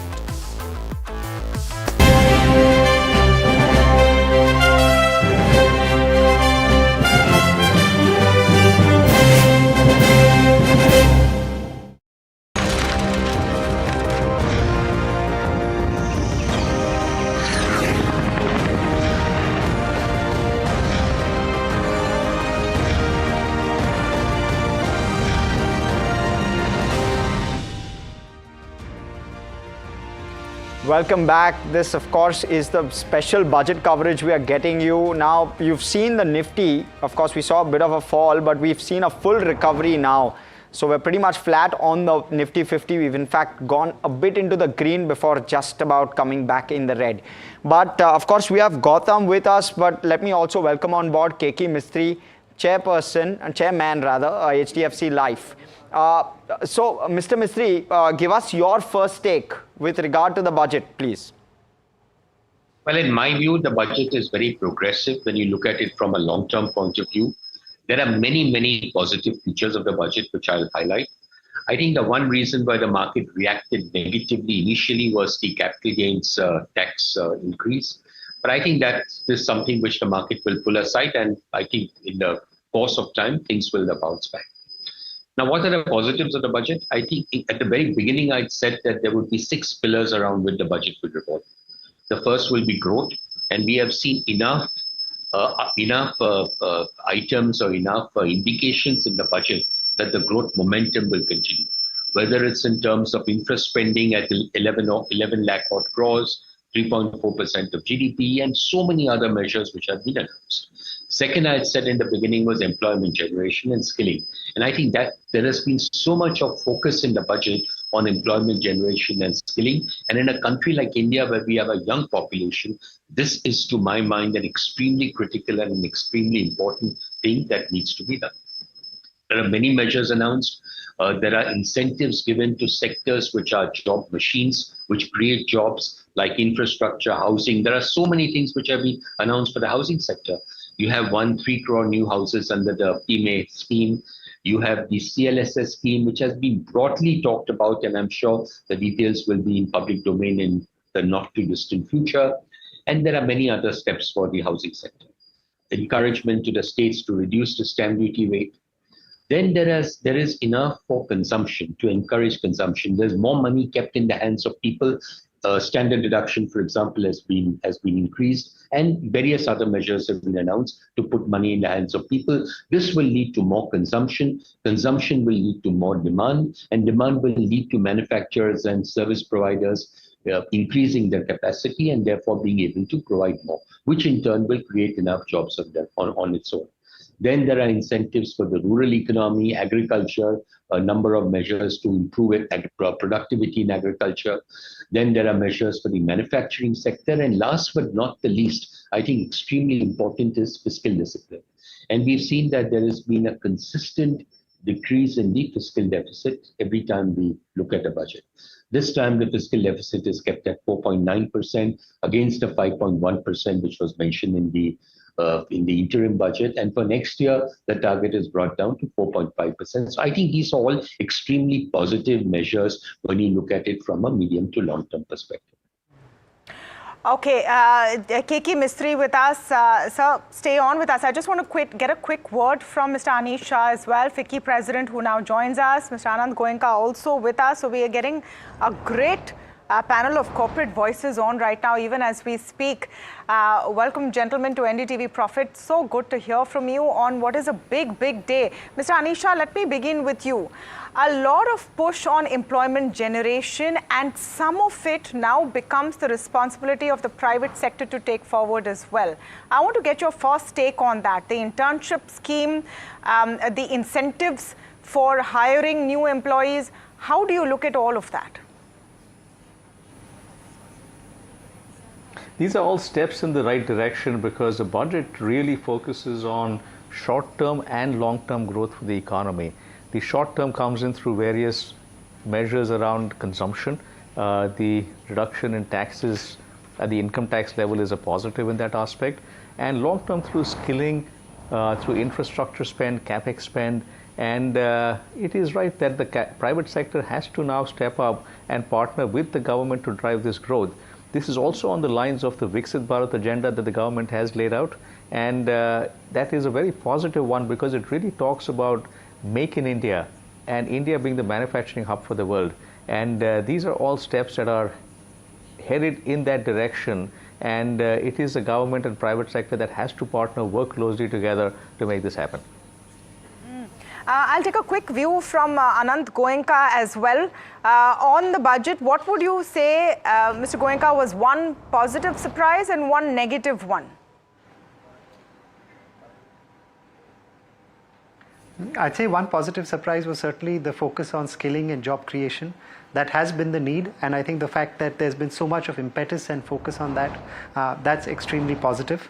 I think one area that we hope to hear a little bit more on was on the PLI scheme, but I do also believe that there is a fair amount of the PLI could possibly run on its own and there could be announcements separately over time. So that would have been nice to hear from the government on. Okay, so PLI schemes leaves more to be desired. Mr. Anish Shah, just, not just on PLI schemes, not too much there, but the fact that capex didn't really move up post the interim budget, was that something that you were hoping for? Along with that, the 15% corporate tax rate sunset clause not being moved forward, were those a couple of things which I think were on your wish list and didn't come through? So if I look at it overall, CapEx is still 3.4% of GDP. And I think the message is that private sector has to step up, which is in many ways a fair message. If I look at aspects overall in the budget, the focus on infrastructure, on roads, and the focus on skilling, I think all of that is positive in terms of an economic growth focused budget. And therefore, on balance, I would look at that as very positive. So on balance, that is positive. You know, gentlemen, if you will allow me, I also want to get Mr. K.K. Mistry into the conversation. He's with us here as well. Mr. Mistry, great speaking to you after a while. Tamanna here. I'm trying to understand just from also specifically real estate sector point of view, has the back of the envelope calculation taken place yet in your office on what this perhaps means? The fact that indexation has been removed, but the long-term capital gains tax has come down. Some are seeing it as a negative for real estate sales. Some are seeing it as no real impact. I don't think there is any impact at all, honestly. I think there is a lot which has been done for the housing sector. The increased number of new houses which will be built under the PMAY scheme, the CLSS benefit which will come through, the 10 lakh crore or the amount that will be spent, all that will come through. And as far as capital others gains, to ask questions, and we will try to take most of the questions in this press conference. Ma'am will directly answer your question without any preliminary statement. Over to ma'am. Over to question. Anybody? All question 71, please.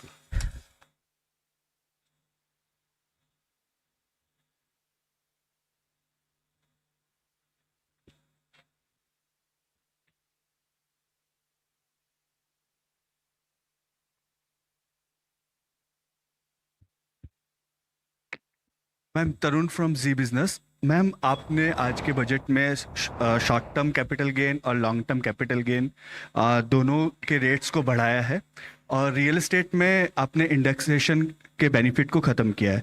तो ma'am क्या हम माने कि जो equity है अब आप उसको बाकी एसेट्स क्लास के बराबर लाना चाह रहे हैं, इस वजह से आपने लॉन्ग टर्म कैपिटल गेन के टैक्स रेट को 10% से 12.5% किया 0.5% किया। First of all, thank you very much for coming here. After having heard the budget, I chose not to make an opening statement because you've heard me almost for 1.5 hours, and I'm sure you have you're eager to know what is in the budget and also seek clarification. For your just for a matter of drawing your attention, we've put up a single slide which has used the word employment as an acronym to capture that is everything in the budget. So each letter actually highlights the important points of the budget, and we can elaborate more on that a bit later, but employment captures everything to do with this budget, and I would like you to, for a moment, spend a time on it. And deriving from that, everything which has been said in the budget falls in place. But with that said, yes, your question is on the point there is we wanted to simplify the approach to taxation, also for the capital gains. One. Second, if anything, the average taxation actually has come down when we say it is 12.5%. Because we've worked out for each of the different asset classes, each varied with the indexation. I'll ask secretaries to elaborate on it. But the point that we brought it down from below the average to 12.5, which is the lowest if you can look at the last several years, encourages investment in the markets. With that said, I'll ask Somanathan or who is going to elaborate, Sanjay, on the specifics. So you had there were I think two or more parts to your question. One was on real estate and gold and other assets. So earlier the rate was 20% with indexation. It has now been reduced to 12.5% without indexation. If you assume that the rate of return on real estate is typically above 10% per annum, and if you take inflation at about 4% per annum, the real rate of return was earlier, let's say, somewhere between 6 and 16% per annum in real estate. If it was 16%, 20% of 16% was being taxed. The effective rate was 16%. It has gone down to 12.5%. If the rate of return was 10% per annum nominal, it has also remained approximately the same at 12.5%. So actually there is either a reduction or no change in respect of the effective rate of tax on property and gold. Now, as regards the equity, yes, it has gone up from 10 to 12.5, but you'll also find that unlisted equity has gone down from 20 with indexation to 12.5 without indexation. Basically, we have a very, very simple, easy regime. All listed, all unlisted are at 12.5% long term. And all are at 20%, equities are at 20% and everything else is at applicable rate for short term. So yes, short term has gone up, and yes, long term has been rationalized. It has not necessarily gone up. And Sanjay, would you like to add anything? One point I would like to add over here is that we also need to keep in mind as to the kind of people who are actually paying these taxes, the capital gains on the securities, the listed securities especially. And so over there, when we did this analysis for the year 22-23, we found that about 88% of the tax is actually coming from people who have an income of more than 15 lakh. 61% of that income is actually coming from people who have an income of more than 1 crore. That is income on capital gains on this.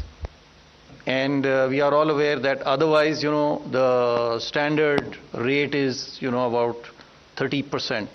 And for some, it can go up to 39%. So this marginal, very small marginal increase is actually impacting only those, primarily those who have an income of more than 15 lakh rupees per year. Okay, number 3. On capital gains.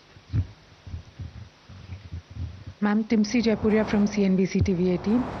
You announced a very lucrative new tax regime with changes in tax slabs. A lot of new changes are there in the income tax side, on the revenue side. And in the speech, you mentioned that revenue foregone will be around 29,000 crore rupees, whereas government will now try to mobilize around 30,000 crore rupees. What will be these revenue mobilization measures, and from where do you think this foregone revenue will be recovered? If you can highlight, where are you foregoing the revenue and where are you going to recoup this revenue from? First of all, it is not just because we've mentioned it in this budget, but the attempt to widen the tax net is something which we've been repeatedly saying, that India's tax net will have to be widened, whether it is in the direct taxation or indirect. Second, there are also now the PSU dividends which are improving because their valuations have gone up really high. And their performance is also now substantially increased. So revenue mobilization is not just tax-based, you have non-tax revenue mobilizations which are also coming up. Then we had, for almost now 3 years, been talking about asset monetization, which is not selling of assets, but optimum utilization of those assets which are lying in the form of unutilized stadiums or land which is available with PSUs which can be utilized for better purposes. That's a third one. Fourth, you're also looking at generating resources from newer areas. So in all those, the revenue is going to be mobilized better, and as a result of which the revenue foregone will be now made up for, is our expectation. We've said that in the budget. In my speech itself, I mentioned it, And I'm sure there are secretaries who will want to add to it. Sanjay? Ma'am, I'll give the details. 37,000 crore, 29,000 crore in direct taxes and 8,000 crore in indirect taxes. So 29,000 crore direct taxes primarily comprises of three taxes, which is the increase in the STT only on derivatives, which is only on futures and options. And secondly, the buyback tax, which is to be now done in the hands of the recipient. While on the one hand, it will rationalize the tax and be more equitous and fair, because those who should be paying the taxes, higher taxes, in the higher income groups, they will pay higher tax, and those who are in nil tax category or in lower tax category, they don't have to pay a tax or a lower tax. While it does that, at the same time, it does bring in some revenue also, about 4,000 crore, and remaining, about 15,000 crore should come, from the capital gains taxes. On the indirect taxes, we are losing, as I said, about 8,000 crore primarily on the reduction in duties, especially in gold. There is a huge reduction from 15% to 6%. And then there is revenue foregone because of the personal income tax rates and the standard deduction being allowed in the new tax regime. 280, please. Backside, please. Give the mic. Good afternoon, ma'am. This is Surbhi from Business Today. Ma'am, the angel tax has been abolished, which is a very welcome move. But just wanted to understand that one of the things the angel tax was also doing was checking money laundering concerns. So could you explain how these will be taken care of now? Thank you. Thank you very much, and I'm glad to hear it is welcome. You've been raising this issue, as with many others outside of media also, saying, are you considering it? Although it was introduced during the UPA government, and it was introduced in 2012. 2 years had passed, and since after that, when we came in, we tried keeping as a good governance principle, government being a continuum, the tax continued. Although we tried giving carve-outs for startups and also making it simpler, bringing parity for the non-resident Indians, the way in which they've been treated as opposed to the Indian investments and so on. Today we've announced that we will indeed remove it. Exactly the details, Sanjay, would you want to elaborate on it? Yes, sure, ma'am. So we should be aware that this is actually a tax measure. It's not really a money laundering issue, but money laundering issue was being tackled through a tax measure. So first of all, I want to clarify that this tax, there are other provisions in the income tax itself, first of all, to find out the source of these funds. Number two, there is already, the Prevention of Money Laundering Act, which continues to be in existence. So if there is money which is being laundered, money, being paid as a bribe or for use in, other purposes for terrorism, etc., there are enough laws, including the Nyaya Sahita, Bharatiya Nyaya Sahita, and the Prevention of Money Laundering Act to take care of those issues. While on the other hand, now some genuine money for investment, actually, there is this deterrent provision no longer exists, while provisions for money laundering remain, and they should be sufficient to cater to it. I would add that there are also certain provisions of the Companies Act which can be invoked if there is deliberate undervaluation of shares. So there are other legal remedies. The balance here is between preventing money laundering but accidentally also preventing investment. So that balance is what we are seeking to get it right. 211, backside. Yeah.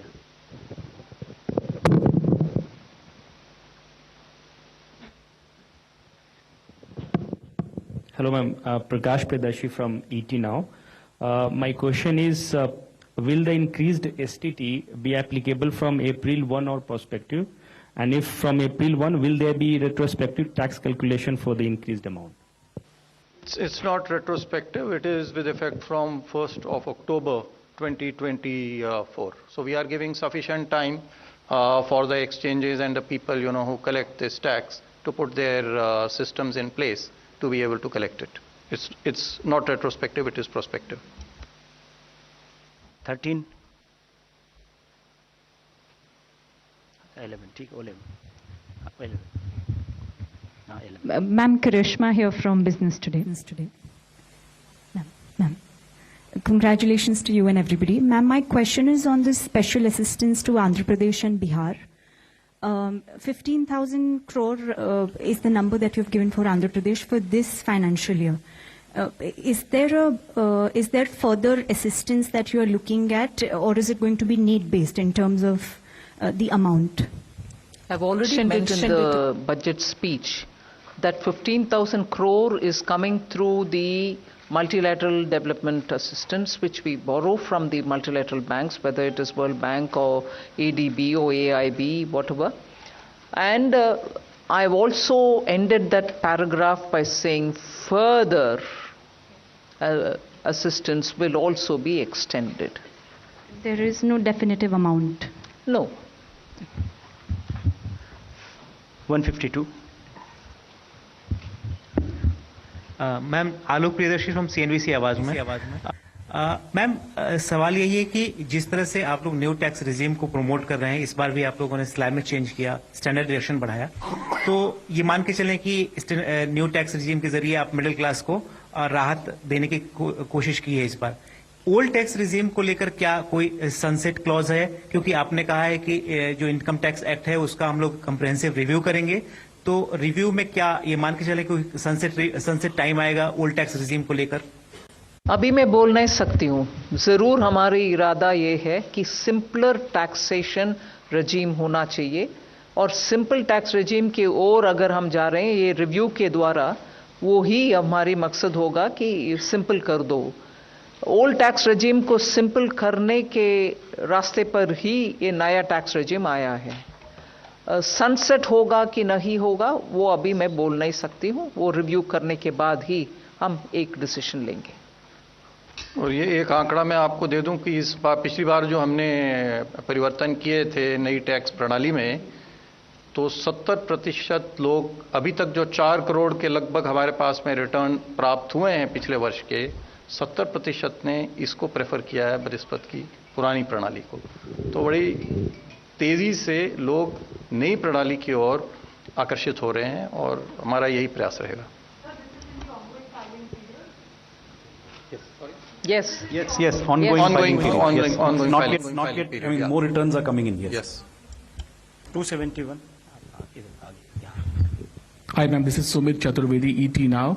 Ma'am, the corporate tax for foreign companies has been slashed to 35%.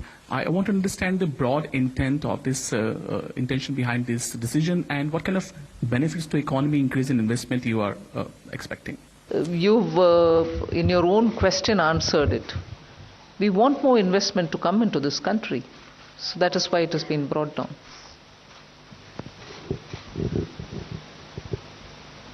$95. Just to add to that, there was a widened differential between foreign and domestic companies which arose after the tax cut in 2019. When the domestic rates were cut, the foreign rates were not cut. So there was a widening of the gap. With today's change, there is still a higher rate of tax for foreign companies, but it is not now disproportionately higher than domestic.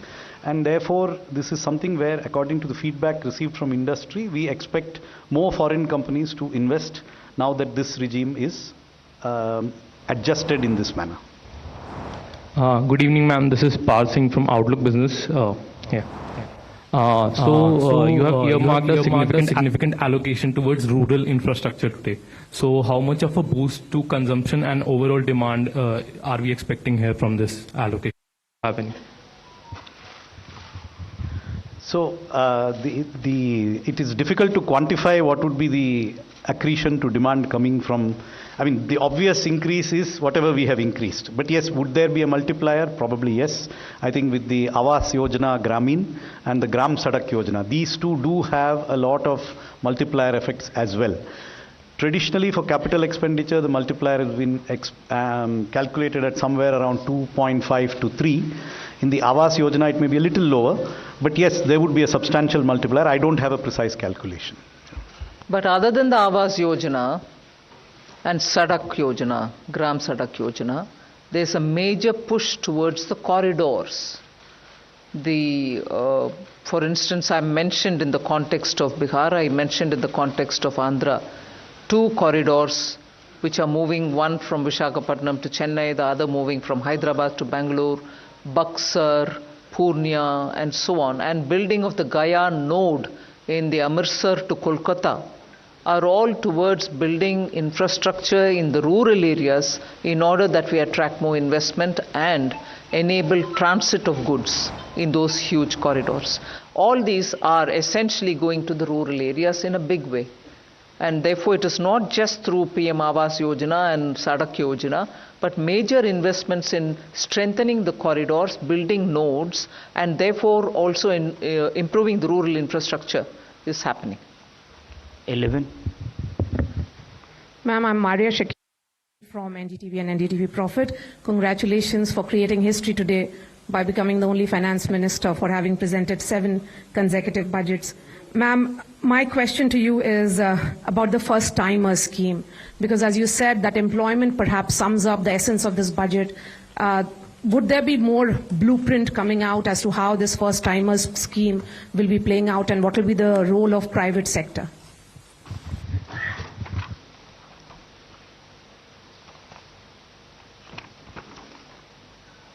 Just 1 minute. See, this Prime Minister's package that I announced has 5 different schemes. The first timers is, I would think, one of the very, very innovative initiative. So what we are doing there is to be able to provide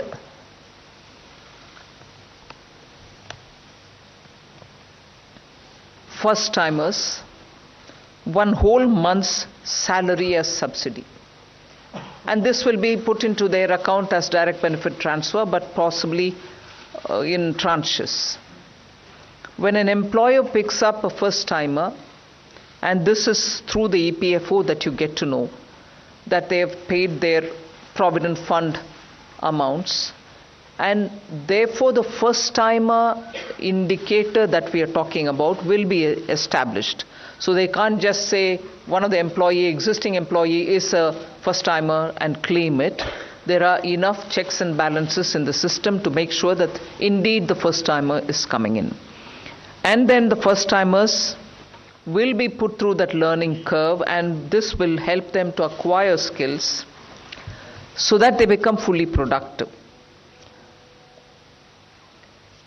This kind of a subsidy giving, 1, you give the first one month's salary. 2, you're also giving both for the employee and for the employer subsidy.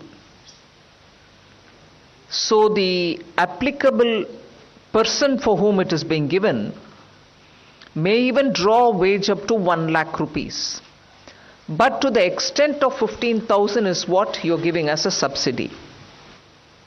The installments, as I said, for the first 1 month wage that you want to give will be done over 3 installments, direct into the first time employee's account. One compulsory measure that we are bringing in there is to make sure that the employee undergoes online financial literacy course before claiming the second installment from the government. So he may be a qualified engineer, he may be a diploma holder, he's a first time employee in an office, he becomes a first time employee and the employer also claims that he's been recruited. We try giving him the 15,000 rupees. He may have a salary of 1 lakh, but up to 15,000 rupees is what we are going to give. And in that, if you're giving 3 installments, the first installment will be given. But before he draws the second installment, he should undergo an online financial literacy course so that he can claim the second one. So we are not training him in engineering, we are training him in financial literacy. Post that, Of course, the place where he goes to work, he's going to be working in any case. Then subsidy to be refunded if in case the employer removes him from the work within 12 months. So the employer gets a subsidy as well, but he will have to refund it if within 12 months this first time employer has been removed out of the work. This will cover, and we expect it to cover, 1 crore persons per annum. And the scheme will run for 2 years. So up to 24 months, you can have new employees brought in, new first-time employees brought in, for whom the government will give 15,000 rupees as, from our side, 1 month, what we think, 1 month's salary. Although his salary may be any amount, but to a cap of 1 lakh.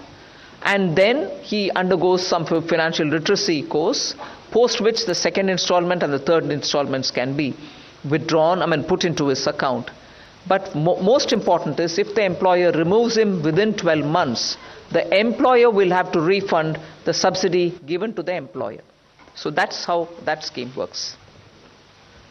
278. That's it. If I may just add, details are available in the budget speech in the annexure on page 31. So there are details of all the 5 schemes in this package. If you go through them, there's considerable amount of detail which you can get. Hi, good evening. This is Priyashmita from Informist. I have 2 points from the budget that I would like to ask. The first is nominal GDP has been pegged at 10.5%, and we have seen that growth is on a high momentum, and even the RBI has pegged growth at 7.2%, and the Econ survey said that it is going to be between 6.5 to 7%. So a 10.5% nominal GDP looks a little conservative. What is your view on it? And the second is that there's a mention that beyond FY26, you would want to reduce your debt to GDP. And you've mentioned that, the 4% debt to GDP it's a thing of the past. So what do you think is a sustainable debt to GDP or a desirable debt to GDP at this point? Thank you. What was the first question again? Conservative nominal GDP projection. See, 10.5% could be a combination of 7% growth and 3.5% GDP deflator. So a combination of wholesale price plus consumer price could easily be 3.5%. That's a very likely scenario. So 7 plus 3.5, yes, it is slightly conservative, but I don't think it is way off what is likely. Or it could be 6.5% growth and 4% inflation as per the deflator. So I think the number is reasonable, slightly conservative, yes, but we would prefer to achieve the numbers. Second, on the path after 26-27, which has been outlined in the Finance Minister's speech at the end of the Part A. So the commitment, as she has mentioned, is to endeavor to reduce the debt to GDP every year. That is in future the fiscal consolidation path.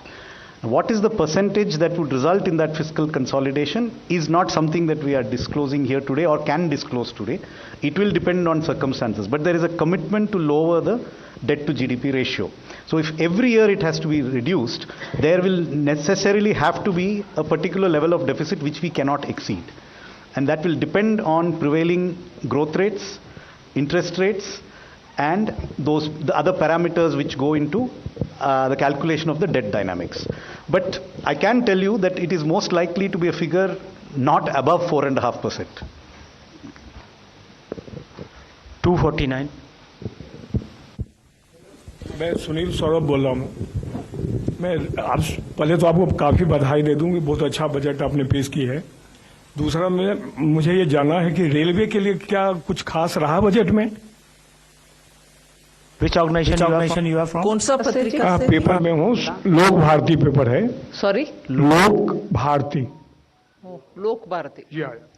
तो पहले तो बधाई दे दिया हूँ मैं आपका, बहुत अच्छा बजट आपने पेश की है और रिकॉर्ड भी की है। 7 साल से लगातार आप वित्त मंत्री के रूप में काम।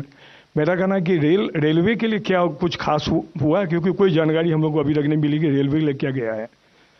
दूसरा, मैं रेलवे में सीनियर सिटीजन्स को कंसेशन मिलता था। आप यहाँ पीआईबी में है, पीआईबी जर्नलिस्ट को भी कंसेशन मिलता था। कोरोना में वो बंद हो गया। कोरोना को ख़त्म हुए भी 2-3 साल हो गए हैं, तो फिर से ये बहाल नहीं हुआ। क्या इसकी उम्मीदें हम लोग कर सकते हैं कि आगे बहाल होगी या नहीं?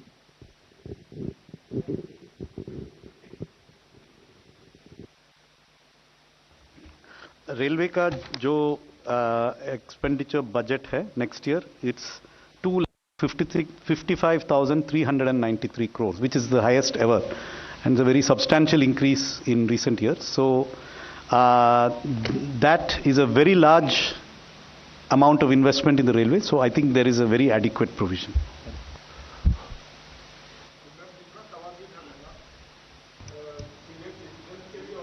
जर्नलिस्ट के लिए कंसेशन ठीक है, सुना। 277 प्लीज। इसमें सीनियर सिटीजन और पीआईबी जर्नलिस्ट को भी जो स्लैब में रिवीजन हुआ है उसमें फायदा है। सीनियर सिटीजन को फैमिली पेंशन में स्टैंडर्ड डिडक्शन का फायदा हुआ है रेलवे में। अच्छा ठीक। Hello ma'am, this side Harsh Kumar, this side from business. वो बजट का फायदा जो दिया है सर, वो भी तो मिलेगा सीनियर सिटीजन्स को और सबको, रेलवे में भी मिलेगा। Hello ma'am, Harsh Kumar this side from Business Standard newspaper. So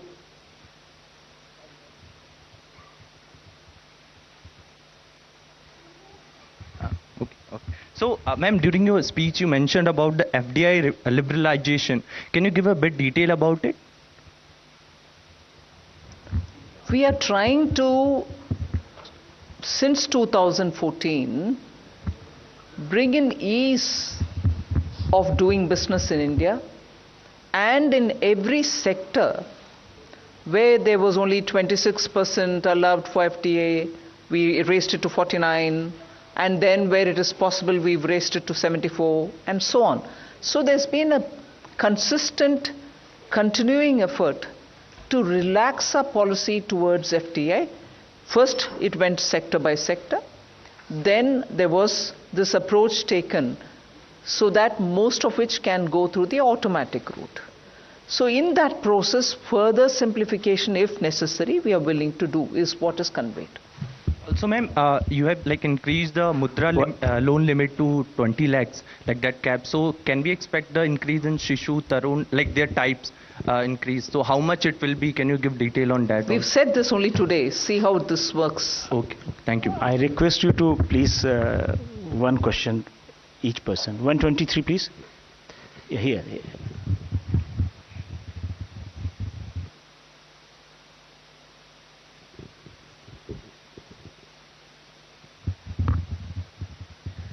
Shrimi Chaudhary here from Business Standard. I just wanted to understand that budget proposes withdrawal of equalization levy. So if you could just give some explanation of what led to that, what is the intention behind that, keeping in mind the pact between India and US which has ended on June 30th.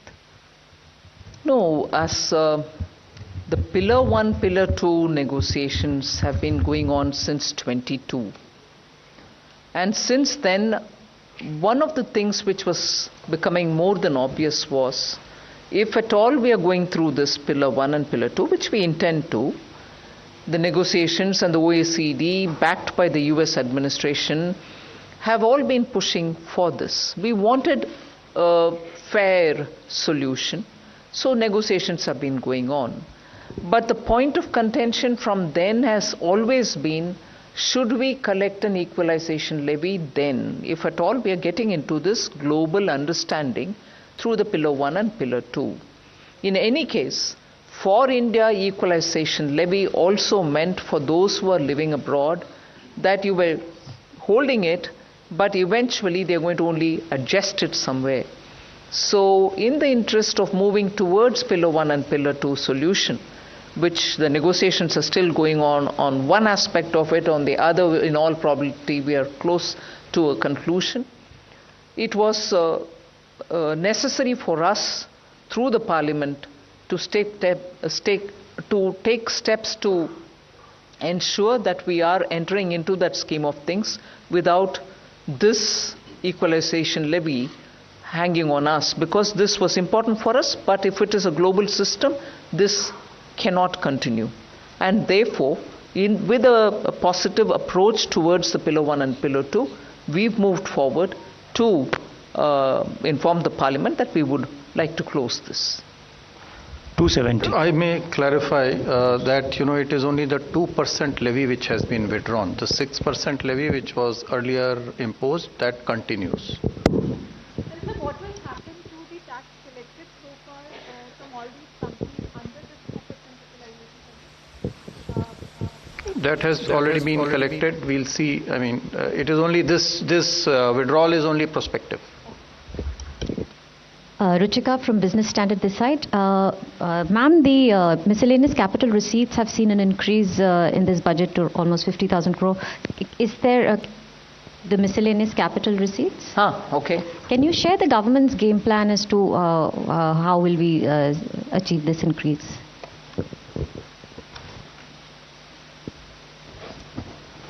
The miscellaneous capital receipts are budgeted as 50,000 crore, which was like 23-24 also. It was 51,000 crore, the interim budget. Now it's 50,000 crore, 24-25, and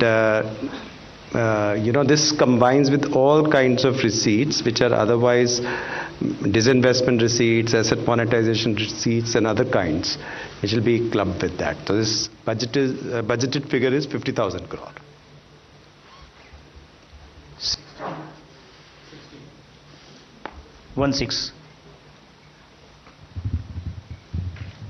Ma'am, very good evening. Sapna Das here from CNBC. Ma'am, two questions.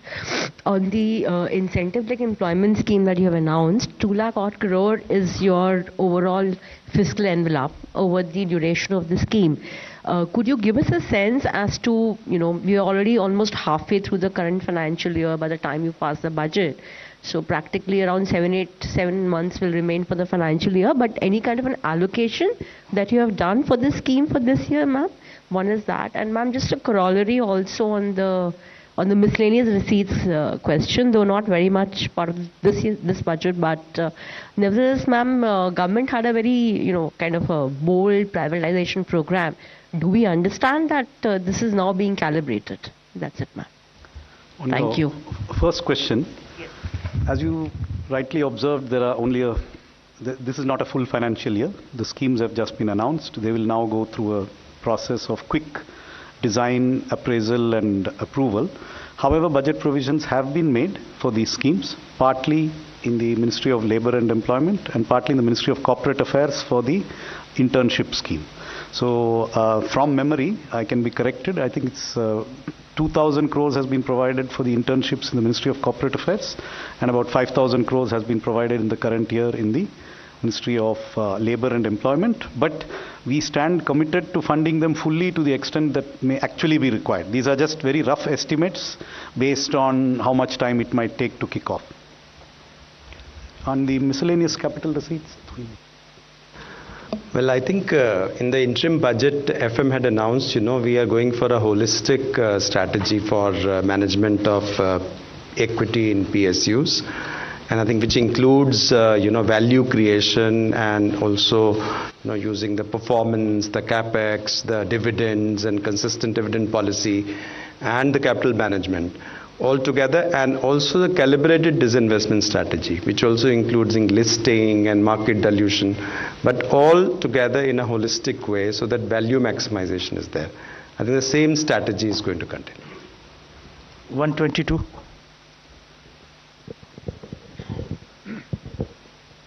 Hi, Rishabh with NDTV Profit here. I have two questions. One on the space fund that was announced, the 1,000 crore fund. What will be the composition of this? Which will be the nodal agency, and what sort of startups will the government invest in? And on the NPS, you also mentioned that the NPS committee has made progress in the speech. Could you elaborate a bit on that?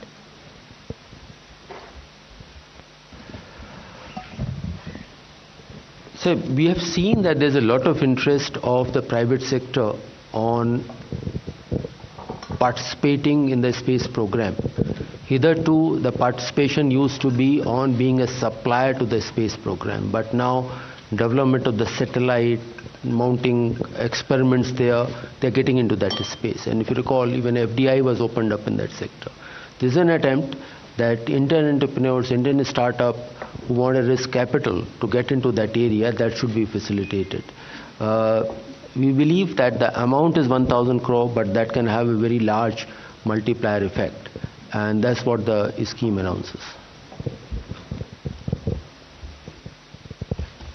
On your question on the, I think your second question was on the government NPS, right?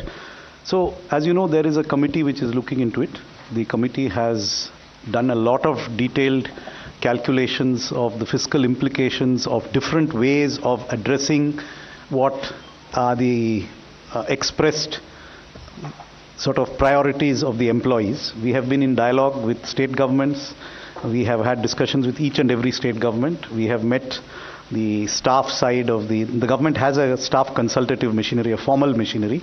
We've had 4 meetings of that machinery to understand what are the staff's priorities. And our attempt is to design something that is fiscally prudent, but also meets what are the core priorities of the staff in terms of having a secured retirement income, which provides for their needs. So this is a balancing act, because obviously there are costs. The more you give, more expensive it is. And so we are at an advanced stage of working out various options, and we are also discussing these options with the staff side. Just to correct the budget estimate that I gave earlier, 10,000 crores has been provided in Ministry of Labour and Employment for the new employment schemes, and 2,000 in Ministry of Corporate Affairs. Yeah. 125. Good afternoon, I'm Nikunj from Reuters. A follow-up on that FDI facilitation, you said that government will take steps to facilitate FDI. The Eco Survey also yesterday said that the government should import capital from China so that there's a right balance between investments and trade. So will the government also take steps to quickly facilitate investments from China that have been pending for long? And secondly, you've come up with an NPS for minors. So will that also have some sort of tax benefits to nudge people to enroll for NPS so that a pension coverage increases? Thanks. See, Economic Survey gave its view on the investments from China. As things stand today, investments do go through the Press Note 3 process when it comes from China or from any of our neighboring countries. So that process is still on. Economic Survey has indicated that it might be time for us to open up and allow for. So that's a Economic Survey. I'm glad that the Secretary is seated here. It's normally an arm's distance. But that doesn't mean that I'm disowning the suggestion. You want to say? In general, as you can see, our aim is tax code simplification and not complication. So beyond that, I don't have anything specific on that. But the general direction of travel is obvious. We are not creating more and more tax deductions for individual tax instruments. Respected Madam, मेरा नाम नरेश वत्स है और मैं स्वतंत्र पत्रकारिता करता हूं। आज जो आपने किसानों के लिए और ग्रामीण क्षेत्र के आधारभूत संरचना के लिए काम किया है, उस पे 2 तरह की राय आ रही है। एक राय तो ये कहती है कि गालिब ने ये कहकर तोड़ दी तस्बीह, क्यों गिनकर नाम लूं जो बिन मांगे बेशुमार देता है। एक वर्ग तो इस तरह से तारीफ बजट की कर रहा है, लेकिन दूसरी तरफ प्रतिपक्ष के नेता राहुल गांधी ने कहा है कि आंध्र प्रदेश और बिहार पर जो दरिया दिली दिखाई है, कहीं न कहीं ये लगता है कि ये कुर्सी बचाने का बजट है। अखिलेश यादव जी भी ये कह रहे हैं, आप कैसे देखती हैं?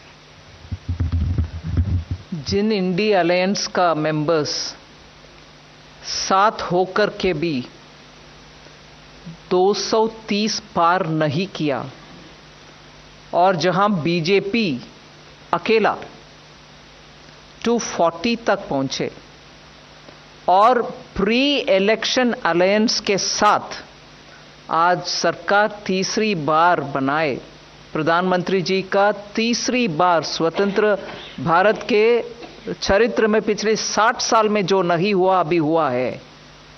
कुर्सी बचाने के बात करने वाले पार्टियों थोड़ा सोच ले। उनके अलायंस 230 कुल मिलाकर कितने पार्टियां थे? 25, 26 पता नहीं, मैं गिनी नहीं, बट इन डी 37 पार्टीज कुल मिलाकर के 230 पार नहीं किया, और वो बोल रहे हैं कुर्सी बचाने के लिए। जब प्रधानमंत्री मोदी जी तीसरी बार प्रधानमंत्री बने और देश के लिए इतना घोषणा भी कर रहे हैं जिससे भारत देश का हर राज्य सामने आए, डेवलप हुए, और 1.50 लाख करोड़ इस बार बजट में स्टेट्स के लिए हम दे रहे हैं बिना इंटरेस्ट 50 साल के लिए फ्री। फिनांस कमीशन तो हमारे उनके सजेशन में इसका जिक्र तक नहीं किए, हम ही कर रहे हैं स्टेट्स के साथ काम करने के लिए। हर स्टेट का उनके अपने अपने प्रोजेक्ट्स जो प्रोसेस के चलते हुए आता है उन सबको हम मानते हैं, और ज़रूर उनको जो फाइनेंस करना है वो हम करेंगे, मगर जिक्र इसलिए नहीं किया बजट में कुर्सी बचाने। जब उनका टोटल को एक और बार चुनावी सीट जो जीते हैं वो 101 और बार उसको गिनकर देख लें, 37 पार्टीज कुल मिलाकर के कुर्सी बचाने वाले बात बोलने का अर्हत अधिकार उनके पास नहीं होता है। 121. Ma'am, Meghna Mittal from Money Control. In the union budget, you have announced financial support to MSMEs for shift to clean energy and also a new mechanism for credit so that they do not go into stress and they do not turn into NPAs. Any details on that? I'm so glad you asked this question. I'm really glad because this budget, and I don't want to say it because I've presented it, I'm so grateful that the Prime Minister looks at every sector and says, what are we doing for them? What are we doing for? This has been his approach always. But this time around, we've spent a lot of time understanding also from those stakeholders who had consultation with us pre-budget. And MSME's request it has been for now several years that when they reach the SMA 1 stage itself, they get to be very, very tensed because banks stop their finances, meaning banks no longer lend to them. They are stressed as it is.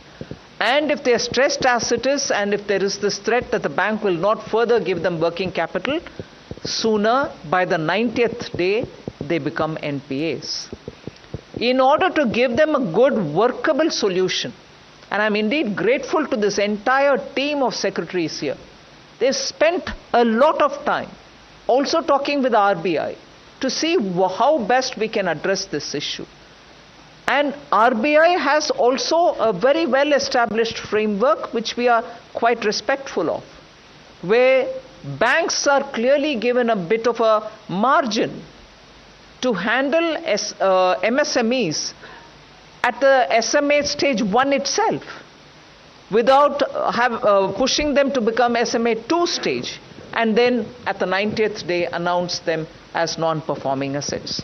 So what actually has happened now, having discussed with the RBI, is that we'll provide them with a fund which will help them to have some kind of government guaranteed as liquidity, or the banks can then, on the basis of the guarantee being given, on the back of the guarantees which are being provided by the government, lend them working capital and keep them moving. And if they restore themselves, they're going to be better off.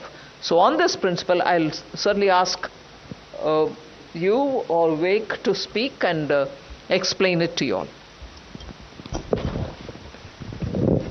As FM has already explained about the credit guarantee scheme, this will certainly facilitate the term loans without collateral or third-party guarantees.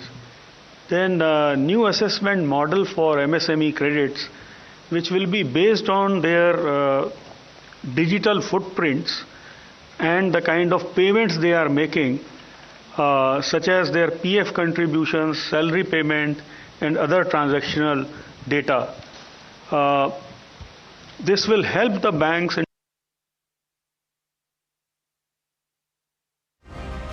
to credit even during the stress period, for which some kind of support fund will be created and based on the guarantee provided by that fund, they will be helped during the SMA 1, SMA 0 or SMA 2 periods.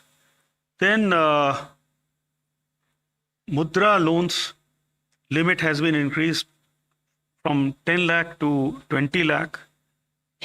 Similarly, enhanced scope for mandatory onboarding in TREDS platform has been also reduced from 500 crore to 250 crore of turnover. SIDBI will also open more branches in MSME sectors.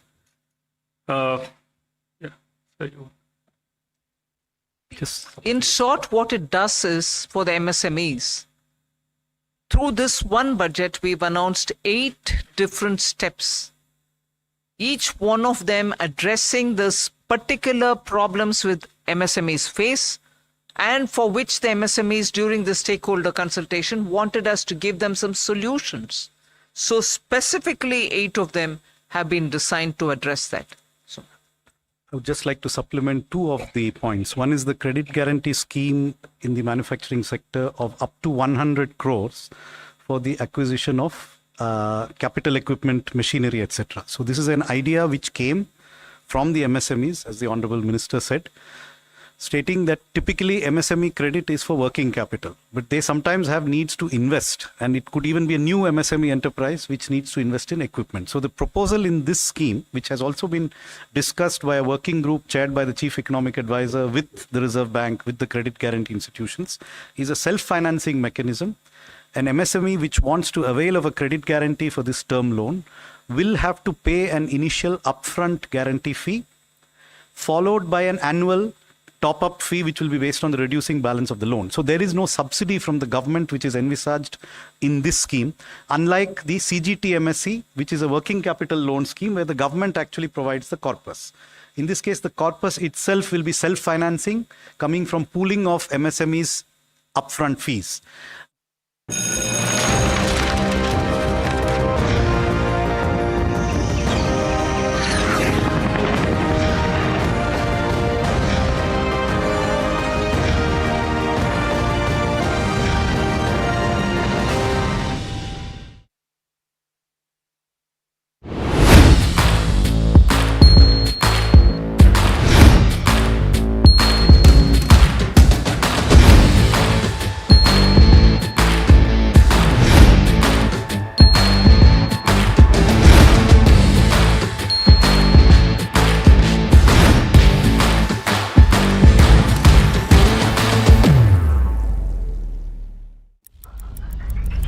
Headlines you start your day with.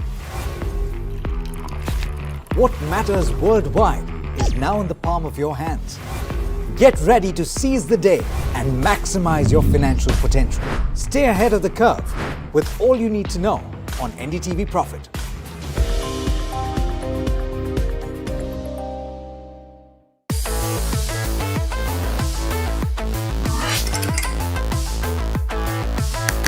Listen to the voices of reason as they talk about corporate health and investing principles with me, Neeraj Shah, on my show, Talking Point.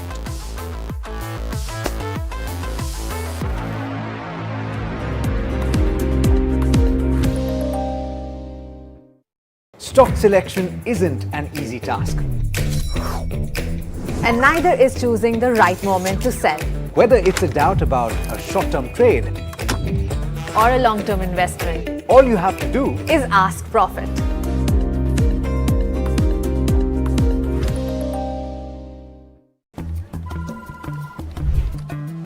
Bro, what are you doing? I'm trading FNOs. So, have you made any money? Oh, it's simple. If you think the market is moving upwards, just buy Nifty call option.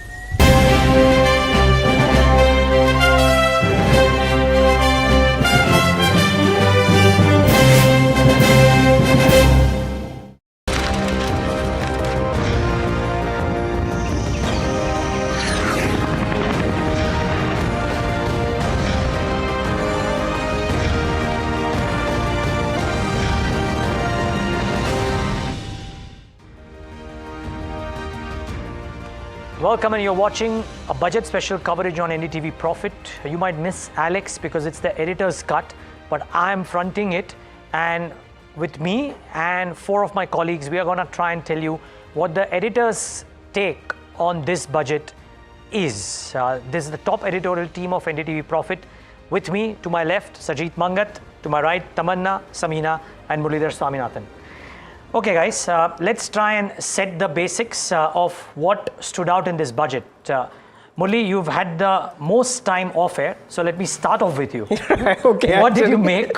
I think what are the key takeaway for you? Okay, so the most important takeaway is not about tax, it's not about capital gains tax, it's about the 5-year roadmap. Very clearly, that is what the agenda is. We should not look at it from what's going to happen now to your capital gains tax or real estate capital gains or income tax. Of course, there are benefits, but look at what is set for the next 5 years. That's what we need to look at, and that is where I think maybe the market is recognizing that. So you would be able to elaborate in the course of the conversation. 3 things stood out for me. One, very clearly, the agenda to create jobs. That's the top priority, not just now, over the next few years. Once you focus on creating jobs, your consumption will continue to grow. So in any case, we are going to be a consumption-led growth. And the message here is very clear. The capex has not been increased from 11.1 lakh crore. That's not been increased. All the focus is on jobs. The other focus is on welfare schemes. As far as jobs are concerned, there is a shift in strategy. In the past, you will say that I'll build a road, I'll create jobs. Now it's different. You are giving incentives to employers. Perhaps I think in recent years, you, Sajid, might allude to this. We have never heard of incentives to employers for job creation. So that's a big shift. And then the welfare schemes that are being evolved are based on asset generation model. So these 2 things will help sustain the growth. For us, sustaining growth is going to be important. All the other things will follow later. Okay. Now, we'll make this freewheeling, so everybody can come in whenever they want. But, okay, Samina, to you, what stood out for you? I think this is the very first time, Neeraj, the economic survey was rightfully reflected in the budget. So it wasn't 2 different tales in so many words. Fiscal consolidation, the fact that they're going to be disciplined about this and do better than what they'd initially promised is a huge positive. Apart from that, I think the fact that they've kept the capex number unchanged, it's a direct message to the private sector saying it's now your time to do your job. We've done what we had to. It's now time that you play ball. And I think that stands out. So while employment is very, very important, the onus will be back on the private sector to do what's needed most, which is capex, hire more people, build the manufacturing. And I think one last one is the commitment to simplify the tax code. Again, a big standout, because if you've got to draw an FDI, we have to have a simple tax code. While the rates could have been tinkered with, simplification is a key positive. Yeah, and I think in some sense, one good thing was that we know that the top 30 or the top 100 or 200 firms are doing the capex, which they have, green energy, etc. The bottom rung, the MSMEs are not. And in some sense, this ability to tell smaller companies that we are giving you incentives for employment, so on and so forth, let's see if that brings about some bit of capacity build-up or capex at that end, because that has thus far clearly been missing. Tamanna, your take. That's Sorry. exactly the point, right? The capacity building or the job growth is going to come in from the MSMEs and the mid-cap kind of companies, and not from the top companies here. Now the question is that whether they have that incentive to pick up that capex and go ahead. Do they have the capital to do that? That's the thing which we need to see now. Also, just to add to that list, even Gift City, we didn't talk about this very much, but Gift City has been very significant to the government in order to bring all that foreign money in and localize everything. So creating jobs, pushing for growth, that could be an impetus for Gift City to go out there and hire people and expand that offering that is there. Yeah, and there are points around the foreign companies as well, and we'll get to that. But Tamanna, the tax changes, but your initial take, Tamanna. Okay, so I would say, and a bit of taking this opportunity to crow a bit about NDTV Profit's coverage, but if you had watched us in the run-up to the budget, a lot of what our experts said, a lot of what we said has come on those lines. And why am I saying that? So Manish Sabarwal, for example, when we talk about employment, and that's one of the foremost voices, comes and says that if you want to really create jobs, don't focus on those looking for jobs,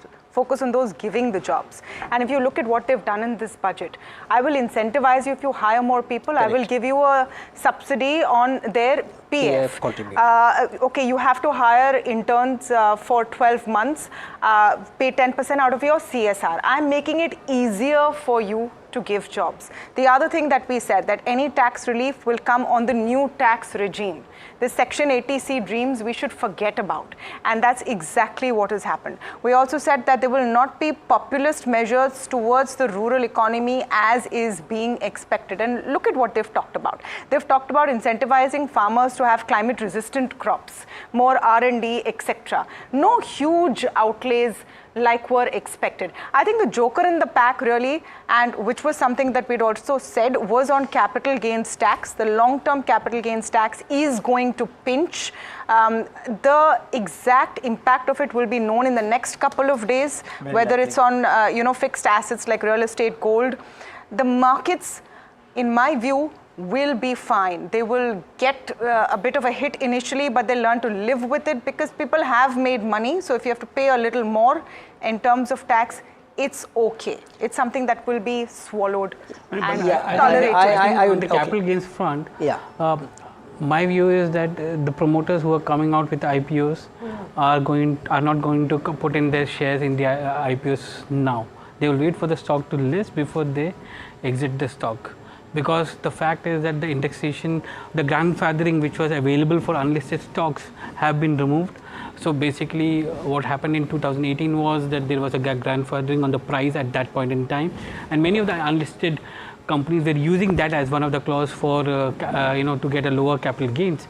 Now that has been removed, which basically means that now they are taxed at full rate, which 20% for long term and 30% for private equity, which has been aggressively selling out, will now stay in. You'll stay in till the. So that's actually a good thing, right? Because but then you have a lot of block deals and other stuff coming in because they will exit after. But Sajid, this was for 2018, so private equity which has come in post 2018 doesn't have this benefit effectively. Anyway, you're talking about promoters who own the equity in the company before 2018, not incentivized to So maybe venture capitalists, right? Not even that much late stage private equity. There are hardly a lot of companies now get listed after 3 years or 4 years of operations. So all of those don't. But Neeraj, just the pre-IPO phase anyway is not counted here. Yes. Private equity still comes in 3 to 4 years anyway out before a listing, right? Exactly. Also, just to quantify that capital gains increase, and Sunil Singhania said this, and I think there's merit in it.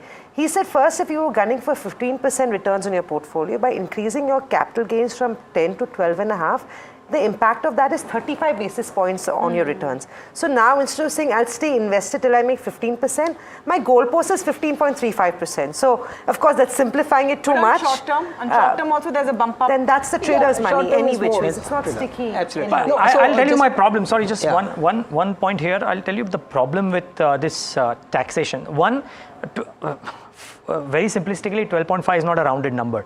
I think in the first year of the budget, they have not come out and said, okay, we are doing it X% and Y%. Now this is the tax for the next 5 years.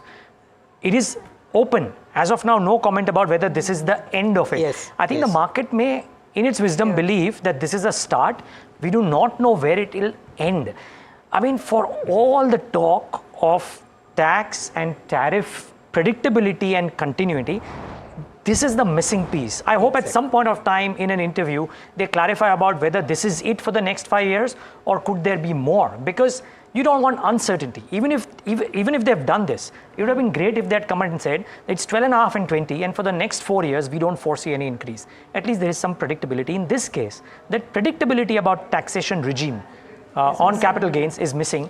I wish that comes in. But fine print. To be fair, when the last time we tinkered on capital gains, we never said it's going to be there for 5 years. Yeah. So it was there. So stable. Never say that. No government will do that. Once you do that, you keep it for a longer period of time to assess how the capital gains the is reason working. why this time it's important, sorry, I'll just spend 30 seconds more here. The reason why this is important because now the market in its wisdom might want to believe that they want parity between all asset classes. Exactly. And equity taxation is still lower than some of the others. So will the market now fear that a higher tax is around the corner, could it impact global investments? That's the only. No, I would like to answer this question. I would like to answer this question. Yes, before that, while that could be a fear, let's not forget that the markets were down 400 points when these announcements were coming through. But we've gone home with a 30-point cut on the index. Even though the breadth of the market was weak, we've taken it in our stride, at least for today. No, so the 12.5%, Samina, is that it's part of the rationalization, because you were taxing capital gains on the basis of different asset classes, something for property, something for gold, something else for debt. That was done last year or the year before. They rationalized that one. So this is part of the rationalization. That 12.5 is your bench. Now from there, like, it's 12.5 for everything. Indexation is gone. So they have to rationalize that part. And somewhere I think STT will also be kind of rationalized. My question is, on F&O, there was a huge scare. What has come is this STT tweak. My question is this just the beginning? Are they done with are they done with their attempts to curb the large volumes coming into quote-unquote speculative trade? No. The consensus is no on this table? Consensus, the markets may be sharing STT today.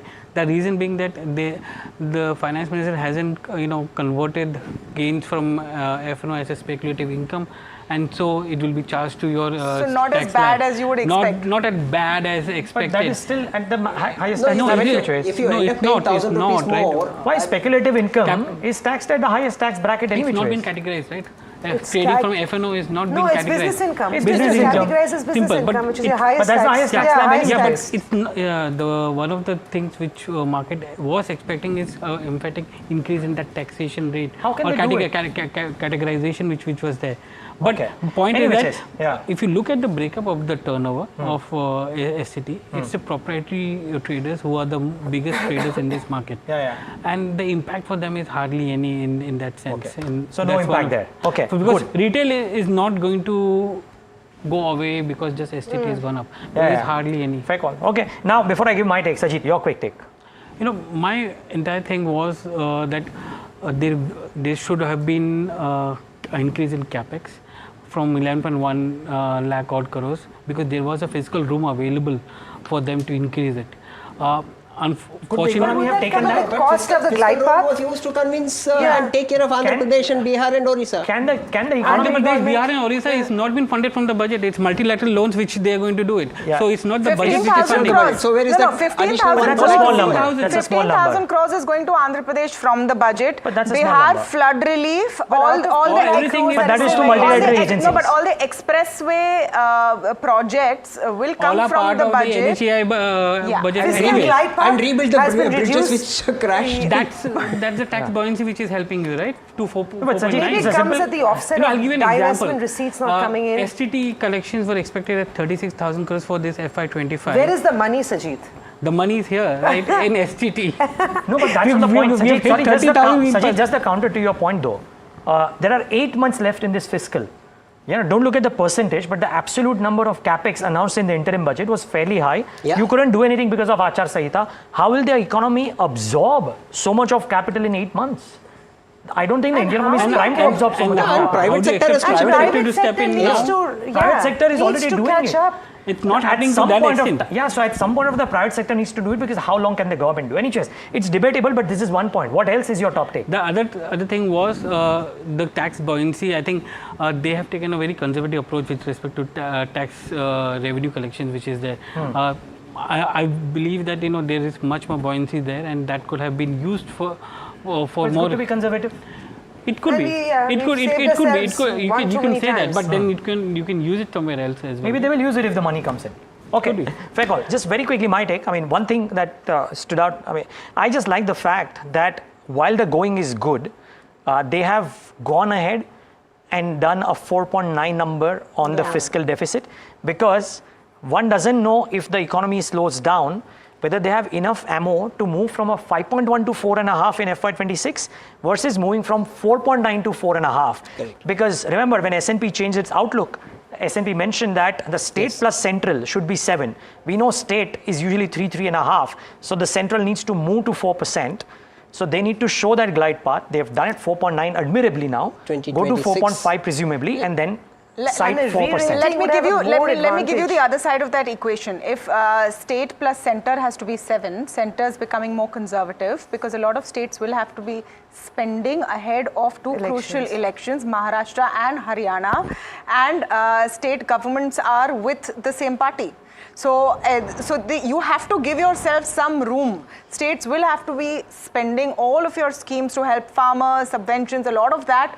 Ladla Beti, Ladla Beta, all of that is coming on the state government's books. Yes. And you have to make room for that. So maybe that big major picture. Reforms which you are missing is land and labor. Yeah, labor is yet to be notified, but labor is yet to be, both are state subjects, but they're linking the land reforms to the central grants, which is very good thing, because we saw that what happened to power sector, right? Means the discoms were not paying, were not getting the money, and distribution companies, the first right of money went to them, and so if you're going to link your capex cycle to land reforms and the labor reforms, there is a chance that in next 3 years you're going to achieve these things, and digitization of land and a better data pool of labor is going to be a big asset going forward. Maybe off budget items, but who knows? Let's see. Anything else, guys? I want to ask Neeraj a question. Two-part questions. Why did the market fall initially, recover and close flat, except for some sectors? Part number one. Part number two, how will the markets behave tomorrow when you go back, read the fine print, understand each sectors? So will the action be very sector specific and stock specific tomorrow? What is your take? I made 2 or 3 phone calls after I got off air. The sense that, and it's a limited sense that people in the markets have, but the sense that I got is that the capital gains uptick was disappointing and there is an uncertainty there. Do we see a bit of a reaction in the days to come and not just tomorrow? Very likely. Is it a certainty? No. A lot of people talking about how the quantum of cash that domestic mutual funds were sitting on, and it will be interesting to see the buying figure today, that may have brought it. I doubt that mutual funds would buy into the market just on a 1% or 1.5% downtick. So I think that side of the equation need not necessarily be true. Remember, we've been falling for Friday, Monday, Tuesday we fell, so it's 3 days of a fall. Some bit of short covering might also have happened. Be important to look at the cues today evening, both the institutional number that come in and the derivative action that has happened, to try and figure out. But is it the end of the road? I think most people said they would want to wait and watch. They are not able to predict right now whether the markets will necessarily go down tomorrow or not. Historically, I think the belief is it's back to business. That budget euphoria or disappointment is only for it. I guess Bajaj Finance is not. People are relieved the budget is over. You can get back to the nitty-gritties, and it's because that's the theme right now. It's a graze from the ear, not a shot in the head. since we are in that stage, it's not a complete assassination of the F&O kind of euphoria. It's just a graze to the ear, and maybe that's something that will be digested. Markets will come up with their fists raised high to get that. Cross fingers for that. Trump reference. Yeah. But guys, we have 4 minutes or 5 minutes left. Anything else that stood out? Anybody? Very quickly. Let's make this quick now. I have just one take on Nirmala Sitharaman. Okay, because when she came in as finance minister after the late Arun Jaitley, passed away, and this is just something I've seen chatter. She was initially underestimated. A lot of people on Twitter, love to take on her. Yeah. Consistently performed on the 2 or 3 key things that finance ministers are judged on. Are you tightening your belt on fiscal glide path? Even during COVID, did not let things go out of whack. No free hand on giving away freebies, which will wreck the balance sheet. Yeah. Been very, very conservative, clear-headed, no nonsense, and has not had to roll back too much, which in the history of Indian budgets is something that happens all the time. Yeah. So a word here, even after these elections, it was being speculated, will Nirmala Sitharaman get the finance portfolio again? Yeah. Will there be other contenders? She's been, I would say, the dark horse in this race who has emerged very, very strong with a solid track record. And so I don't think anybody will contend with also. The one time that she had to roll back, she did it very immediately without any kind of issues. So I think no contention out there on how well the FM has performed. Really, full marks to her. Yeah, Please. no, I have a point to add. See, the overall budget philosophy, we came to know, our viewers, network viewers, NDTV network viewers came to know from the Prime Minister when he gave an interview to our editor-in-chief, Sanjay Pugalia, very clearly these 5 key priority areas. He said, this is what I'm going to focus, and the budget is focusing, apart from all the other changes that have happened, farmers, jobs, welfare schemes, uplifting poverty, MSMEs, where absolutely, and women, and state competitive federalism. So she is focused on all those 5 areas. Now it's a question of implementing them over 5 years. So just to remind the viewers that the PM's interview to NDTV network highlighted all these things. Yeah, and I think it's an important point. It's a 5-year piece. But anyways, yeah, we can go on with this. Samina, Sajid, any last points? Anything else? I think from a personal taxation front, I think people would be happy that Section 80C deserved a little bit more lease of life, but that's clearly not maybe she wants you to go to the new tax regime. And even on women, I must say, on women, there's a request to states to make it easier for women to buy properties. That's pretty much. It's a request some to of the states already have a lower stamp duty. So it's asking states to do it. So nothing really. Yeah, buy properties but don't sell. There's nothing really. Nothing really as of today. Nothing really today as for women. Yeah, what was missing? I thought just one last point from mine. I think in the interim budget they had made this very interesting thing, and I missed it maybe, but they had made this very interesting provision or mention about 1 lakh crore for research, because R&D activities need to step up. I was hoping something would be mentioned around that. She retained it, I think. But I think tough for investors, good for jobs, good for employment, good for the young, and good for political priorities as well in some ways. Didn't give done very well. Didn't give too much to allies. Done very well. Too much to allies either. Kept them all happy. They can go back to their constitutions and say that Andhra Pradesh and Bihar got what they deserved, but hasn't given too much away.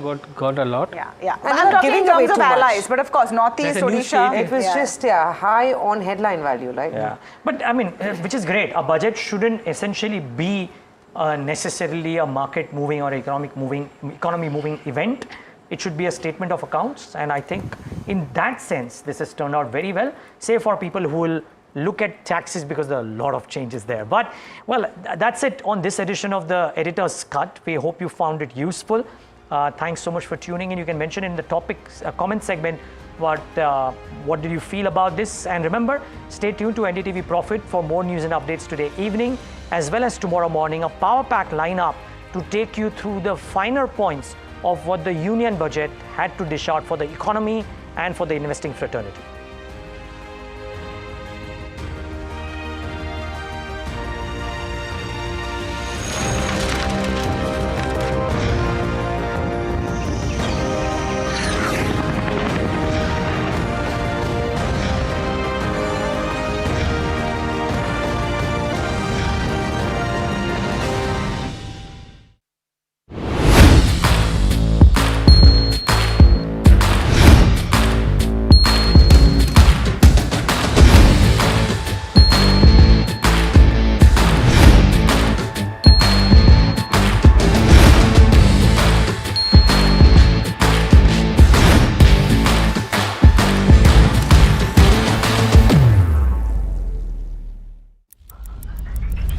Headlines you start your day with.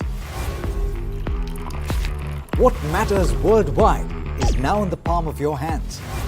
Get ready to seize the day and maximize your financial potential. Stay ahead of the curve with all you need to know on NDTV Profit.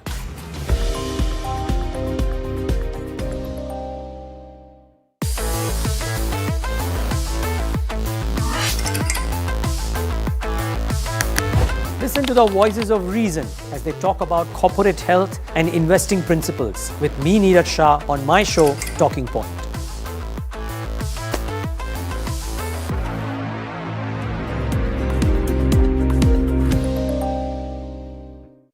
Stock selection isn't an easy task.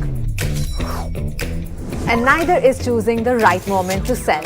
Whether it's a doubt about a short-term trade or a long-term investment. All you have to do is ask Profit.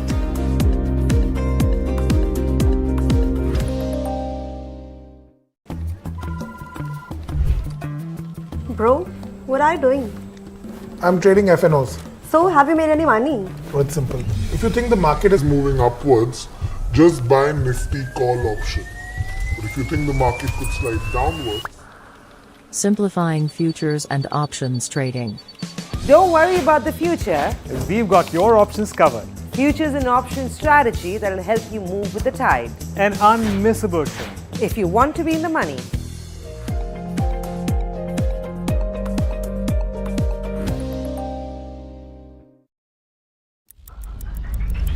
Headlines you start your day with. What matters worldwide is now in the palm of your hands. Get ready to seize the day and maximize your financial potential. Stay ahead of the curve with all you need to know on NDTV Profit.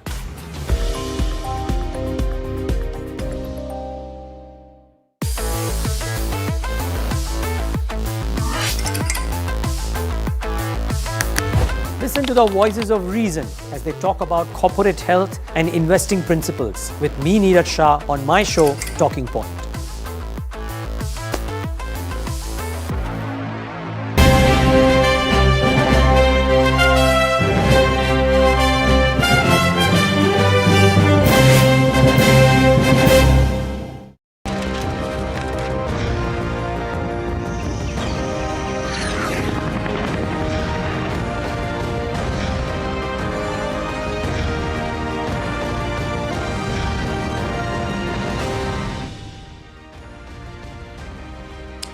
Hi, thanks so much for joining in. You're watching NDTV Profit and my name is Alex Matthew. This is a special broadcast on Budget Day to help you understand the changes to the tax laws that affect you, the individual taxpayer.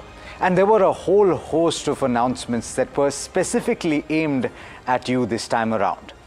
And by the way, if you've got questions related to anything that we speak about over the course of the next half an hour or so, I'd encourage you to send them to us on any of our social media platforms.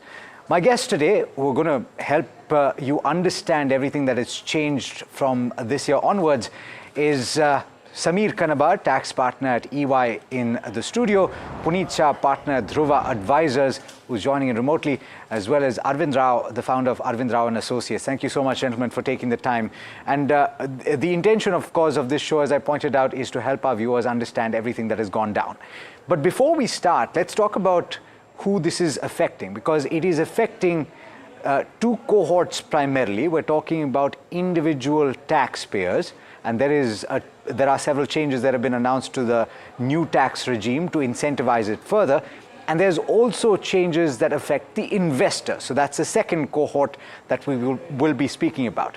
Speaking about the first set, let's first listen into the specific portion of the budget speech today that related to individual taxpayers. Here's what Finance Minister Nirmala Sitharaman had to say. I have two announcements to make for those opting for the new tax regime. First, the standard deduction for salaried employees is proposed to be increased from 50,000 to 75,000 rupees.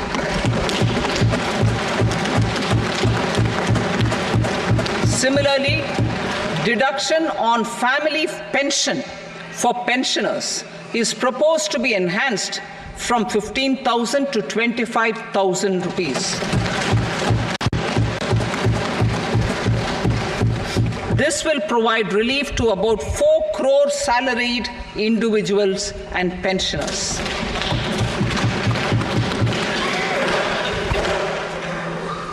Second, in the new tax regime, the tax rate structure is proposed to be revised as follows. 0 to 3 lakh rupees, nil. 3 to 7 lakh rupees, 5%. 7 to 10 lakh rupees, 10%. 10 to 12 lakh rupees, 15%. 12 to 15 lakh rupees, 20%. And above 15 lakh rupees, 30%. As a result of these changes, a salaried employee in the new tax regime stands to save up to 17,500 rupees in income tax.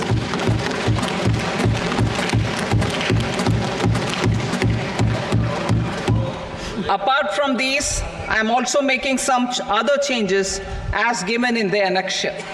As a result of these proposals, revenue of about 37,000 crore, that is 29,000 crore in direct taxes and 8,000 crore in indirect taxes will be foregone, while revenue of about 30,000 crore rupees will be additionally mobilized. Thus, the total revenue foregone is about 7,000 crores annually. All right, so that was the finance minister listing out the major changes in the tax slabs. She also said today, in case you missed it, that 2/3 of individual investors have transitioned to the new tax regime. Sameer Kanabar, to you first. Let's talk about the major change. Is it going to drastically change what taxpayers do? Will the remaining third also start moving to the new tax regime? Yeah, so of course the idea is to see how we can sunset or transition out the old tax regime, because we can't be living with both the tax regimes. And hence, since last couple of years, we are seeing those changes coming in. Idea is to see how people can move into the new tax regime, make them more attractive and phase out all deductions, as has happened even in corporates where all deductions or exemptions have been phased out. So that's going to happen in your opinion? If we look at the current incentives available to people below 10 lakhs or maybe even in the band of 8 to 10 lakhs, the HRA, the deduction for interest, for housing, etc., the old regime is still beneficial, right? And more likely they are still likely to continue with the old regime, because at that band, every rupee saved is important for the class.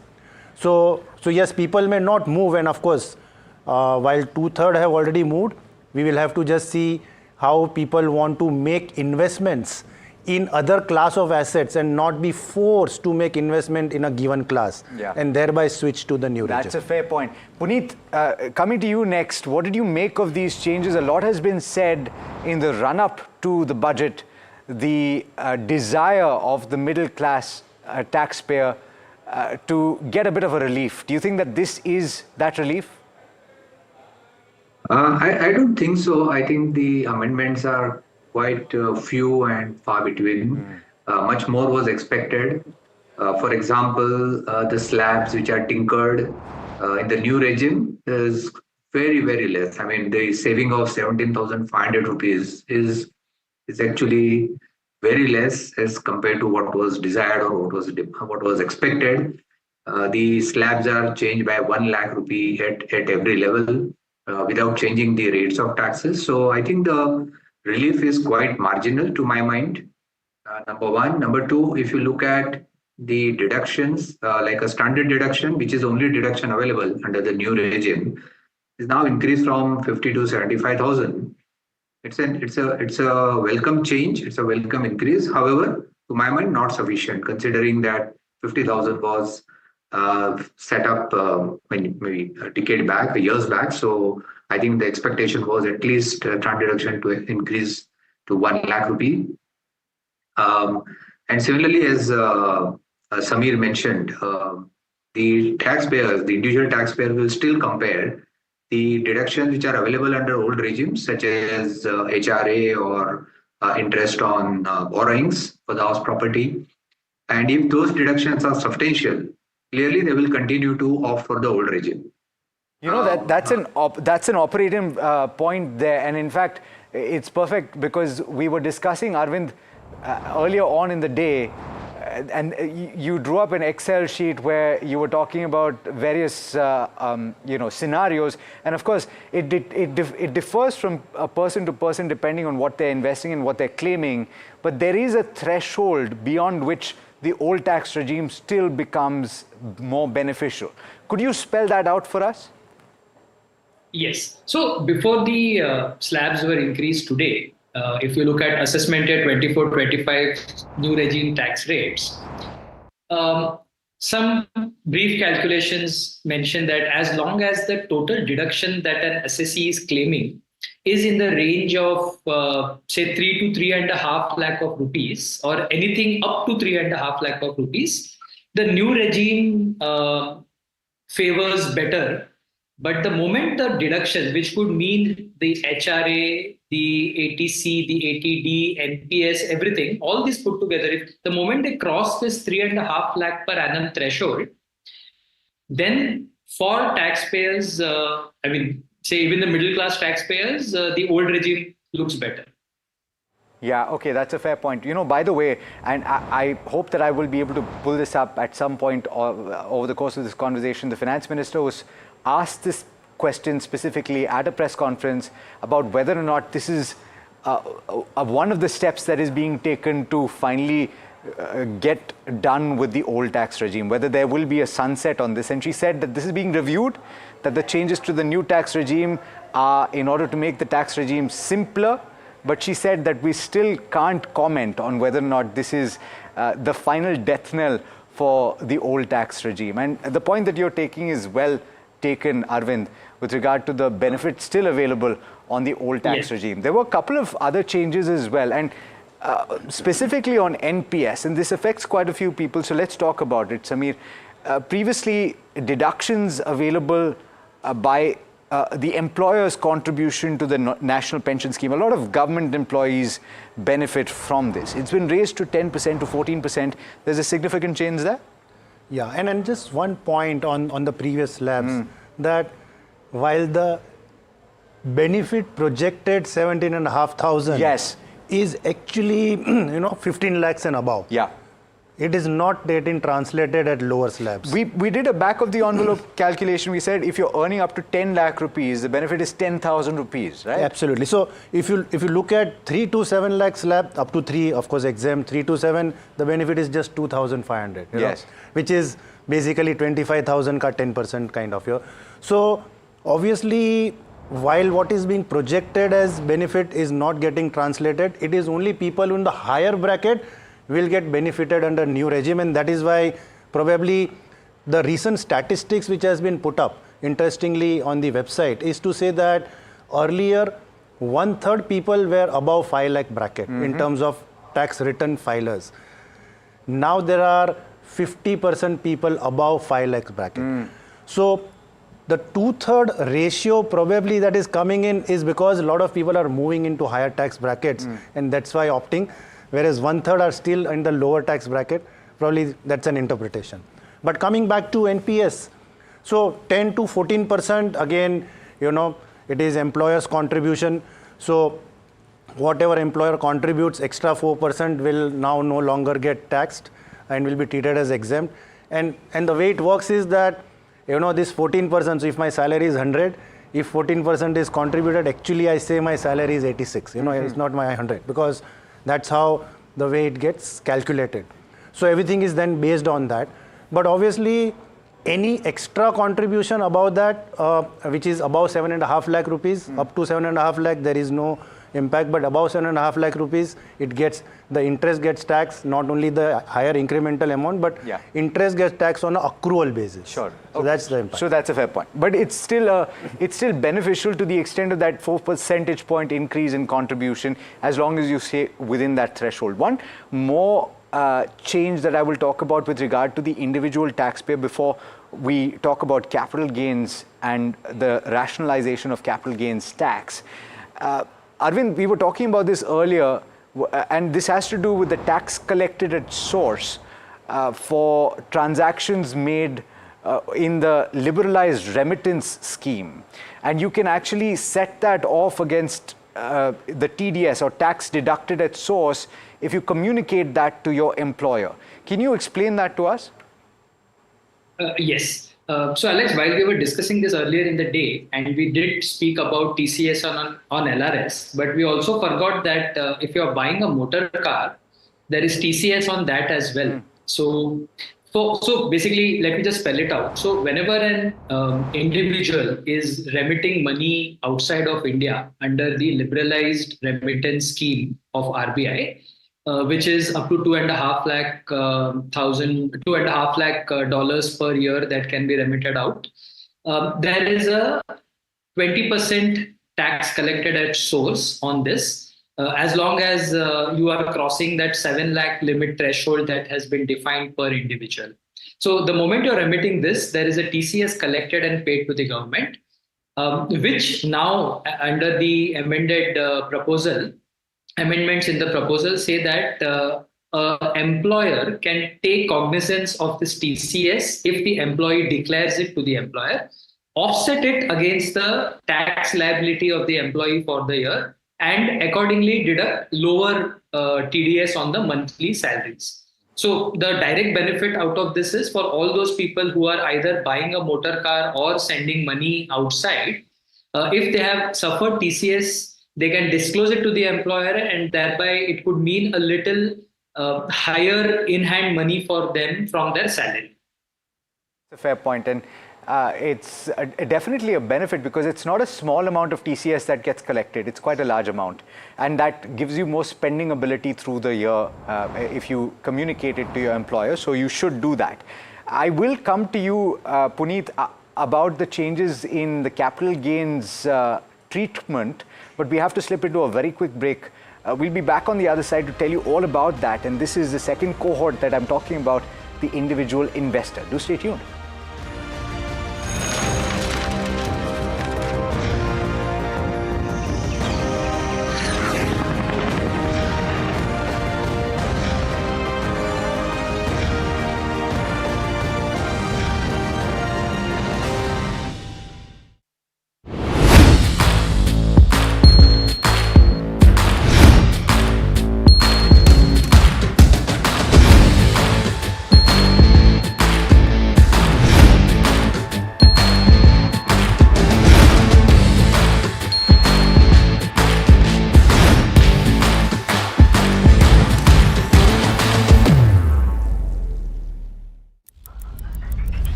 Headlines you start your day with.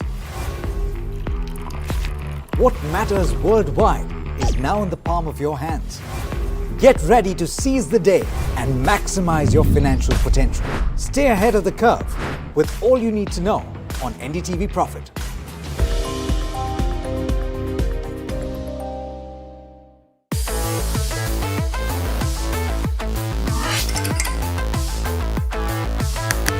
Listen to the voices of reason as they talk about corporate health and investing principles with me, Neeraj Shah, on my show, Talking Point.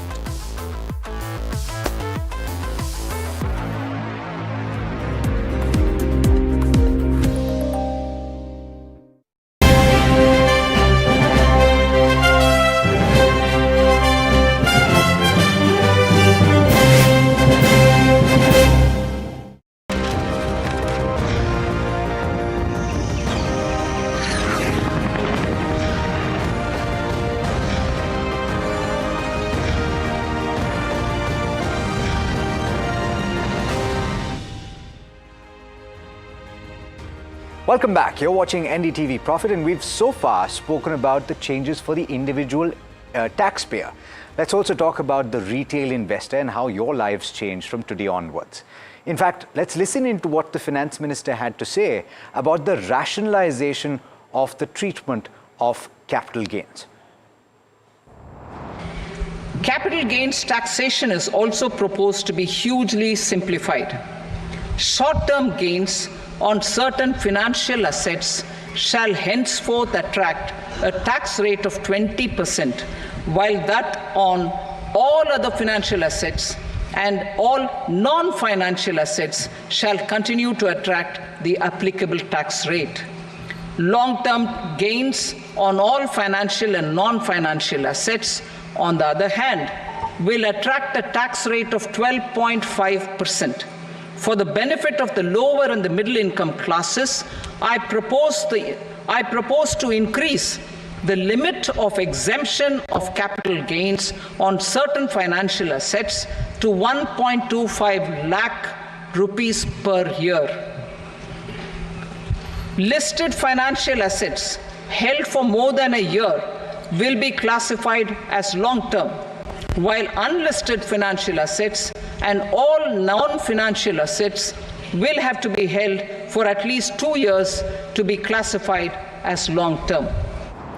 Okay, so a complaint that tax experts and indeed several investors had for many years is that the treatment of various assets when it came to capital gains and taxation of capital gains was very different. Equity was 1 year for long-term capital gains, real estate was 2 years, gold as well as certain other assets were taxed as long-term capital gains if held beyond 3 years. Now that's been simplified. Puneet, I'm coming to you hopefully for a further clarification as to what constitutes financial assets, what constitutes unlisted assets and non-financial assets. Yeah, sure. I think this is the single most important amendment made by the finance minister, and I think it was overdue. There has been long pending demand in terms of rationalization of the capital gains tax regime.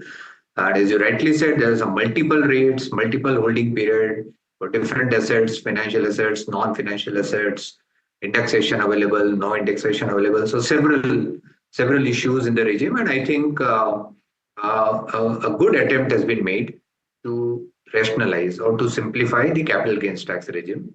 If I were to just summarize, listed is 12 months so far as the long-term capital gain is concerned. Anything below 12 months would be short-term capital gain for the listed securities. That includes debentures as well as shares. As so far as unlisted is concerned and all other assets are concerned, it would be 24 months. So now the 36 months period has gone away. So that's easy. It's 12 months or 24 months. So far as the rate of tax is concerned, again, there are only two rates, actually three rates. One is 12.5% for long-term capital gains on all assets, whether it is financial assets or non-financial assets. A very bold step taken, all assets treated at par, whether they are financial or non-financial assets. The rate of tax for long-term is 12.5%. Remember, the finance minister has removed indexation benefit. Again, a very important measure, and maybe rightly so, because the rate of tax for several long-term assets are reduced from 20% to 12.5%, unlisted stocks or property or whatever, right? So indexation benefit has been removed. So it's 12.5% without indexation benefit. So far as short-term assets are concerned, it is applicable, the rates will be applicable at the slab rates. Applicable slab rates, taxes will be paid except the listed equity, where the rate of tax is increased from 15% to 20%. So for listed equity, the rates have gone up from 10 to 12.5 and from 15 to 20, while for unlisted, it has come down from 20 to 12.5, so far as long-term is concerned. So it's a mixed bag in that sense. Maybe depending on your asset class, it will be either beneficial to you or it would be, or you will have a higher tax impact. So there is one specific class, sorry, just to complete, there is one specific class, which is, as we call section 50AA, which are specified mutual funds or market-linked debentures, where irrespective of the holding period, whether it is 12 months, 24 months, it would be considered to be short-term capital asset, and the rate of tax would be on a slab rate basis. So that's asset class which is like unlisted debentures, etc., are also now included in that. Yeah.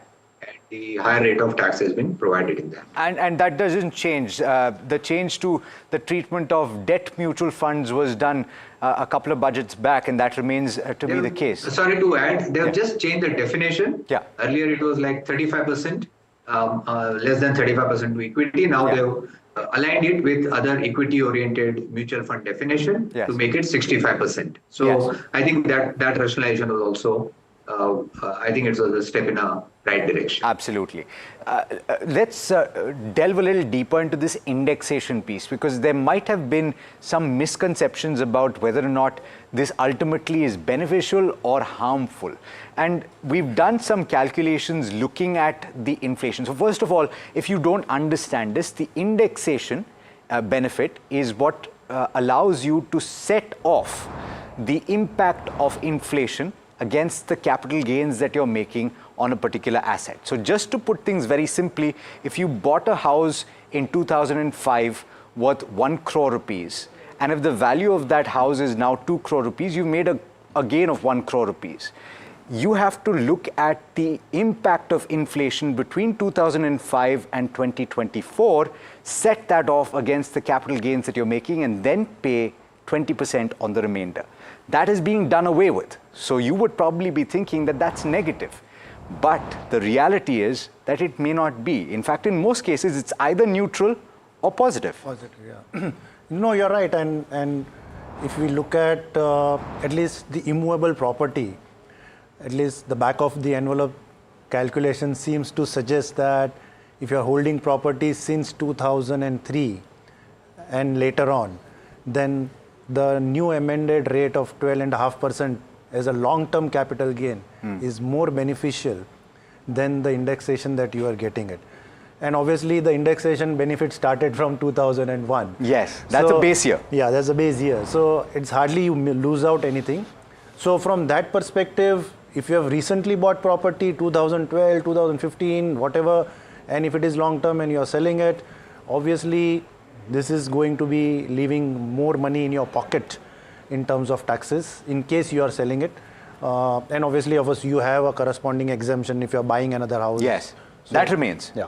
Okay, so very quickly, that last point that I wanted to talk about, there has been a difference between the treatment of dividends as well as buybacks. And this was clarified today. There was a change that was announced, and the buybacks that you participate in. So suppose you have equity shares of a company and you participate in the buyback that a company has announced, and you sell shares in the buyback, that is now taxable in your hands. But there is a clarification. We earlier thought that this would be capital gains tax, but it is not capital gains tax. Samir, can you explain that? Yeah, so buyback again flip-flop. Earlier buyback for listed shares was capital gains, then buyback tax was only applicable for unlisted, then they brought in buyback tax for listed, where the company used to pay buyback tax on the differential value of the buyback minus the price at which the shares were issued, which was being paid as at the rate of 21% by the company. Now a flip-flop to say that effective 1st October, so this is effective 1st October, unlike the indexation and all of that which are effective today. Yeah. So with effect from 1st October, the buyback will be taxable first, not in the hands of company but in the hands of shareholders. Second, this will be treated as kind of dividend income, taxed as income from other sources. So it will get taxed as per the slab rates. And the cost that you have incurred to buy those shares. So for example, you bought the shares at IPO or at a face value 10 rupees, and say you have 10 shares, so your cost is 100. So 100 effectively becomes your loss, which is available to be offset against your capital gains. So in the same year, if you have any capital gain, you can offset the cost being resulting into loss against the capital gain, or you can carry forward. And whatever you gain net of that loss is what you pay based on slab rate. So one is, of course, the buyback value that you have realized is taxed as slab rate as per your slabs. The capital gain will get taxed as capital gain because that is the stock that you have sold on the market. So that is capital gains and you're offsetting. And then there is a gain, you pay 12.5% long term, 20% short term. Okay, so all of this, some of this, I shouldn't say all of this, because I think my guests today have done an incredible job explaining sometimes what is quite complicated. I must thank all of you. Thank you so much for joining in and for answering all the questions that I had. And I'm sure if my viewers have more questions, you will be amenable to answering them later. Of course, we will take them up over the course of today as well as in the coming days as well. Thank you so much for tuning in. There's lots more coming up over the course of this evening. And this is NDTV Profit.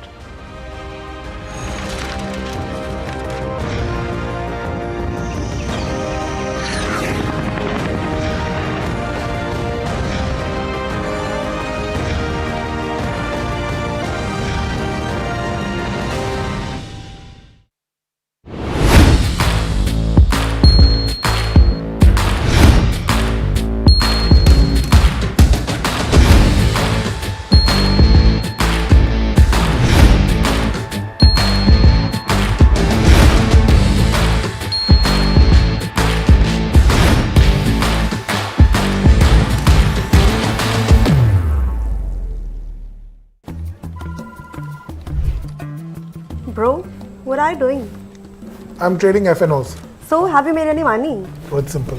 If you think the market is moving upwards, just buy Nifty call option.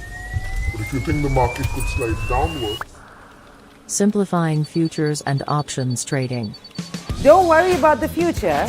We've got your options covered. Futures and options strategy that will help you move with the tide. An unmissable trade. If you want to be in the money.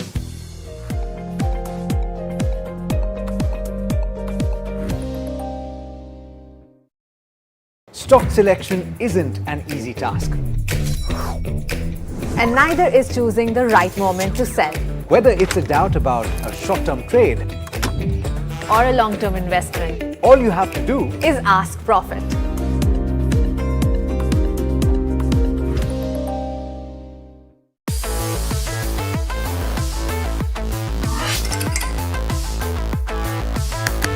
Listen to the voices of reason as they talk about corporate health and investing principles with me, Neeraj Shah, on my show, Talking Point.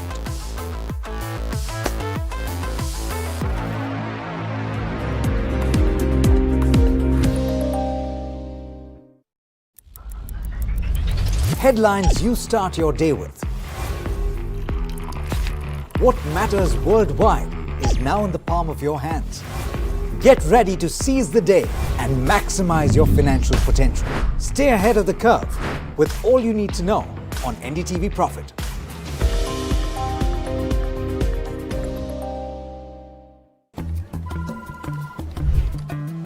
Bro, what are you doing? I'm trading FNOs. So, have you made any money? Oh, it's simple. If you think the market is moving upwards, just buy Nifty call option. But if you think the market could slide downwards, Simplifying futures and options trading.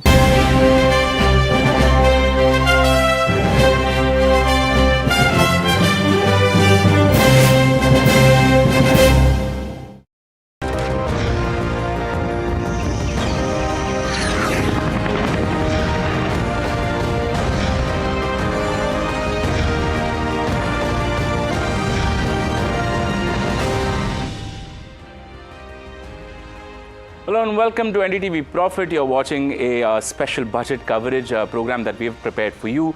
I am Vishwanath Nair and I'm joined by Mr. Dinesh Khara, the chairman at State Bank of India. Mr. Khara, welcome. I know you've had a long day. Certainly most people who have been tracking the budget have. But I just wanted to start off this entire conversation with your views on what exactly transpired this morning. How are you seeing the budget play out?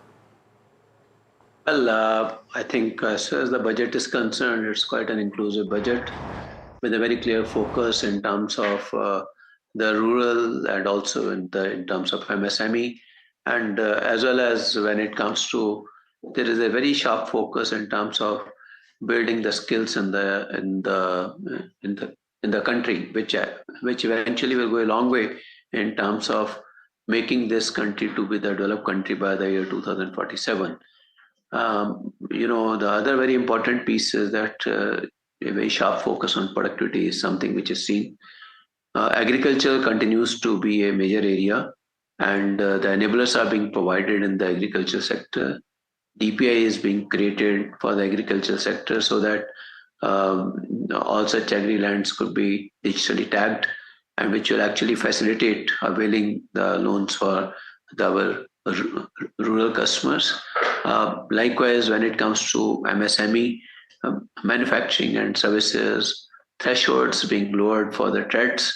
Many more entities will come into the TREDs. Almost 22 new public sector entities will also be participating on the TREDs. Apart from that, almost 7,000 new corporates will also be participating on the TREDs, which will actually ease out the problem relating to receivable finance by the MSMEs. Some kind of announcement which have come in for the CGTMSC guarantee, and also for when it comes to the SMAs and how should we deal with the SMA. These announcements will go a long way in terms of encouraging MSME in the economy. So that's how I really read the budget. And in addition to that, the focus on climate finance, renewable energy, PM Surya Ghar, and the PMAY. These are some of the other initiatives which will go a long way in terms of creating enabling situation for the growth of the economy overall. Right. Mr. Khara, one of the questions that I had was with regard to the MSME announcement. Now, you've spoken a little bit about what the government is trying to do here. But with this credit guarantee scheme, now we saw right after COVID that credit guarantee scheme really supported the MSME sector as well as some of the other borrowers to try and stabilize their business, be able to access financing much easier. Do you think that going forward, that's probably going to be the trend that your public sector peers and yourself, as well as some of the private sector peers out there, will probably extend more credit to the MSMEs? No, I think this is the kind of effort which is there. When it comes to this MSME guarantee scheme is there, this is what seems to be the intention. Because what you mentioned about the COVID and around that time, the portfolio level stop loss, the first loss guarantee which was given, it actually encouraged banks to lend and support the MSME at a very crucial time. So perhaps encouraged by that, this is what is being envisaged. And I'm quite hopeful that it will certainly give the boost to the MSME lending. In terms of the announcements with regard to large infra projects, especially in states like in Andhra Pradesh as well as Bihar and some of the other eastern states as well, so there is a focus on building that segment of the country. Do you think that opens up doors for banks such as yourself to go out and fund these kind of projects? No, of course, this much of it would have to be seen in the context of the nature of the project, but nevertheless, such infrastructure projects are always of interest as far as we are concerned, though we evaluate them and see to it that it should suit our risk appetite. But nevertheless, we do look at these projects as quite promising, and opportunity of growth in the economy actually goes up, because our sense is that infrastructure has got a multiplier effect as high as 4 times. So this actually could be a major engine of growth for the economy. Going ahead, do you think that this is probably going to help that growth? Because, the focus from the beginning when the finance minister started speaking was employment, skilling and developing that human capital that is necessary for the growth of this country. You said eventually you want to, this budget will help in reaching a developed economy status. But in the near term, what do you think the benefits are for the economy?